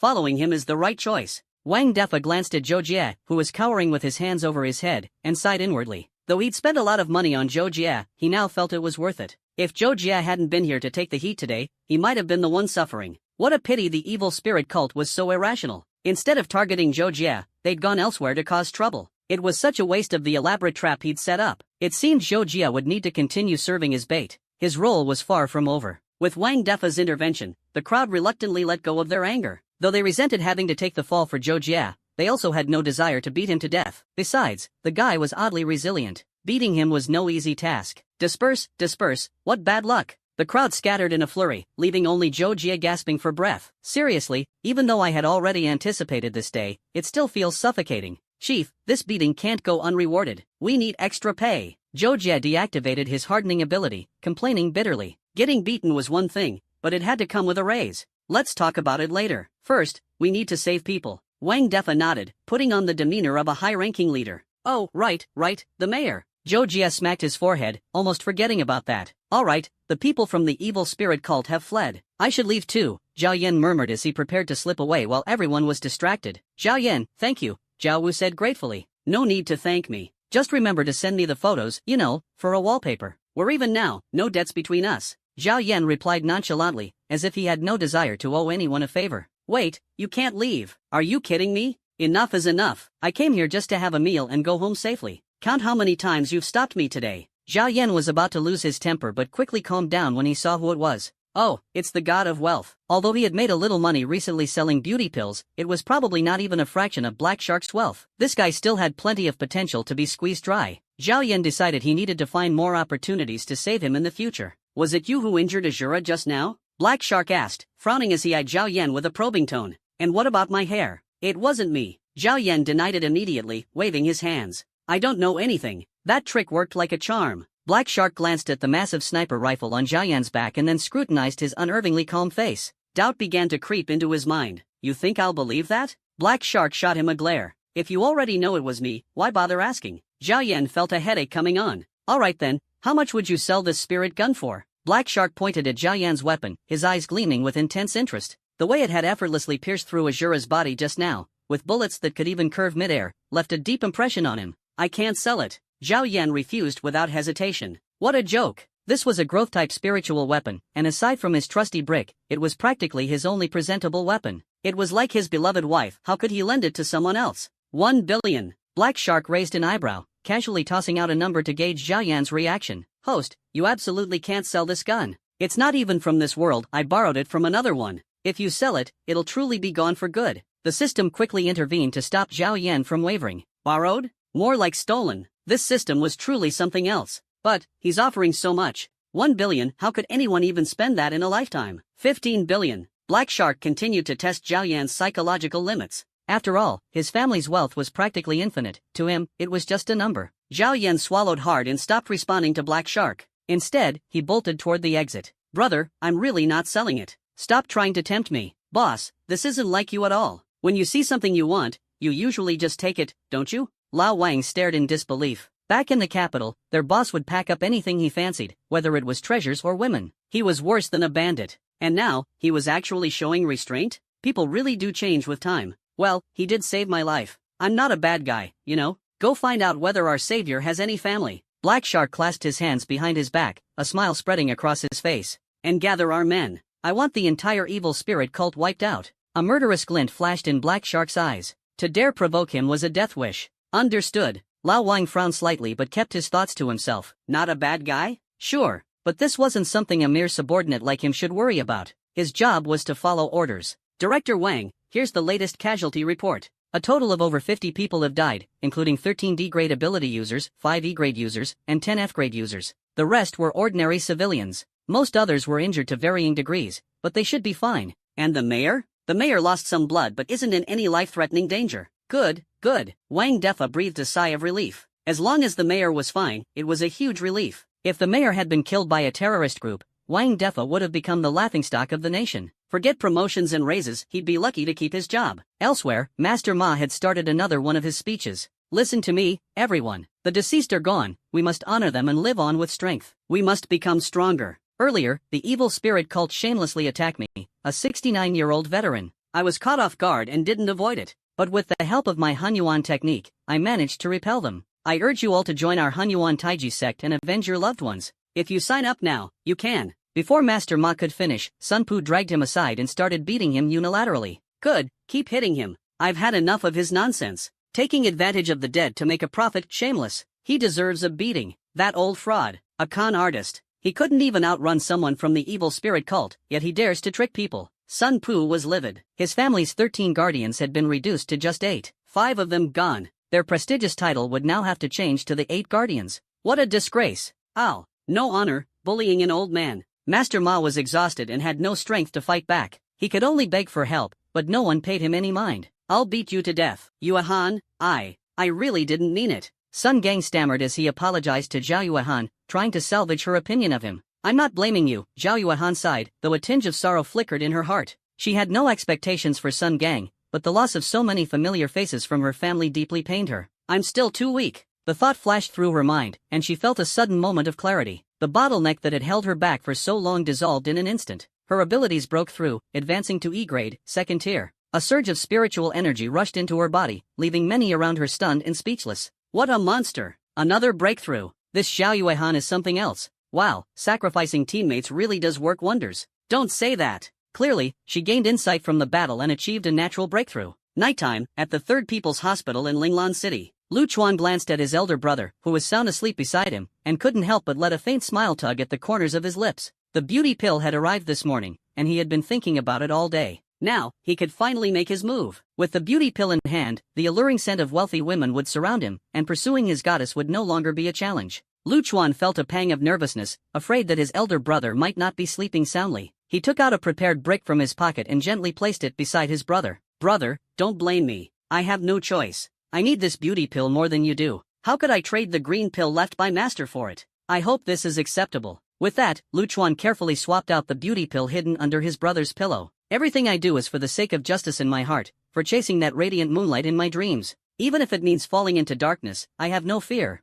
At this thought, Lu Chuan's gaze grew more resolute. Spiritual energy rapidly gathered within him, and in an instant, he broke through to E-level, 3rd stage. Truly incredible. It must be the Master's blessing from the heavens. Lu Chuan silently recited to himself, gradually drifting into a dream. In his dream, his master smiled warmly and beckoned to him. That gentle expression filled Lu Chuan with immense peace, a truly wonderful dream. When Zhao Yan returned home, he found the house completely empty. Bored, he casually picked up a book titled The Sunflower Manual. He had forgotten about it ever since he picked it up, but now that it resurfaced in his memory, he naturally wanted to see what was recorded inside. Opening the first page, Zhao Yan was immediately stunned. To master this technique, one must first castrate oneself, he muttered, unable to resist glancing down at his little brother. In the end, he shook his head and decided not to delve further. Upon turning to the second page, he let out a sigh of relief. If you don't castrate yourself, you can still succeed. He continued flipping through the manual and discovered it wasn't a martial arts technique but rather a method of cultivating immortality. However, it seemed to be a degraded version. The content had been modified, making it possible for even ability users to practice it. Cultivation?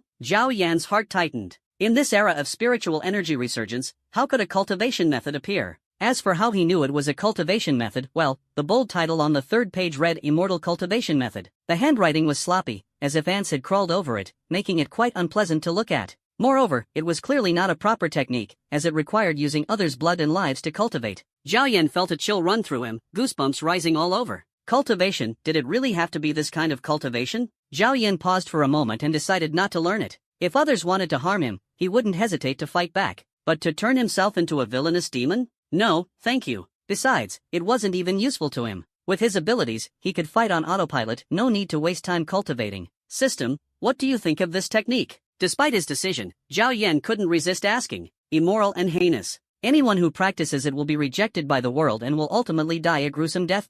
Zhao Yan was speechless. How did this book end up in Lu Chuan's hands? He was puzzled. Forget it. You can have it. Zhao Yan casually stored the book into his spatial inventory and handed it to the system. Recycling in progress. Recycling successful. The system has sponsored the host with a defensive spiritual artifact.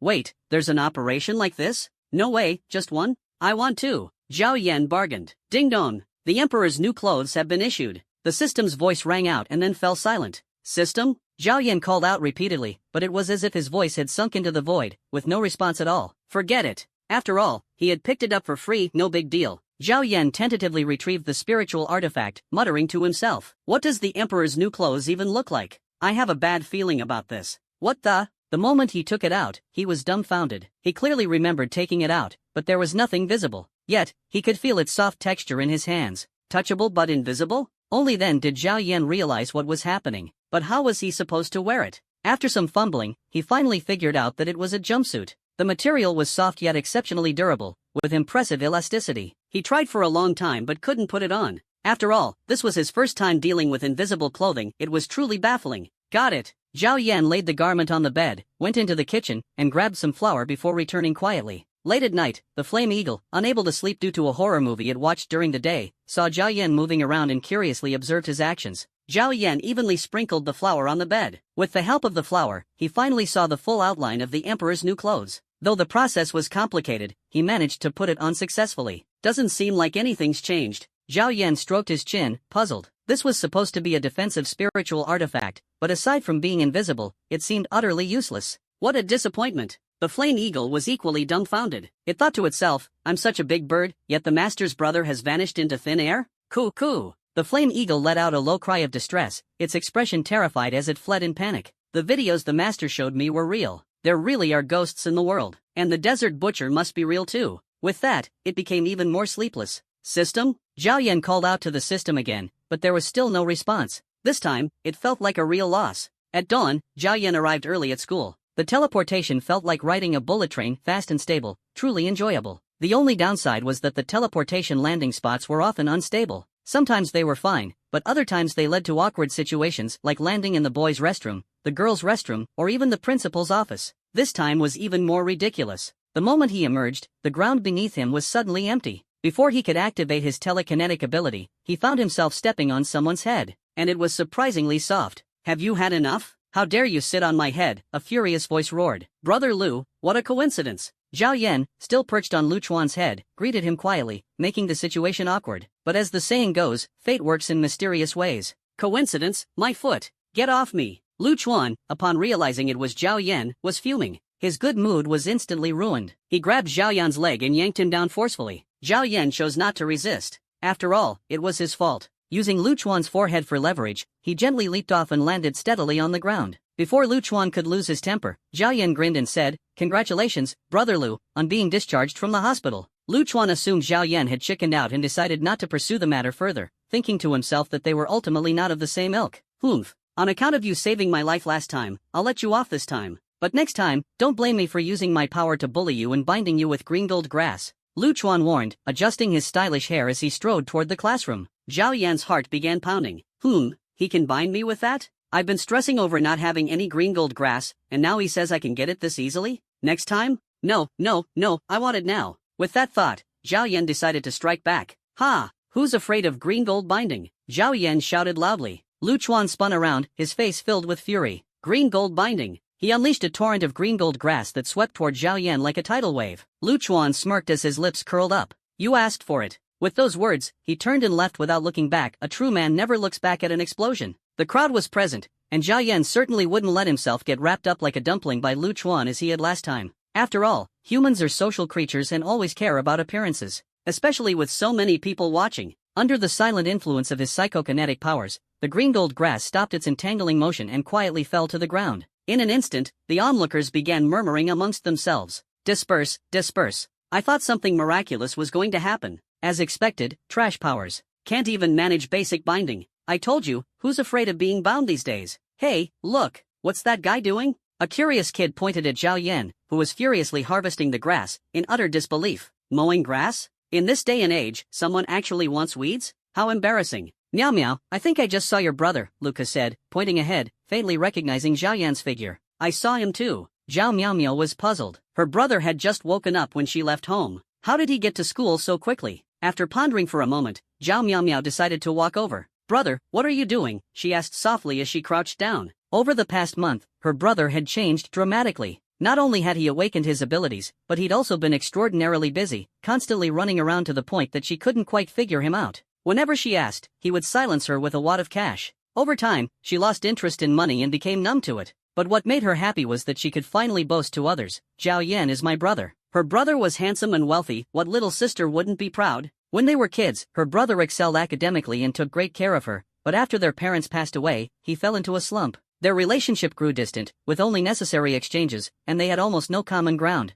Now, it seemed like everything was improving. Oh, meow meow, go to class. This batch of green gold grass is very dangerous and might carry biological viruses. I need to personally destroy it. Don't worry, Zhao Yan said while swiftly tidying up the green gold grass, making it neat and presentable. Before long, his work was done. Under the puzzled gazes of the crowd, Zhao Yan carried a large bundle of green gold grass toward a corner of the school grounds. Meow meow, is your brother okay? A spirited male classmate approached, his expression full of doubt. He's my brother, you're the one who's not okay. Zhao Meow Meow retorted sharply. Why so angry? Fine, I'll leave, okay? The boy, seeing he was being ignored, turned and walked away. The crowd's attention gradually shifted to Zhao Meow Meow. Zhao Meow Meow, the recognized school beauty of the first-year class, had top-tier looks, talent, and grades, naturally drawing everyone's focus. Spread the word, school beauty Zhao Meow Meow's brother is Zhao Yan. Keep it going, is school beauty Zhao Meow Meow's boyfriend is Zhao Yan. Oh, keep spreading it, school beauty Zhao Meow Meow was dumped by scumbag Zhao Yan. She was furious this morning. Spread it, Zhao Yan is a total scumbag.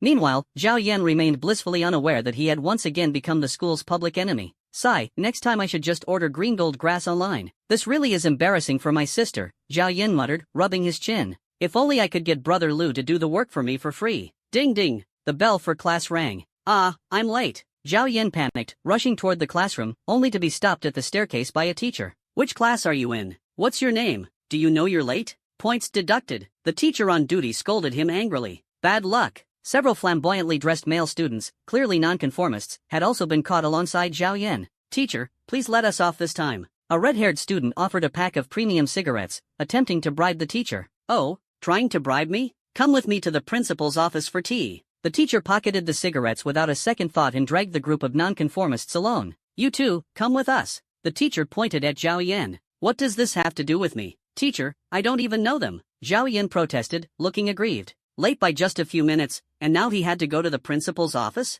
This was ridiculous. Miss Wan Shan, what are you doing? That's one of my students. Zhao Hao appeared, immediately reprimanding the teacher on duty. The sheer force of his presence left the teacher too intimidated to utter a word. Wow, old Zhao, is this impressive? Mr. Zhao, you should have said so earlier. How would I dare? Wang Shan stammered before turning and running away. Lately, Zhao Hao had been in the principal's good graces. Crossing him was a recipe for disaster. Mr. Zhao, I never realized how handsome you are, Zhao Yan said, giving him a thumbs up and praising him without hesitation. Xiao Yan, no need to be so formal, Mr. Zhao sounds distant. Zhao Hao patted Zhao Yan's shoulder warmly. Distant? Then how about I call you father-in-law? Zhao Yan blurted out instinctively. Father-in-law? This kid is really pushing his luck. Outrageous. Zhao Hao was about to lose his temper but then remembered his daughter's warning. Dad, Zhao Yan is my golden goose now. Be nice to him, or I'll run away from home and never come back. Zhao Hao sighed helplessly. His sweet daughter was turning into a leaky jacket.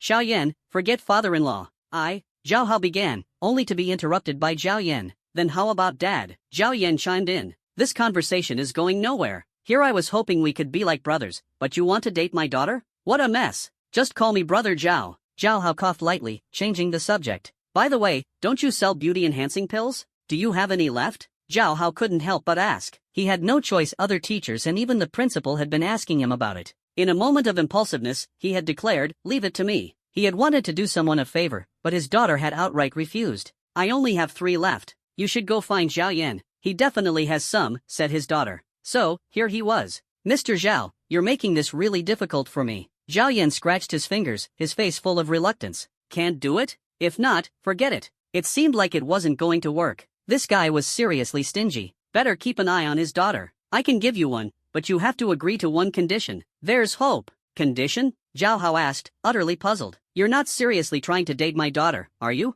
No way. Absolutely no way. Selling his daughter? Never. Unless, forget it. That's a matter for the future. What I'm asking for now is, Zhao Yan leaned in close to Zhao Hao's ear and whispered, green gold grass? That's not okay. I mean, I'm a teacher. How could I do something like this? How would I live up to my profession as a teacher? Zhao Hao's face turned serious, and he refused outright. No way, no way. Fine, then I'll find another teacher. Zhao Yan, undeterred, turned to leave. Wait, give me 2, and I'll make Lu Chuan plant grass every day. I guarantee I'll squeeze his ability dry. Zhao Hao panicked immediately. Deal. The two high-fived, successfully sealing the agreement. Let's go. I'll take you to the classroom. Zhao bro, it's not even your class today. Zhao Yan stopped him. No worries, I'm a pro at hijacking classes. Anyway, it's a culture class. For students like you who rely on supernatural abilities to get into college, it's practically useless. Class 3, grade 12. Some students are really bold, skipping my class like this. Are they planning to ascend to the heavens? Skipping class now, what's next? Skipping prison?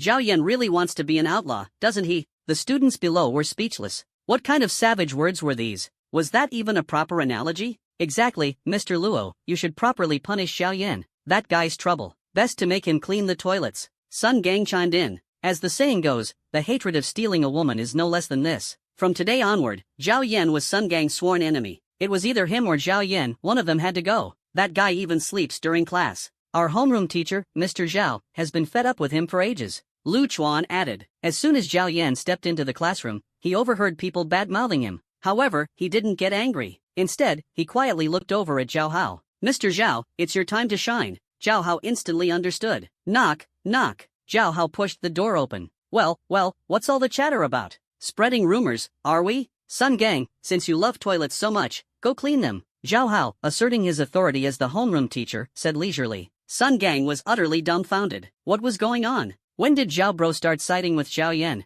Mr. Luo, the college entrance exams are around the corner. I have some things I'd like to explain to the students. Would you mind giving up your class for me? Though somewhat unwilling, Mr. Luo eventually nodded. Well, this is great, as long as you agree. Zhao Hao didn't even let Mr. Luo finish his sentence before gently pushing him out the door. Turning around, he smiled warmly at the bewildered students. The entire sequence was smooth and seamless, leaving no room for objection. Too skilled. Damn, Zhao Bro, impressive. Zhao Yan silently praised in his heart. This period will have